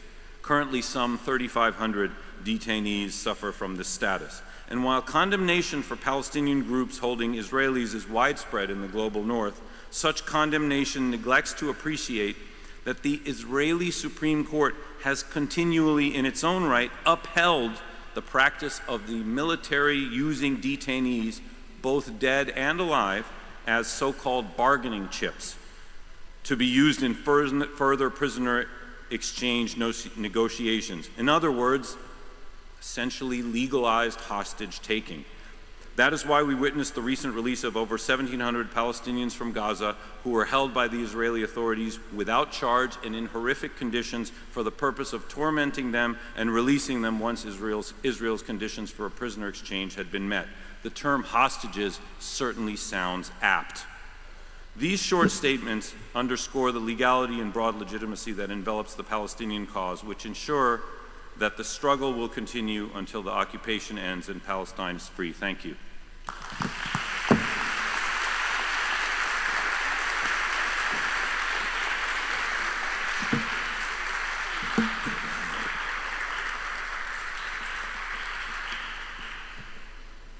Thank you very much.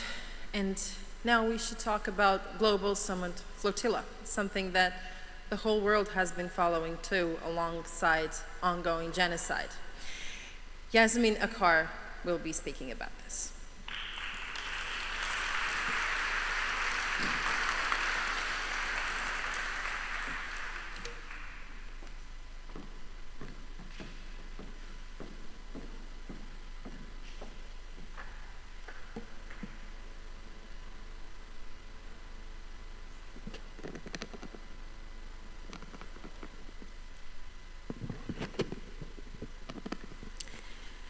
Dear jury, dear guests and organizers, my name is Yasmin Ajar, steering committee member and organizer of the Global Summit Flotilla as well as the Freedom Flotilla Coalition. I speak to you as an organizer, a witness, and a human rights activist. I have sailed with unarmed vessels carrying food, medicine, and human witnesses to Gaza to challenge a siege that has existed since 2007 and was further intensified during the ongoing genocide. We act because the world's institutions, laws, and governments have failed to protect Palestinian lives, and because silence is complicity. Today, I will speak in 3 registers about the realities on the ground and at sea, the violations of international law, and the responsibilities we all share to resist injustice and demand accountability. First, the factual frame. For 18 years, Gaza has endured a brutal, illegal, and inhumane siege. The blockade violates international law, including general international law, international humanitarian law, and human rights law. It restricts everything: airspace, waters, borders, movement of people, and the flow of essential goods. Every aspect of life, daily life, has been controlled by the occupying power, even determining the number of calories allowed per person. A bureaucratic calculation that reduced human beings to statistics. After the genocide began, the siege became a siege upon a siege, a system of deliberate deprivation designed to punish, weaken, and control the Palestinian population. Families remained trapped without sufficient food, medicine, fuel, or water. Hospitals operate without electricity and supplies. Children are malnourished, weakened, and dying. This is not suffering. It is a systematic assault on life itself by the infliction of life conditions calculated to bring about the physical destruction of a whole people. The endurance of this colonial system has never been the work of one state alone. It has been sustained by a network of international actors whose complicity extends from the conference room to the factory floor. Through arms transfers that supply machinery of war, diplomatic cover that shields impunity, and economic partnerships that convert devastation into profit. The siege, thus, becomes not only a policy but a structure of governance, weaponizing the very conditions of existence. Food, medicine, fuel, and water are transformed into tools of violence, distributed or withheld to discipline an entire population into submission. Generations have been born under blockade, their lives defined by scarcity and surveillance. Malnutrition, illness, and psychological trauma are not collateral outcomes, but the predictable consequences of a system built to degrade, dehumanize, and exhaust. International support, political, economic, and military, has woven this oppression into fabric of global order, while corporations extract profit from its maintenance. In this sense, the siege is not an aberration of international politics, but one of its most revealing expressions, a regime of control sustained by those who claim to defend human rights, yet continually enable their destruction. The so-called US-backed aid was part of the very same system. Aid distribution centers became death traps. Dozens of starving people were murdered in cold blood at these sites. This was not humanitarian failure or bureaucratic mismanagement. It was deliberate violence embedded in policy, a calculated cruelty that uses promise of survival as bait. Such acts reveal the nature of the system itself, not one of control alone, but of annihilation. When food becomes a weapon and relief a means of extermination, the intent is no longer merely to crush, but to erase. The siege and its so-called aid apparatus function together as instruments of genocide, mechanisms through which life is reduced to something that can be granted or withdrawn at will. International law and global institutions have repeatedly failed Gaza. Investigations were delayed or buried. Enforcement mechanisms ignored. The media manufactured consent, portraying Gaza as a security threat rather than a besieged and starved people. It must be said clearly, the use of starvation as a weapon of war and the imposition of collective punishment are illegal. These crimes leave enduring scars, especially on children whose bodies and minds have been permanently damaged by deprivation. Nowhere is this more visible than in Gaza, where nearly half of the population are children. They are growing up amidst deprivation so severe that it stunts their physical development and fractures their sense of safety and possibility. For these children, hunger is not an episode, but a condition of life. Malnutrition, trauma, and loss have become the fabric of their childhoods. An entire generation has been marked by violence that seeks not only to destroy the present, but to extinguish the future of Gaza itself. Second, the criminalization of aid and the work of the Global Sumud Flotilla. The missions of the Global Sumud Flotilla and the Freedom Flotilla Coalition have always been humanitarian. Our vessels carry food, medicine, and human witnesses. Under international law, humanitarian aid and civilian vessels are protected. Yet, the flotilla missions have been criminalized over and over again. After the Conscience was bombed in Malta in May, we sailed with a small vessel called the Madeleine, carrying just 12 people. We carried only 8. Yet we were attacked with chemical agents, intercepted in international waters, kidnapped and imprisoned. Despite these challenges, we returned, as promised, with 42 vessels and 462 people from across the globe. Organizing such a mission in only 2 months is a testament to the power of collective action. What was first a single boat mobilized the world. Doctors, engineers, human rights defenders, students, lawyers, and journalists united under the banner of global solidarity and resistance. The global Sumud flotilla was again attacked at sea. Drone strikes targeted dozens of boats, first in Tunisian waters, then in international waters near Greece. This was not only a breach of the law of the sea, but a demonstration of impunity. The occupying power pursued a civilian humanitarian initiative across borders, attacking in national and international waters without restraint. Many of us were taken to Kitsiot in the Negev desert, a prison notorious for torture and inhumane treatment. We endured conditions designed to break human dignity: beatings, sleep deprivation, psychological violence, sexual assault, dogs in the corridors and cells, tight handcuffs, blindfolds, and snipers' lasers fixed on our foreheads. Blatant violations of international human rights law.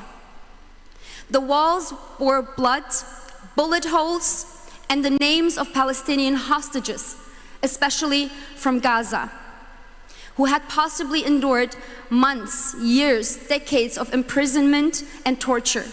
What we lived for a week was just a fraction of what Palestinian hostages endure for years. It must be clear, the attacks and interception did not stop us. It only strengthened our resolve. The global Sumud flotilla mobilized millions worldwide through demonstrations, student occupations, dock workers' strikes, and global pressure. Military vessels from Italy, Spain, and Turkey were mobilized. To say, not out of goodwill, but because states feared the anger of their citizens. This was the work of the people, not of governments that remain complicit by maintaining ties to the Zionist entity. Our actions may have accelerated ceasefire negotiations, but our missions are not over. The siege continues. The genocide continues. Aid remains criminalized. Third, law, colonialism, and the duty of conscience. International humanitarian law, the Fourth Geneva Convention, the Rome Statute, and customary law exist to protect human life. Collective punishment, deliberate deprivation of essentials, and attacks on humanitarian actors are explicitly prohibited. Yet these laws are ignored when political and economic interests outweigh human life. This failure is not accidental. It is deeply rooted in colonialism, apartheid, and global capitalism. The Zionist entity's siege, illegal blockade, and attacks are not isolated acts. They are part of a broader settler colonial project of dispossession and domination, serving to maintain Western and white supremacy in the Middle East. These crimes are enforced and enabled by the United States, which provides military, political, and economic support. But the United States is not alone. European states, particularly Germany, where I'm from, bear a profound historical and moral responsibility. Germany, invoking its own past crimes, has chosen not to prevent genocide, but to justify and materially and morally support another. Through arms sales, diplomatic protection, and the repression of solidarity movements, Germany has become a central pillar sustaining Israeli apartheid and genocide. Its historical guilt has been weaponized to shield a colonial regime and silence those who stand with the oppressed. This is not a conflict between equals. It is imperial domination rooted in colonial logic and white supremacy. And all of this is sustained by Western powers that continue to view Palestinians, Muslims, and Arab life as expandable. Sailing vessels unarmed into international waters under siege is dangerous, but we are aware of the risks our missions hold, and we continue because our lives are not more valuable than the lives of Palestinians. Sumut, steadfastness, is our guiding principle. The refusal to normalize injustice, starvation, and genocide. We ask this jury to recognize in legal and moral terms what has occurred and what persists, that the deliberate use of starvation, the blockade, the criminalization of aid, and systemic attacks on civilians constitutes crimes under international law, that those who enable or conceal these crimes, including the occupying power and its imperial backers, must be held accountable, and that inaction is complicity. This is not merely a legal argument. Laws exist to protect life, not to shield impunity. The people of Palestine are not statistics. They are human beings whose protection is our collective responsibility. And this is why tribunals like this one matter. When governments fail, when international courts remain silent, it is civil society, survivors, witnesses, and people of conscience who must act. Tribunals or flotillas are not symbolic. They are an assertion of people's justice, of the right and duty to document, to speak, and to resist. They are the living expression of global solidarity against colonial violence. And finally, we stand with the Palestinian people. We stand against colonialism, apartheid, and imperial domination. We stand for global solidarity and for humanitarian principles that cannot be negotiated or compromised. And we will continue to resist. Thank you.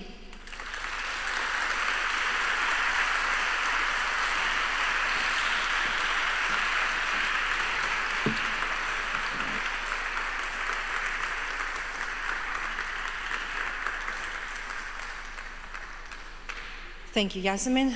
And now we will be talking about the Hind Rajab Foundation. It's a story that went globally and touched every single human heart out there. So the story about Hind Rajab Foundation will be told by Jake Ram.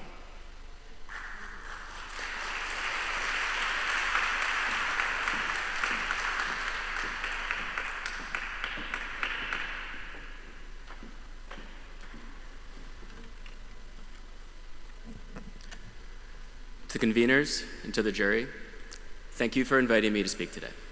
My name is Jake Ram, and I'm here in my capacity as a representative for the Hind Rajab Foundation. Although we are a young organization, I imagine that many in the room will already be familiar with our work. But for those who are not, allow me to make a brief introduction. The Hind Rajab Foundation was established in 2024 by several volunteer lawyers and activists determined to use both national and international justice systems to hold Israeli soldiers to account for their war crimes, crimes against humanity, and genocide in Gaza. Our incredible research team is capable of tracking the Israeli military as it commits crimes across the Strip. We know where and when these crimes are occurring, and we know who is committing them. Based on this research, we compile extensive dossiers of evidence and build prima facie legal cases, which we then present to prosecutors in the relevant national jurisdictions under the theory of universal jurisdiction for traveling soldiers, or under the principle of nationality for dual nationals, as well as to the International Criminal Court when appropriate. Crucially, our work focuses on the rank and file Israeli soldiers, from the commanders down to the lowest ranking infantry. The choice to focus on the rank and file, to cast as wide a net as possible, is not motivated by a desire for easy wins, as if such a thing were possible in the present environment. The culture of impunity that undergirds the daily atrocities committed in Gaza permeates all levels of the Israeli military.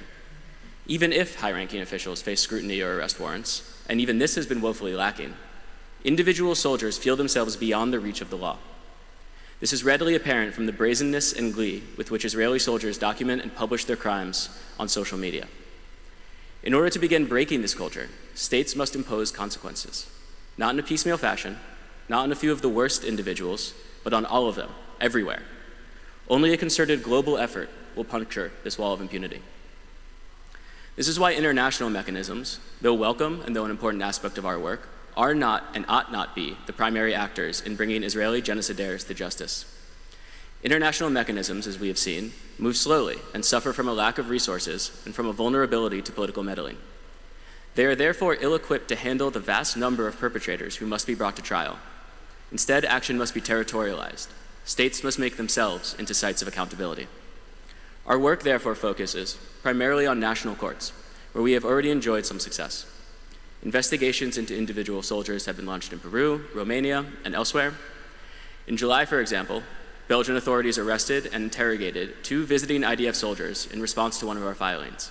And although the Belgian authorities ultimately released the soldiers and referred the case to the ICC, the arrests and the firm invocation of universal jurisdiction were steps in the right direction. There has yet to be a conviction, but this is an iterative process. Each request for prosecution is more than just a legal document. It is also a way to create a record and a narrative. In each filing, we charge individuals with both war crimes and genocide because it accurately captures the scope of their crimes, but also because it is a way of situating each violation within its proper context. The destruction of civilian property not justified by military necessity, particularly dwellings, for instance, is a war crime, but it is also one of the primary modes by which Israel is rendering the Gaza Strip uninhabitable. It therefore must also be understood as the constituent act of genocide, of deliberately inflicting on the Palestinians conditions of life calculated to bring about their physical destruction. That is, the charge of war crimes alone, though heinous and serious, fails to capture the severity and totality of what has occurred and continues to occur in Gaza. The law is reactive and cognizes only discrete harms, but the crime of genocide, unlike war crimes, is necessarily systemic in nature. It is a crime which implicates the whole of the perpetrating society. Further, the recognition of what has taken place in Gaza as a genocide places affirmative legal obligations on states, in addition to those already imposed by the Geneva Conventions and other treaties. As our work has proceeded, states, initially reluctant to collaborate, have become more willing to pursue accountability. Recently, for instance, we have begun working closely with Europol to assist with war crimes investigations across the European Union. Every day, the world becomes smaller for Israeli perpetrators. There are a number of factors contributing to this development, but one is the simple work of naming which a legal filing accomplishes. Each charge pins the perpetrator to their deed in the historical record, and because the individual acts as a cog within the Israeli military, the state is pinned to the deed as well. As more and more filings are submitted, evidence against individuals creates, in a pointillist fashion, a composite picture of the totality of Israeli criminality in Gaza, a picture which becomes overwhelming in its horror. The political case against Zionism, then, is bolstered by the legal cases against its enforcers, and vice versa, thus increasing the prospects of success with each filing. The law is clear, and the tools necessary for state action have long been available. The problem is only one of political will. Like working a muscle, states become more comfortable and familiar with the long dormant tools at their disposal, the more they're compelled to use them. And the more states so compelled, the more they are collectively able to protect one another from political backlash and to articulate and enforce a vision of international law which truly applies to the weak and the powerful alike. Political will stems from popular mobilization, from the Palestinians, from organizations like ours and many others, from tribunals like this, from people of conscience like those gathered here and around the world, who do what states will not, who demonstrate that accountability is not only possible, it is necessary, and it is non-negotiable. The recent so-called ceasefire, which Israel has been violating since it began, makes this pressure even more urgent. There is a risk that states will use this slight downturn in the killing to return to the status quo, thus paving the way for the resumption of the genocide in its accelerated phase. It is incumbent on all of us, however, to keep up the pressure such that there will be no return. Because for the people of Palestine, the status quo means only more dispossession, displacement, and death. Jean-Paul Sartre stated at the 1967 Russell Tribunal for the Vietnam War, from which this tribunal draws inspiration, quote, "This crime of genocide is perpetrated under our eyes every day, making accomplices out of those who do not denounce it." His words ring just as strongly today, but he did not go far enough. Denunciation without action is still complicity at worst, or an unacceptable derogation of duty at best. Let us recall the International Court of Justice's decision in the 2007 case regarding the genocide in Srebrenica. There, the court held that states are obligated to employ all means reasonably available to them to prevent genocide, and that this obligation arises at the instant that the state learns of, or should normally have learned of, the existence of a serious risk that genocide will be committed. We are well beyond a serious risk. The genocide is happening as we speak. This obligation to act became operative at least as far back as October 2023 and becomes more urgent with each passing day. Action, by which I mean the arrest, prosecution, and punishment of all those who have perpetrated or are complicit in this genocide, and nothing less is our demand. It is my sincere hope that one day soon, these trials will take place in the courtrooms of a free Palestine, before Palestinian judges, before a Palestinian jury. That will be true justice. But until then, it is the legal obligation of every state in the world to prosecute the Israeli genocidaires wherever they may be found. To that end, esteemed members of the jury, we urge you in your report to stress the legal and moral duty of all states to undertake these prosecutions in their national courts in order to achieve a modicum of justice for the victims and the survivors, and to begin breaking Israel's wall of impunity. Thank you.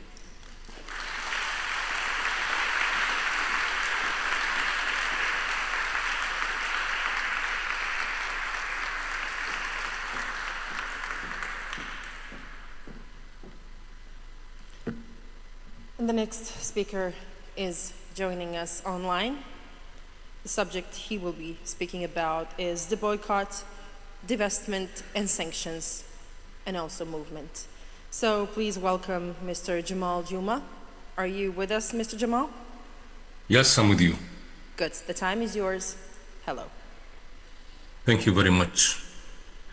My name is Jamal Juma. I am from Jerusalem. I'm the coordinator of the Palestinian Grassroots Anti-Apartheid Wall and Settlements Movement. Also a member of the PNC, Palestinian National Committee of BDS. You know, I'm supposed to be standing there physically with you today, but the bloody military occupation forces and the fascist settler militias make the olive season this year is very bloody, and it's difficult to live really in such a situation. And I'm afraid maybe soon we will have another West Bank tribunal as well. Anyway, this year marks the 20th anniversary of the BDS, Boycott, Divestment and Sanction movement, a movement that was born out of the horrific killing of the Palestinians during the Second Intifada, the assassination of the activists and political leaders, Jenin refugee camp massacre in 2002, and the acceleration of Israeli settler colonial project constructing the apartheid wall, from the construction of the 800 kilometers apartheid wall to fragmentation of Palestinian communities into isolated ghettos, hundreds of military checkpoints, more than 500 colonies and outposts, and 1,400 kilometers of apartheid roads. The need for a coordinated, principled, and global response became undeniable.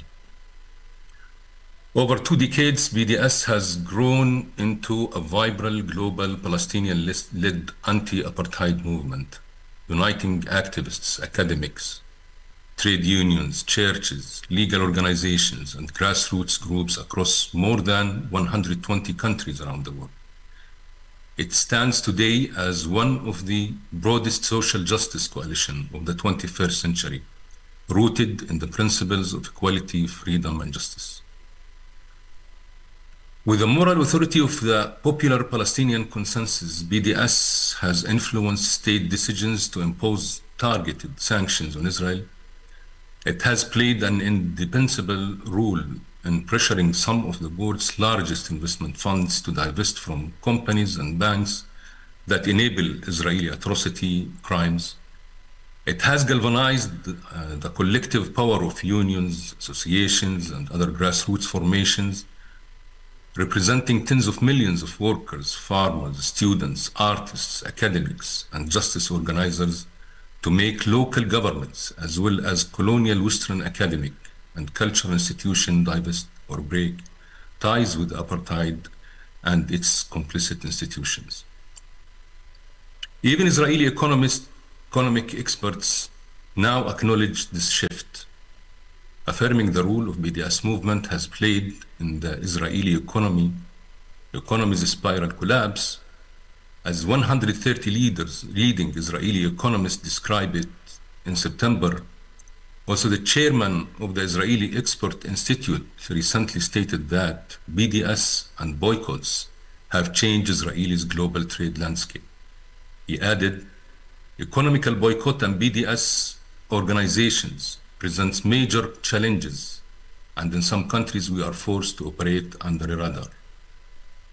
According to S&P, Israeli projected GDP growth for 2024 stands for 0%, while approximately 60,000 businesses have closed amid growing global isolation.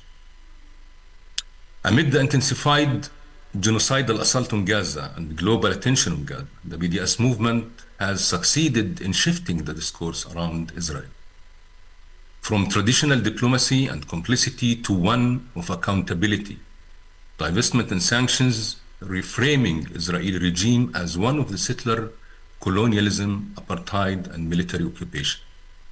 This shift is not merely rhetorical. It is reflected in the decisions of universities, cultural institutions, and unions that have paused or ended relation with complicit entities. Millions stood up to say that complicity is not an option. In the face of horror, the movement transformed outrage into organized power, solidarity into tangible pressure, and despair into determination, providing that the global consensus, when mobilized, can still shake the foundation of oppression and the settler colonial apartheid regime and anyone dare to be complicit with it. At the governmental level, the influence of BDS increasingly visible. Over the past 2 years, several governments, particularly in the global south, have taken bold steps, freezing cooperation agreements, reviewing arms trade, and reassessing diplomatic relations with Israel. City councils and parliaments across Europe, Africa, and Latin America have debated motions declaring themselves apartheid-free zones and adopting ethical procurement policies reflecting a growing global alignment with the principles of human rights and international law. While a ceasefire may momentarily pause the genocide in Gaza, it can't alter the deeper structure of occupation, apartheid, and genocidal intent without meaningful accountability, legal, economic, and political. The conditions for repeated war crimes and genocide will remain intact. Pauses bombing cannot substitute for systematic justice, and that so-called peace built on impunity will continuously collapse under a regime of genocide. For 2 decades, the BDS movement has embodied strategic nonviolence resistance and collective moral courage. Today, our task remains urgent to intensify pressure on states, corporations, and institutions that enables Israel's crimes, to uphold international law in practice, not just principles, and to ensure that our collective struggle leads to freedom, justice, and the right of return for our Palestinian people. I will end with the Palestinian civil society react to the Trump-Netanyahu genocide right after the ceasefire, which we and BDS mobilized the Palestinian society to. It says, in response to the illegal colonial Israeli-US Trump plan, Palestinian civil society insists on full Palestinian rights and calls for escalating BDS pressure to end all state, corporate, and institutional complicity with Israel's regime of settler colonialism, military occupation, apartheid, and genocide. Even if ceasefire is reached, the genocide, the famine, the repercussions of the annihilation of Gaza will not end. Solidarity is more needed than ever now. But it begins with ending complicity, which is a moral and legal obligation. The Palestinian consensus asks of the global solidarity movements, particular trade unions, masses, movements, as well as people of conscience to respect and advocate for the comprehensive right of Palestinian people, at least the very least 3 rights listed in the historic BDS call in 2005, and isolate Israeli regime of oppression by ending all state corporate and institutional complicity with it. Together we can and must disrupt all complicity in Israeli final solution for the indigenous Palestinian people. Together we can dismantle Israeli apartheid just as South African apartheid was dismantled And anything less than that would be a failure for our humanity. Thank you very much.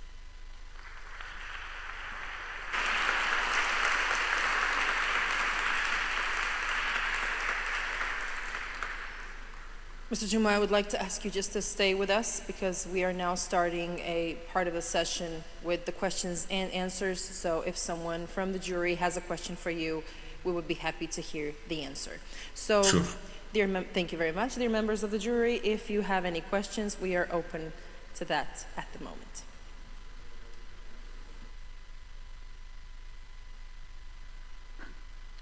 Thank you very much for all the presenters. My first question is for Ramzi and Wadia. What recommendations you would give the issues you addressed, particularly resistance, armed resistance, self-defense, not only with respect to Gaza and the West Bank, but also with respect to Lebanon and Syria, where you have an Israeli aggression all over the place. And then I have a question for Jack on the US legal system. You mentioned a few examples in Europe and Latin America. Are there any particular impediments when it comes to the US legal system that you can't overcome, or we only have naming and shaming? In other words, is there a statute or jurisdictional problems with that to prosecute or to bring in other charges? Since usually federal courts defer to the executive branch, but are there certain laws that we can use? And do you have a list of these countries, which countries are easier than others that we can have as recommendations? On the other question, which has to do with the overall strategic goal of resistance. In 1937, Ben Gurion gave a speech in New York when he was asked what would constitute a win for the Zionist movement. He had an interesting answer in which he says, when we change the paradigm from being a Jewish problem into an Arab problem. So today we talk about the Palestinian problem. In his mind, that would have been the win. And I think we need a shifting paradigm, and that's the essence of my question. Should we talk about the Israeli problem rather than a Palestinian problem? And with that, then the strategic goal would be the dismantlement of the Zionist structures, because there is an Israeli problem. Do you agree with that statement? And do you see the question of liberation versus dismantlement or dismantling Zionist structures as one of the same, or are they different? Thank you. That goes for all panelists, whoever would like to answer that. Okay, thank you very much. Mr. Wadia, yes, you can approach. And I'm calling for Mr. Ramzi if he's around to come to us, because we have a question for him.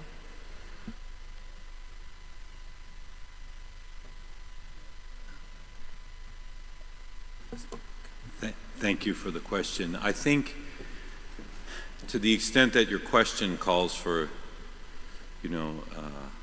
Dr. Sami, your question calls for, strategic analysis or something about how resistance movements operate, I don't think I'm in a position to answer. But I do think that what we've seen, especially with the Israeli and American, unfortunately they always seem to go together, reaction to the ICC warrants in particular, the level of kind of out of control response of, sanctioning the judges on the court, sanctioning the prosecutor, it shows that that has struck a nerve, right? So there is value, in a kind of a global picture, there is value on returning to international law, even with all its drawbacks and limitations and Eurocentric focus. There is, I think, value in insisting on those aspects of international law that recognize Palestinian rights, including a right to resistance, right, to pressing them. And I think, you know, obviously Lebanon has its own problems, Syria has its own problems, but if they were in a position to also make arguments along those lines, I don't think it is without merit or without value to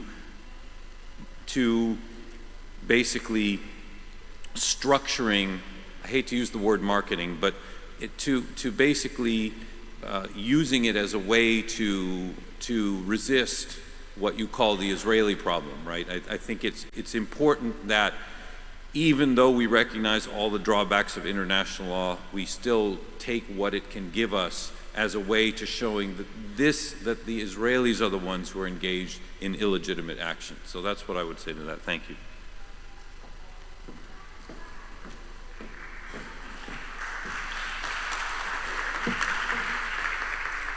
Mr. Ramsey, I would like to ask you kindly to approach because we do have a question for you. Can you please just repeat the first question so Mr. Ramsey could hear it since he was not in the hall at the time? Very well. I mean, in light of what you represented as resistance, armed resistance, self-defense, and so on and so forth, and that extends not just to West Bank and Gaza, but also to Syria and Lebanon, what would be your recommendations for these items? Not only for those who are the victims, but also for worldwide. What do you mean by, since resistance is not just one form, but all kinds of forms. So if you have any comments about practical things. Absolutely. So the question is the recommendation to the jury or to the... No, for us, because we have to give recommendations. Right, absolutely. So I think one of the issues is that we approach the question of armed resistance, or we approach the question of resistance in this kind of ideological or political and culturally sensitive manner. Therefore, we kind of impose our own division of what resistance is on the Palestinians. And as a result, the Palestinians kind of have to respond to our own perception of what resistance is. The first recommendation is to try to understand al-muqawama, or resistance, from a Palestinian point of view. If you understand it from a Palestinian point of view, and where the Palestinian voice is going to be centered in offering an understanding of why Palestinians resist and under what circumstances and how and why, then this element of judgment that we usually cast on the Palestinians is going to disappear. Now we understand why they do it. Now, what method of resistance? Notice it's the Palestinian people themselves that determine that. 1987, for example, during the first Intifada, we threw rocks and we held protests and we carried out general strikes. That was a popular form of resistance.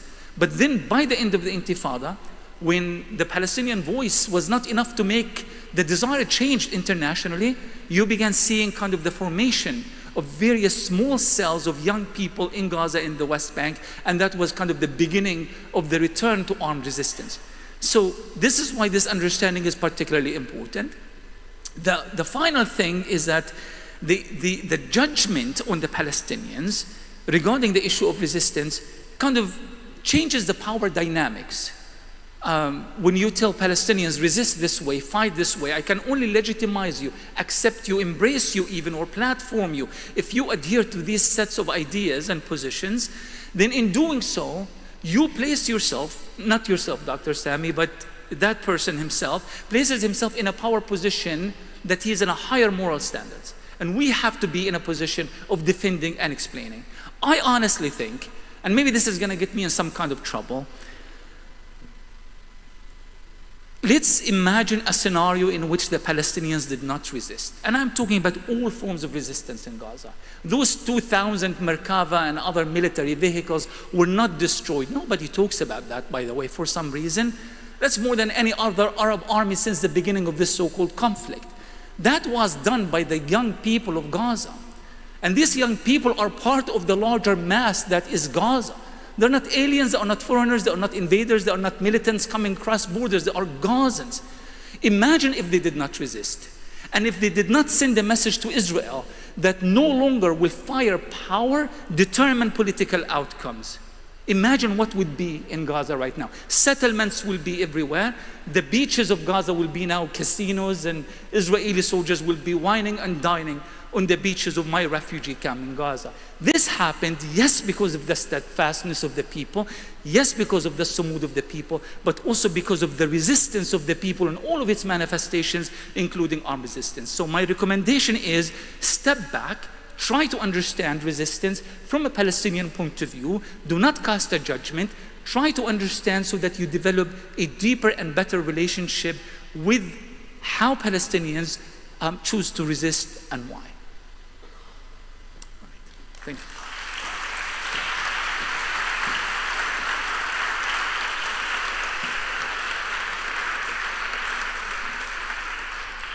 I do call Jake now, Mr. Jake Ram, to answer his question.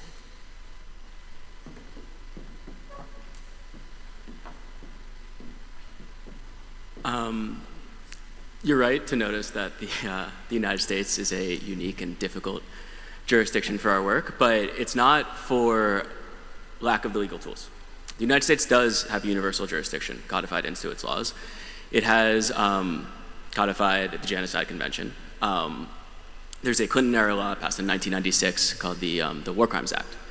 And what the War Crimes Act does is it establishes extraterritorial jurisdiction over war crimes, over grave breaches of the Geneva Conventions. And this is true of acts committed by US nationals abroad, but it's also true of grave breaches committed by anyone in the world, as long as they are physically present on US soil, which is basically the same as anywhere else. The difference, however, is that everything that, every charge under the War Crimes Act needs to be certified by the Attorney General. And it also requires some input from the Secretary of State. And there's certain factors that they have to weigh. And so, this always presents a problem because of the United States' position vis-a-vis Israel and, the concept of international law and war crimes in general. But particularly now, it's difficult. We are working on things in the United States. I'm not going to say what they are, but there's things happening. But we're not naive. We understand that Pam Bondi is likely not going to certify a war crimes charge against an Israeli soldier, especially as the United States continues to commit war crimes and crimes against humanity, both in complicity with Israel and also more recently against people in the Caribbean, right?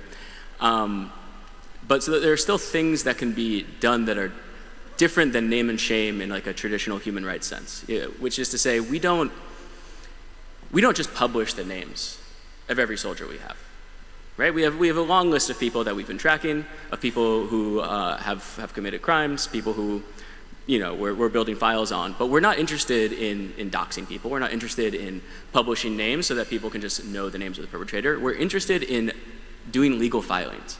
We're interested in charging these people with crimes with the idea that they will be held accountable. And of course, that is up to the prosecutors in each individual jurisdiction, because we're not a state. We can't arrest anyone. We can't even charge them. But what we can do is try to use the process of the law, the mechanisms of the law, and the law as it is written to highlight, one, the manifest criminality of Israel and the Israeli soldiers, to make make these issues like cognizable in a much more bite-sized is perhaps the wrong word, but bite-sized fashion for the public, which is often it's often difficult to think in structural terms, to think of, what can we do against a structure like Nakba, a structure like settler colonialism, against an entire entity like Israel. And there's heroic work being done in terms of arms embargoes, people militating for the severing of economic ties. But part of what a legal filing does, a war crimes charge does, is it it puts a face to it. It makes the entire process of criminality easily understandable in the form of one person's actions. And indeed, like the entire mosaic of all of this criminality speaks to the nature of the state. And what it also does is it contains within it a kind of revolutionary demand that hides behind a discrete one, which is to say that if any country And they will. I am so confident that they will. But if and when a country charges, arrests, prosecutes, and punishes an Israeli soldier for war crimes, that will signal the emergence of a new kind of international order, right? What we are asking states to do is, for the first time ever, really, apply international law to a powerful state while it is still in power. And if they are capable of doing that, and if and when they do that, that will introduce, really for the first time, rule of law on the international level, and it will start signaling to powerful states, not just Israel, but also the United States and others, that they can no longer get away with this because law is becoming operative and no one is above it anymore.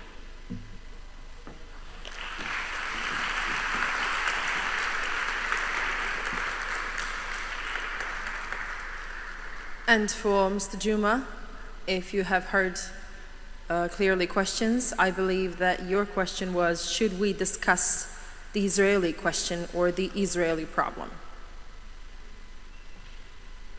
Yes, I agree. I think so. I think this is what has to be shifted, that Israel became the problem of the world, not just the Palestinians, like the problem of the region, the problem of it seems that the problem of the United States as well. So the people all around the world is now talking about Israel as a criminal, as an apartheid, as a genocidal state. So that's why it should be their problem. It's not the Palestinian problem. Palestinians are standing in their land, they are resisting, continue resisting, and they will not give up their land. So yeah, totally agree with that. Thank you very much. Thank you very much for your answer. Thank you. Thank you to members of the jury and thank you to all of the speakers. 15 minutes coffee break and then we're back to continue and proceed with the third day of the Gaza Tribunal.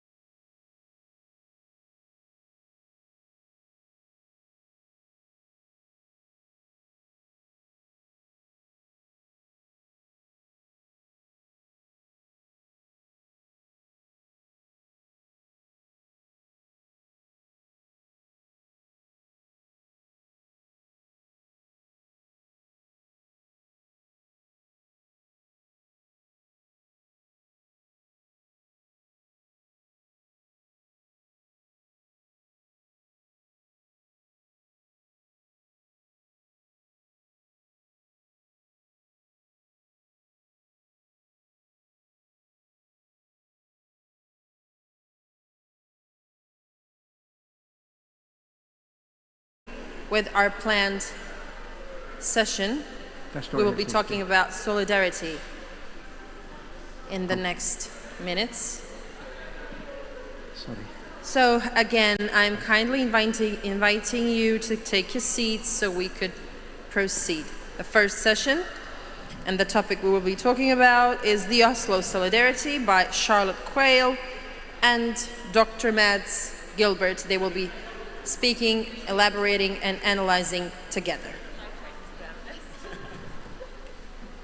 Kommer det? Ett ögonblick. Den har introducerat oss. Ett ögonblick.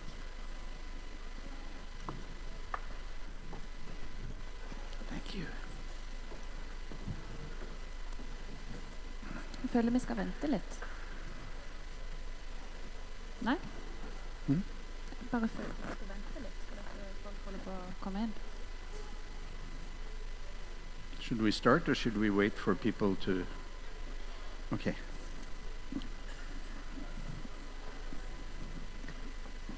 Dear guests, Mads and I are here today on behalf of our small organization called the Oslo Solidarity. When I got to know Mads 2 years ago, I was desperate. It had become clear that a man-made Israeli catastrophe was taking place in Gaza. And like almost everyone else, I knew I had to do something, but I had no idea what. So I joined the traditional solidarity movement. I started going to demonstrations, and for a while I found some comfort there. But at a point, I was standing outside the Norwegian parliament as the politicians were about to vote over the recognition of Palestine. We were a couple of hundred activists screaming for the recognition, but they didn't listen to us then. What we were doing had no effect at the time. I'm not in any way saying that traditional solidarity activism doesn't have an impact, but I believe we have to be more inventive and we must speed things up.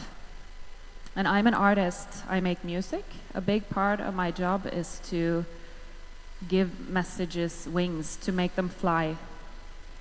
I have a platform and some people listen to my voice, but I felt that I lacked knowledge. So I joined forces with Mats. And thank you. And I would ask if our friends could please stop the talking and have quiet in the room. It would be very nice. Thank you. Or close the doors. Or close the doors. So, while Charlotte is an artist, I am a medical doctor and a scientist. On my part, I had been doing the traditional solidarity activism since the popular protests against the Vietnam War when I was a young medical student. At some time, I felt a need to fill the void between the slogans and the harsh realities of uncaring people of colonial powers not really giving a damn about the consequences. So for me, evidence became a new weapon of the solidarity to gain more power.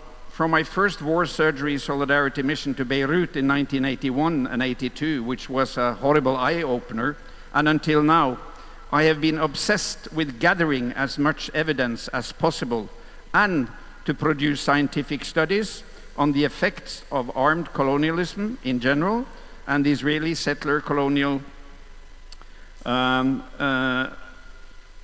brutality in particular, and their use of myriads of devilish weapons developed to kill and maim the oppressed people who dares resist and fight. But, my friends, knowledge alone has no wings and may be left behind in dusty rooms and libraries and in discourses between quiet scholars.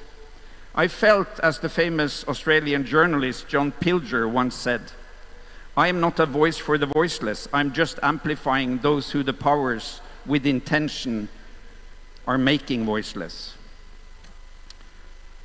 So we started our work with a Solidarity Stunt project where we actually covered about 100 statues in the famous Oslo Vigeland Statue Park with kefiyes. And sometimes you know that plans may not have so clear objectives, but give us energy to create new alliances across uncharted land. And such alliances help us discover unseen possibilities. We can't just work with or alike, me with doctor and scientists, but we need to cross borders and value the differences as new power for the solidarity. Or as I would say in a slightly less complicated way, Mats knows something I don't, and I know some things he doesn't. Our different ways of seeing things can be a huge asset if we join forces. There is no inherent contradiction between, I'm losing my sound, okay, between art and science. On the contrary, they can be complementary. So we had this new idea. In the thick of the darkness surrounding us all from the horrors of Gaza, could art and science be new allied in voicing and lifting the knowledge to many more people to amplify the resistance of the Palestinian people? So we, a small odd group of an artist, a medical scientist, a music producer, he's not here, and a master of political science, she's not here, we decided to establish Oslo Solidarity, a name very deliberately chosen with a goal to re-establish the name of Oslo, our city, as a real metaphor for solidarity, not a term associated with false negotiations and backstabbing the Palestinians. We wanted to see if new expressions could mobilize new people and groups, in addition to the traditional street marches and slogans. It is a fact that the majority of the population on this planet is against the oppressing and the killing of innocent people. And the solidarity movement for Palestine has grown very strong these last 2 years. But we need the rest of the world to join. We believe that one way of increasing the mobilization speed can be to work together with people or groups who have different skills and experiences than yourself. In our case, that means mixing our knowledge and networks of art and science. Exactly. So what did we do? We did several things. First of all, we created the Oslo Conversation, which was a new space for open dialogue on stage between leading key scholars, Palestinians, an experienced moderator, and a large public presence. This was a 90-minute conversation between Dr. Mustafa Barghouti, professor, the Jewish historian professor Ilan Pape, myself, and a Norwegian member of the Norwegian Parliament's Foreign Affairs Committee. The event went from idea to reality precisely because we merged our networks. My colleagues were on stage. Charlotte's colleagues produced the whole performance. None of this could have been pulled off alone, and the hall was packed. And we also organized New Year's Promises to Gaza, a large solidarity concert with Norway's most renowned artists on stage in January 2025. We raised $75,000 and we donated the net funds directly to Palestinian Medical Relief Society. The storyline during the concert was the Palestinian voice of Dr. Khalil in Gaza, sharing his daily life at work, when displaced, and when at home. And we established the Artists' Choir for Palestine in order to offer artists who may be both shy and individualistic a group or a scene to express their solidarity together. Since the establishment in April 2024, we've been singing every week on streets, in tramway stations, for NGOs and ministries to encourage good people to use any available peaceful tool to work for justice in Palestine. So why is solidarity important and why do we need various expressions? Solidarity is not an act of charity. It is an act of unity between people fighting towards the same goals on different grounds, as was said by the late first president of the Free Mozambique Republic. The Palestinian struggle against colonialism, inhumanity, racism, and genocide is our struggle, because we are one humanity, and who knows who's next to be attacked and occupied by the colonizers. Solidarity is poor man's arms against oppression and apartheid. We own it, but only if we use it actively. Solidarity strengthens the just struggle in occupied Palestine and the armed resistance, as it does for any people resisting occupation. We can all be influential agents of change. We are all needed. We all have a voice and a talent, but you have to use it because time is a critical factor. We need much more variety in the expression of solidarity. Shall we mobilize the silent majority who are in favor of and really support the Palestinian struggle? Many new forms of active solidarity are needed to engage. So what have we achieved and what lessons have we learned? Well, art is different from traditional activism, and we need other platforms. Singing instead of shouting has turned out to be just as effective. And for many people, this non-aggressive, sort of friendly form of protesting is easier to take part in. We've raised awareness and substantial amounts of money, which are transferred directly to Palestinian NGOs, not Western ones, which raises a new important discourse. We've changed from always donating to Western relief industry to now always supporting the Palestinian NGOs. And joining forces seems to be an instrumental key to make things happen. Find someone who knows something you don't and get things done together. So, dear friends, let us close this small talk and invite you to join us to see a final example of this combined work of science, music, and art. And we will present you a final example, the Winter Bird Project. Actually, the Winter Bird Project is a joint effort combining the poet and the translation of the poem by the Palestinian author Naiwan Darwish, who lives in Al-Quds in Jerusalem, a video from Gaza, from Rafah, made by a very professional video artist, whose name we cannot tell you because of security reasons. The composer of the music and the vocals is Charlotte, and the music producer is Måns Lundberg from Sweden. So truly an international joint effort to find a new way of expressing our solidarity, and you will now hear the song. Please sound.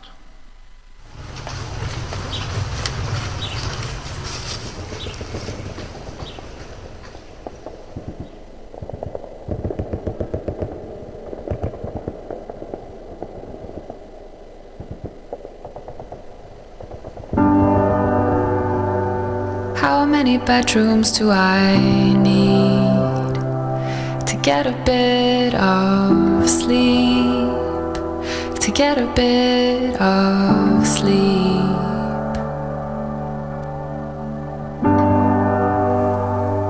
How many chairs to sit myself down? How many roads to walk back to you? My distant country. This time I've gone, and I'm not coming back. Your job now is to slip out, lovesick and afraid,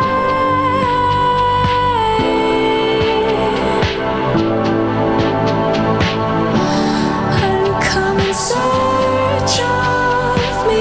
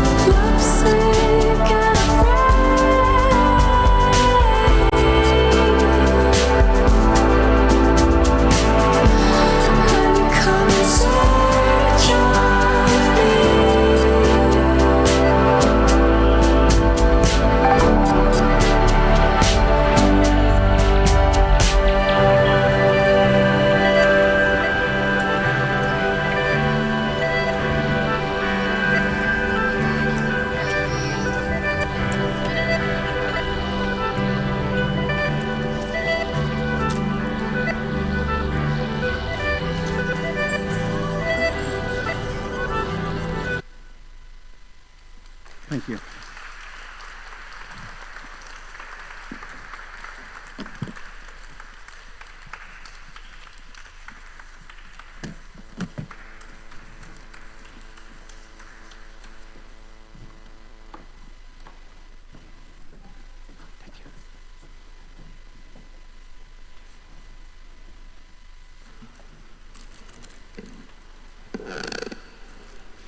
Thank you to Charlotte and to Dr. Metz. And now we will be watching a video called World Beyond War by David Swanson.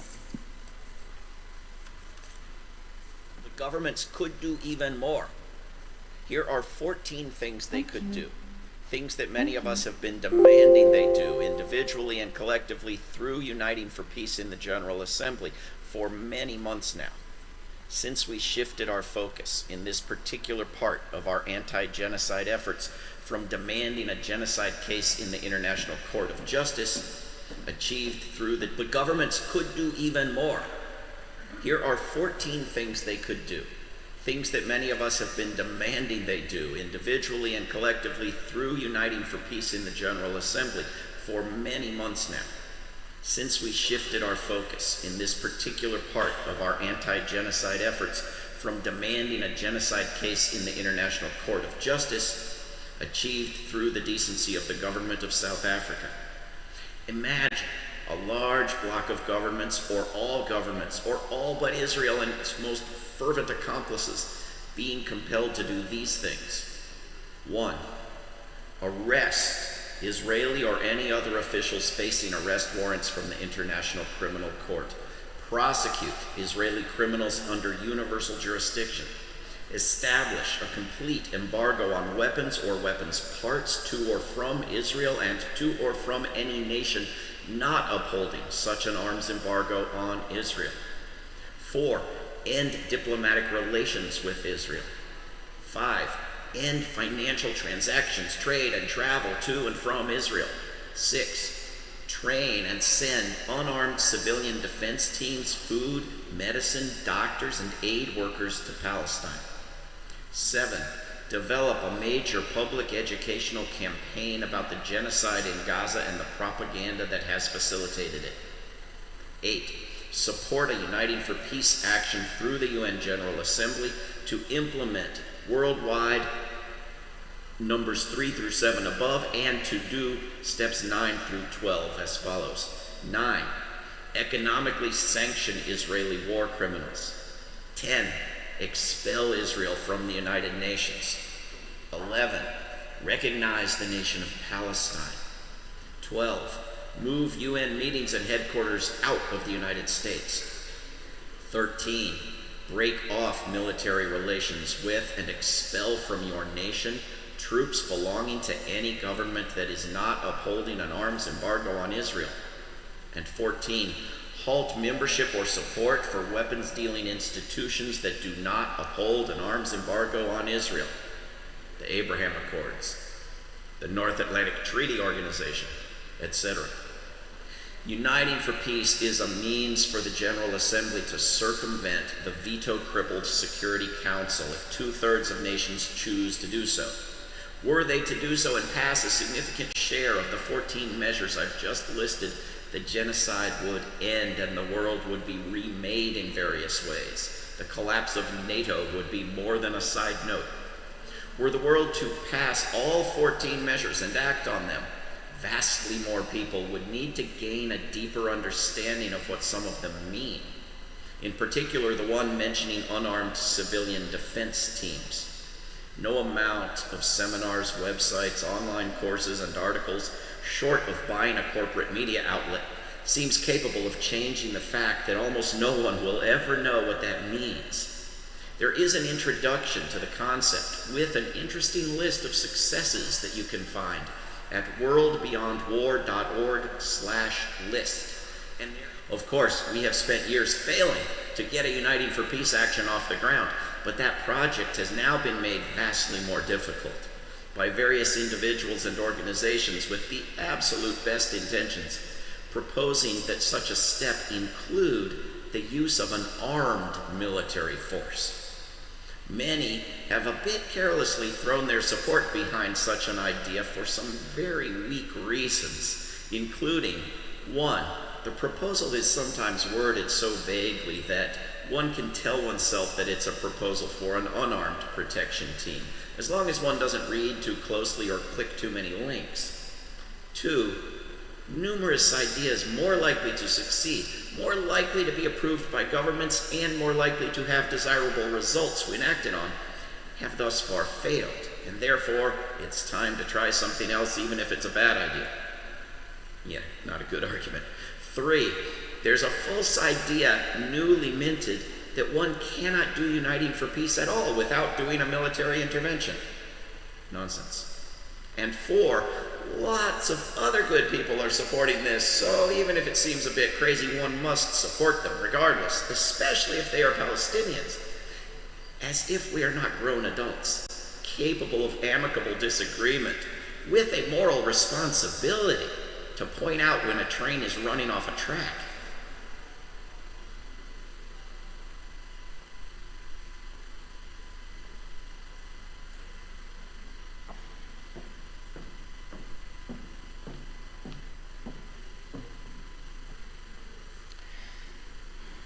So after David Swenson, we will listen to Metin Duran right now, and the topic is Anatolian Civil Society Platform.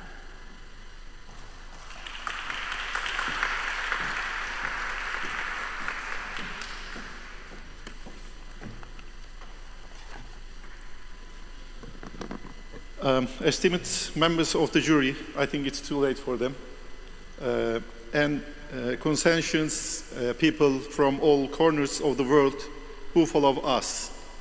I salute you with Islam words. Peace be upon you. Allah'ın selamı üzerinize olsun. Yuhayyikum mütahiyyatil İslam. Esselamu aleyküm ve rahmetullahi ve berekatuhu.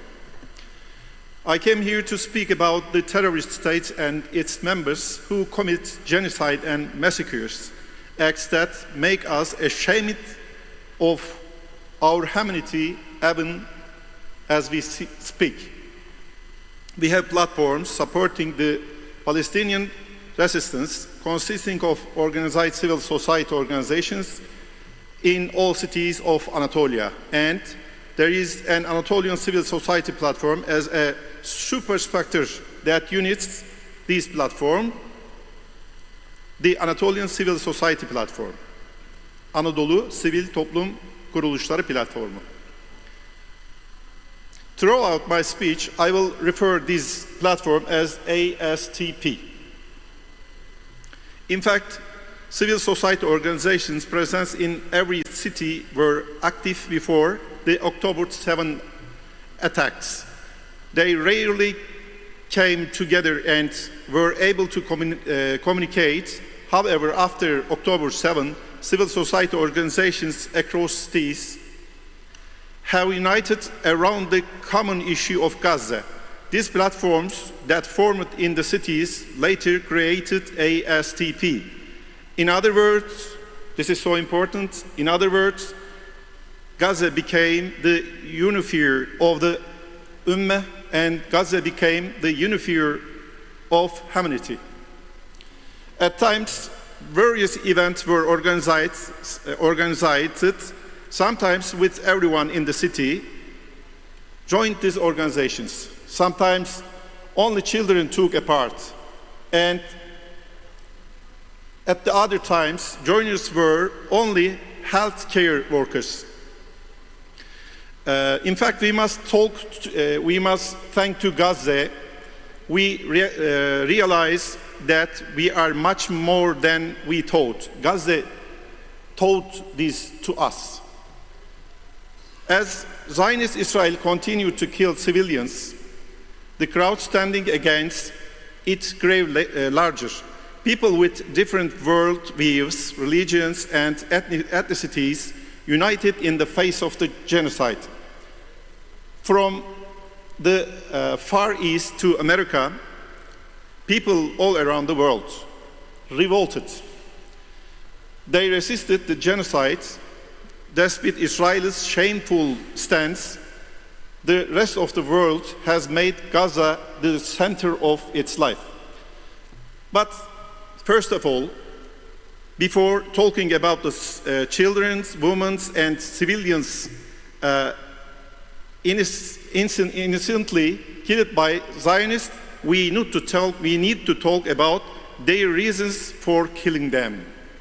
We must learn and we must think about their reasons to kill children and women and civils.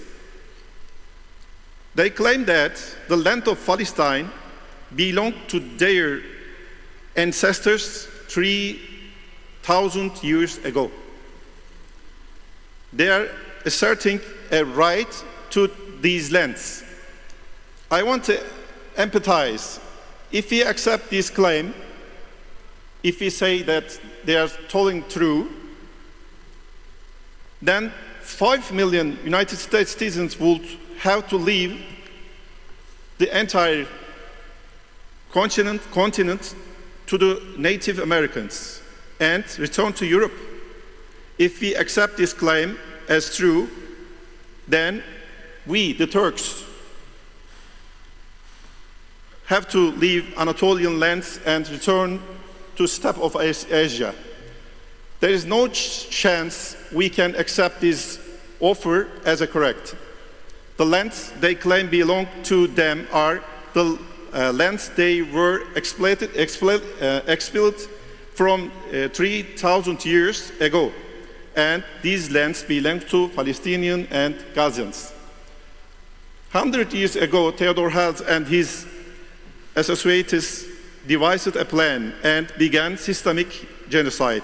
After 1948, this genocide, ignoring and torture, began to be carried out by a so-called state. It's important, by a so-called state, and in the last 2.5 years, it has become a lawless act with no regard for human rights. They thought that by killing Gazans, they could make them give up. They thought that by killing, they could intimidate the peoples of the world. They will never succeed in this. There are millions in Anatolia who wholeheartedly support the Gazans. Every association and foundation that is a member of ASTP will support this resistance until their last breath. Over past 2.5 years, more than 2,000 associations and foundations have organized almost daily actions, press statements, and marches. Most recently, they launched the Smooth Flotilla from Mediterranean toward Gaza's territorial waters. They strove to break the blockade and to deliver food and medicine to Gaza. Perhaps our activists on the ships could not embrace Gazans physically, but they made consist-bearing people everywhere see Israel's operation. And now the Smooth continues its journey on the land. The Smooth is moving now on the land. How is it doing? How do they make it?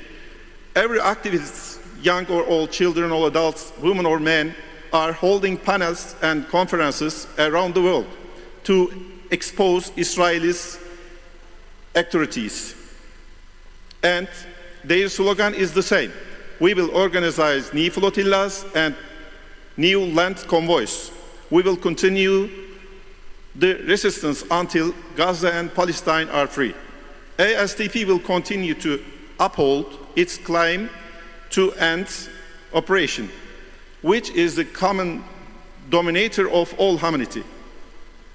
Each of our volunteers will continue their work with this awareness. For this reason, we fully support the meaningful work done by the Gaza Tribunals. All ASTP associations stand behind this tribunal and behalf of humanity. Dear juries, and the people in the saloon, there is one more problem. Dual citizens and dual passport holders who fought in the ranks of Israel are as guilty as those who govern the state of Israel.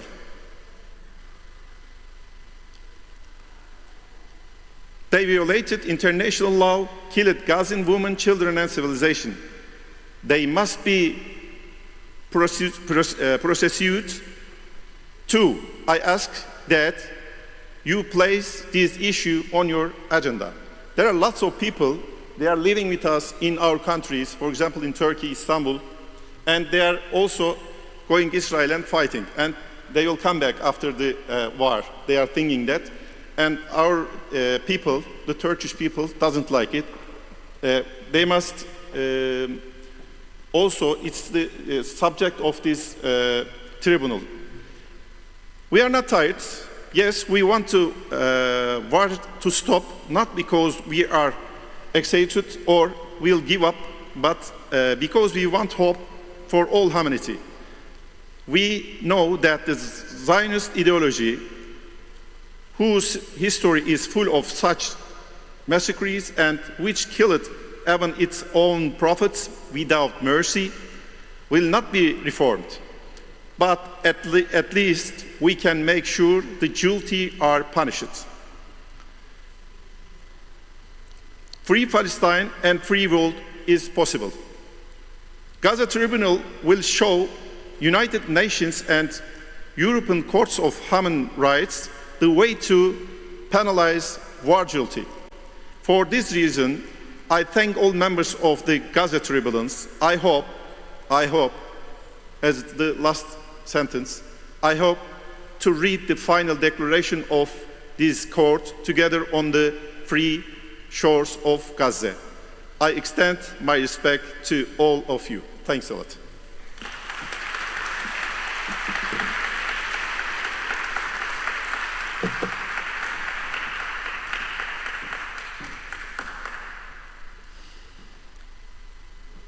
Worldwide Lawyers Association is something we will be listening to and listen about for the next 10 minutes.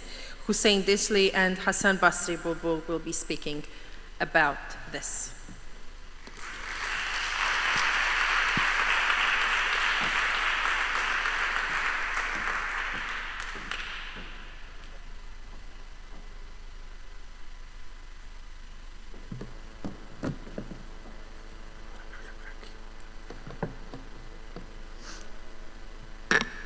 Distinguished colleagues and dear participants, today we are going to speak about global legal solidarity with the Palestinian people, which is itself a call for global coordination for Palestinian liberation. When we speak of Palestine today, we speak of an ongoing Israeli genocide in Gaza and 77 years of uninterrupted Nakba, 77 years of incremental genocide, apartheid, dispossession, and the systematic denial of the most basic human rights and freedoms. Throughout these decades, international law and international community that claims to uphold it, including the UN, has failed the Palestinian people.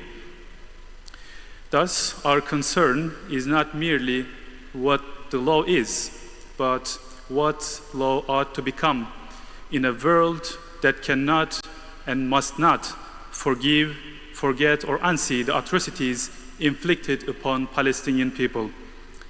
The central question before us is what should be the role of lawyers, legal scholars, and legal communities in the struggle of Palestinian liberation. To speak of global legal solidarity is to reimagine the law itself, not as a static instrument of state power, but as a living terrain of resistance. International law, as many critical scholars remind us, was not broken by empire, it was built for it. Yet, it can be turned against its origins through coordinated critical praxis. Lawyers committed to Palestinian liberation must conceive of themselves globally as a single, coordinated legal organism, developing incremental victories, interlocking cases, and complementary strategies across jurisdictions to form a coherent and cumulative legal movement. Fragmentation has proven fatal. The proliferation of uncoordinated, substandard filings that end in publicity rather than progress give the appearance of activity while undermining real accountability. Solidarity must therefore be deliberate and studied, anchored in coordination, shared standards, and political clarity. We must build a global legal infrastructure capable of serving Palestinian liberation, not merely addressing or representing Palestinian suffering. So the first pillar of solidarity is accountability. But accountability must move beyond litigation as a ritual of punishment. It must become an architecture for truth, restitution, and transformation. Strategic and offensive litigation against perpetrators of genocide, war crimes, remains indispensable. Yet legal action must also target the structures that sustain those crimes, the corporate networks, financial flows, and diplomatic shields that enable Zionist impunity. As articulated in the Gaza Tribunal legal sessions, accountability must be infrastructural, designed to dismantle criminal networks globally under frameworks like joint criminal enterprise-style liability. We must then pursue comprehensive documentation of all Palestinian injuries. We must integrate reparations into every accountability framework. We must develop centralized evidence tracking systems. We must expand universal jurisdiction filings. Accountability must also seek societal catharsis, acknowledging that justice is not only about punishing crimes, but dismantling their causes. Genuine liberation demands that law pierce the surface of violence to expose its ideological roots, genocidal tendencies, racial supremacy, colonial property regimes, and imperial immunity. Distinguished colleagues, members of the tribunal, and comrades in justice. My colleague Hassan has delivered the first part of the speech, and I continue from where he left. He mentioned the first pillar of solidarity as accountability, under which I would like to add just a statement, which is that after advisory opinion, July 2024, no lawyer solely collect only criminal testimonies or evidences. Because as granted in the advisory opinion, Palestinians has a right to reparations, and any lawyer or any member of legal profession conducting this work from now on shouldn't neglect collecting civil claims, any material loss that Palestinians were sacrificed, that they sacrificed. As the second pillar concern of legal solidarity is protection, both as legal defense and as a solidarity infrastructure. Across Gaza and the occupied territories, the Palestinian legal community itself is under annihilation. This is not rhetoric. This is a material annihilation, coordinated and deliberate. In Gaza, the legal infrastructure has been systematically erased.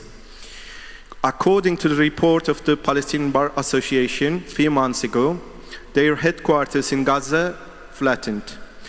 More than 215 lawyers killed, 220 injured, 907 law offices destroyed, courts completely suspended, over 3,400 lawyers displaced, thousands living in tents or makeshift shelters, their archives incinerated, their families grieving. Lawyers are not there only to protect their individual or corporate clients, but also there to protect and defend the rights of their nation and people. To destroy lawyers, Palestinian lawyers, is to destroy the very capacity for self-determination and liberation. Therefore, global legal solidarity must prioritize protection of Palestinian plaintiffs and legal workers who face surveillance, prosecutions, arrests, assassination for pursuing justice, or simply supporting their people, and they are being prosecuted with the accusations of terrorism. We should provide them an international legal accompaniment.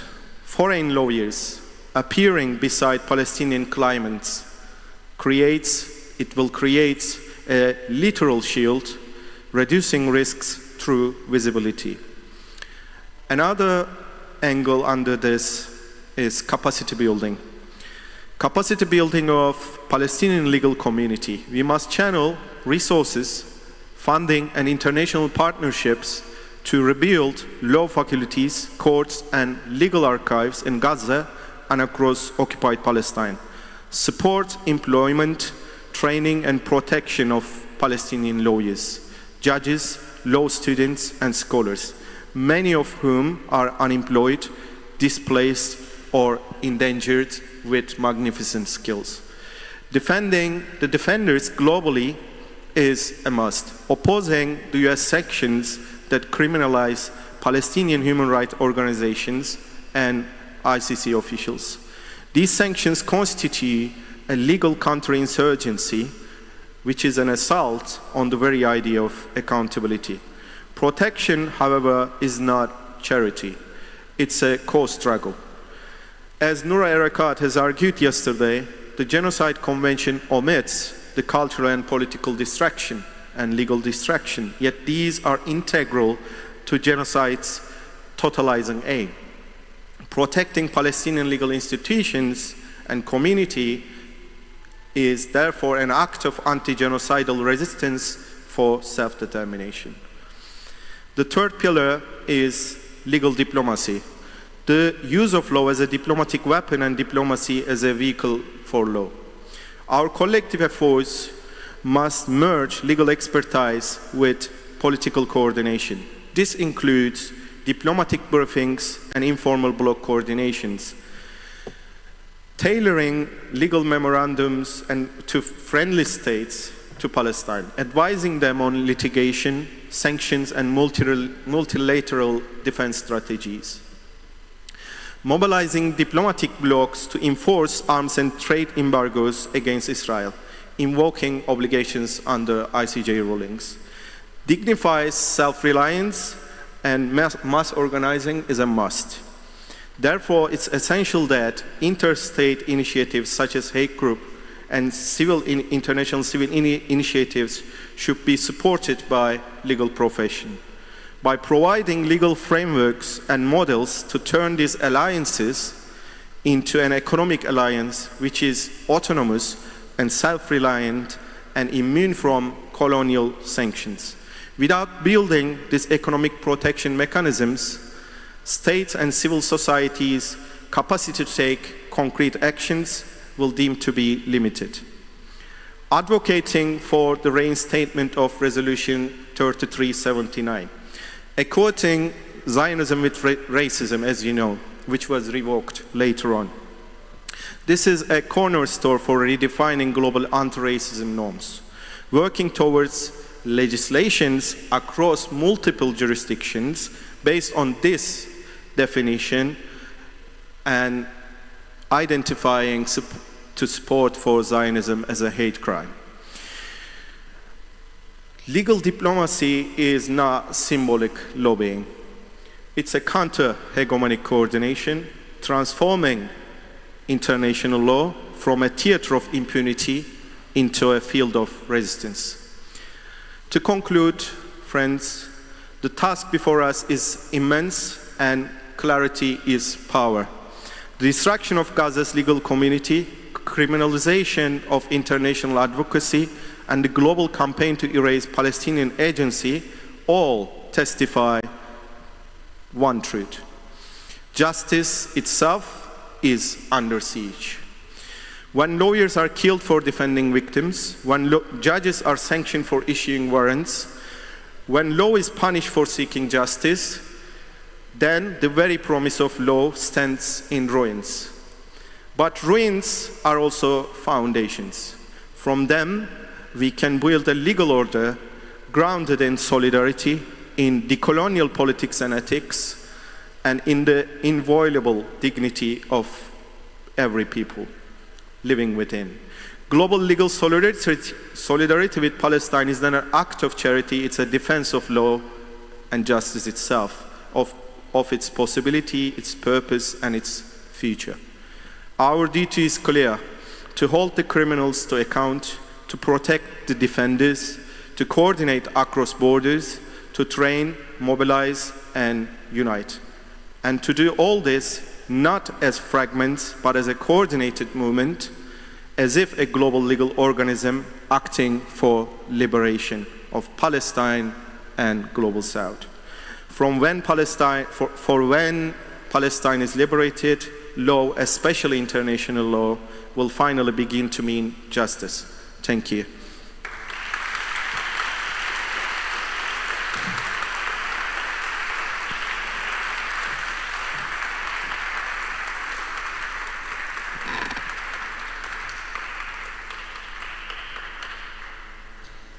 Thank you to all of our speakers.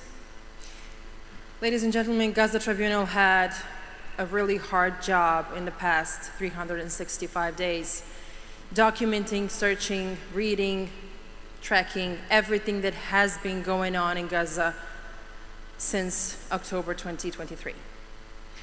Gathering evidence and documents and data, information, numbers, all of those that will be used in legal form one day once the process begins.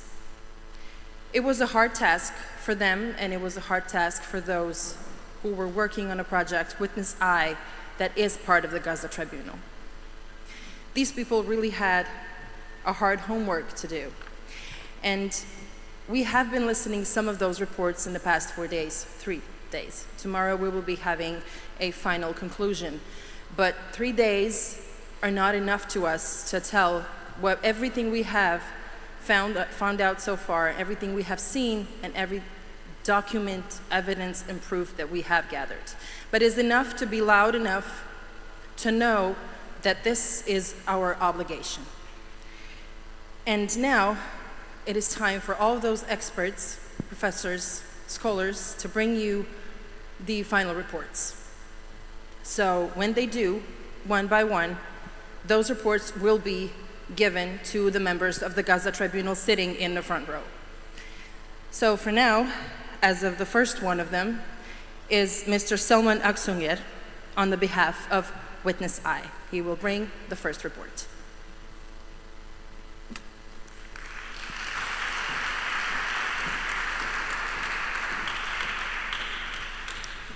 Good afternoon, everyone. I think everyone here has a pretty much idea of what Witness I is. You have been seeing these videos, clips throughout the program. Witness I is a platform, is a media platform designed and created, established by media professionals in order to make a digital archive of the testimonies, statements of the people who are really at the moment lively, living under the shadow of a genocide, and also trying to amplify the voices of the people who are showing solidarity and sharing the Palestinian cause.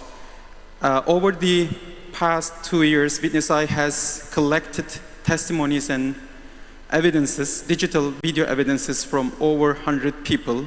And at the moment, it's a privilege and honor for me to hand over these evidence that are showing the genocide, especially from the people who are living in Gaza. And it's a very much of an honor for all of us to be able to contribute in this project as a Witness I. Thank you very much.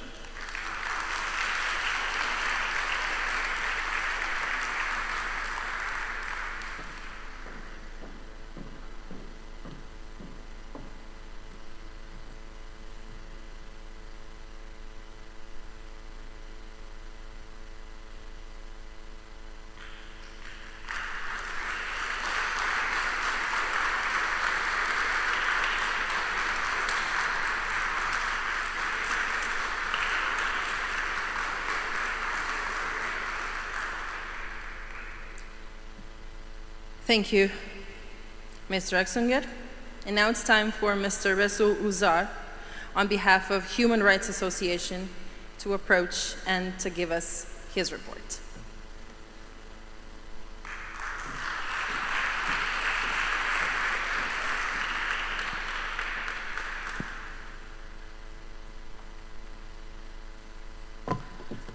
Thank you very much for welcoming us. In fact, you have done a great effort just to support the civil society. That's why, in your age, I am giving my greetings to Mr. Richard Falk, that nobody can spend the time in this age for the oppressed people's rights. Thank you, heartily thank you. We are Muslim there. Solidarity Association for the Oppressed People and Human Rights. In fact, we are following Gaza Tribunal from the first day, and there is a really very great effort. And today we are just representing our reports to Gaza Tribunal, that we know that it's just a drop in the ocean. Everything was happening in front of our eyes. It doesn't need any legal even support.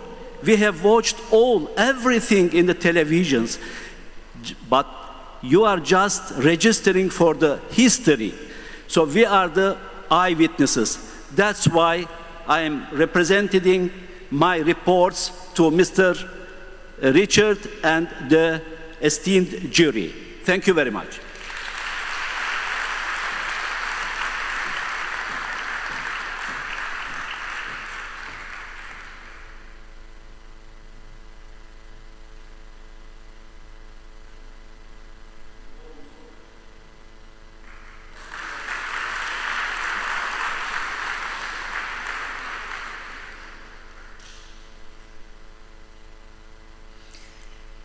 And now I'm calling for Mr. Ashraf Nasrallah to also give us his report. He is the president of International Jurist Union. He will be speaking in Arabic, so all of you who have headsets, you can switch to English or your language, Turkish, to understand what he is saying.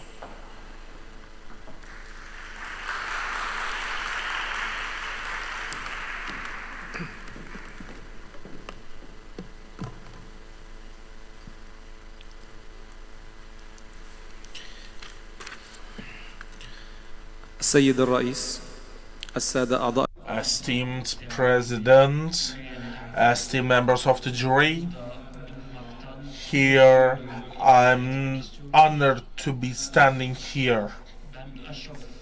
I'm Ashraf Nasrallah. I have been in Gaza and I'm a judge in a high court there. I've come to the Turkey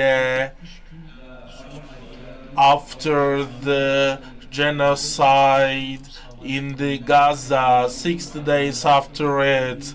I survived. I cheated that. I got away with my family. I've seen hundreds of females, males killed by Israel. I've seen the bodies. And it was a tremendous experience for me, devastating. And they did not let any international organizations to be in the Gaza. And we to the International Justice Court, we applied them to prepare this report. We worked for 2 whole years, night to day, and we are working to reflect what's happening in Gaza. with these reports that we are going to present to you includes a lot of details. They show what the invaders have done. Also, it has approximately 250 murders toward journalists, and we are providing this to you with their details. And it also has the crimes against civilians, especially their attacks on the civilians. And in Gaza, children, women were blocked from accessing food, and even the animals could not avoid the attacks of the occupants, invaders. We also have another report, and this is that by the invaders, over 100 scientists and academicians were killed by the invaders. And Turkish and attacks have been reported. Similarly, the Shifa hospital was also reported. The prayer houses were reported by being attacked. In our report filed, the dear members of jury and to everyone listening, I wish to express that this genocide's responsibles should be tried. No one is above the law. Palestine's people seek your help. Thank you.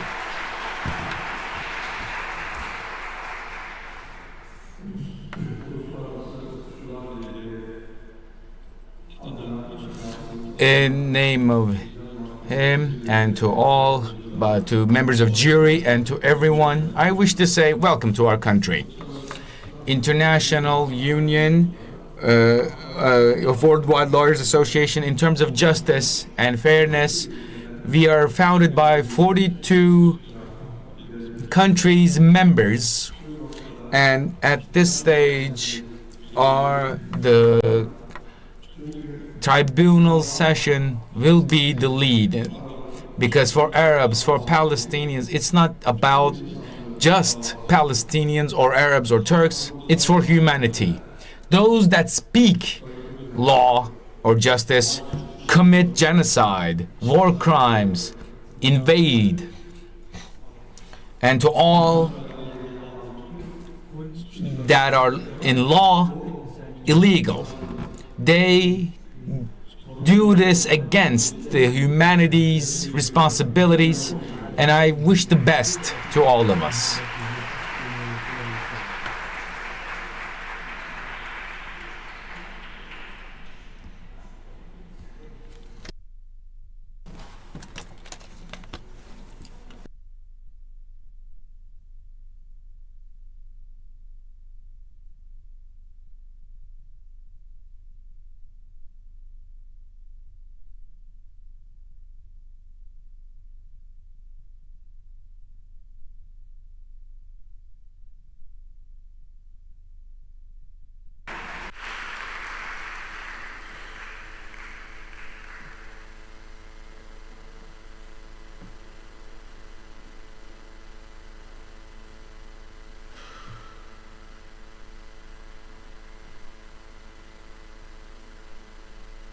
And with this final report, we do close today's session.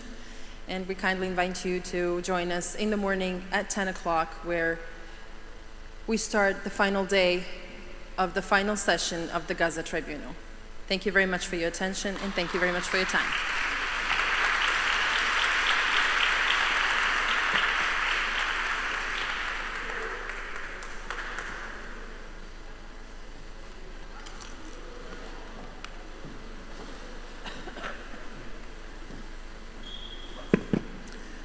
Someone left his watch. Yeah, we found him. Thank you.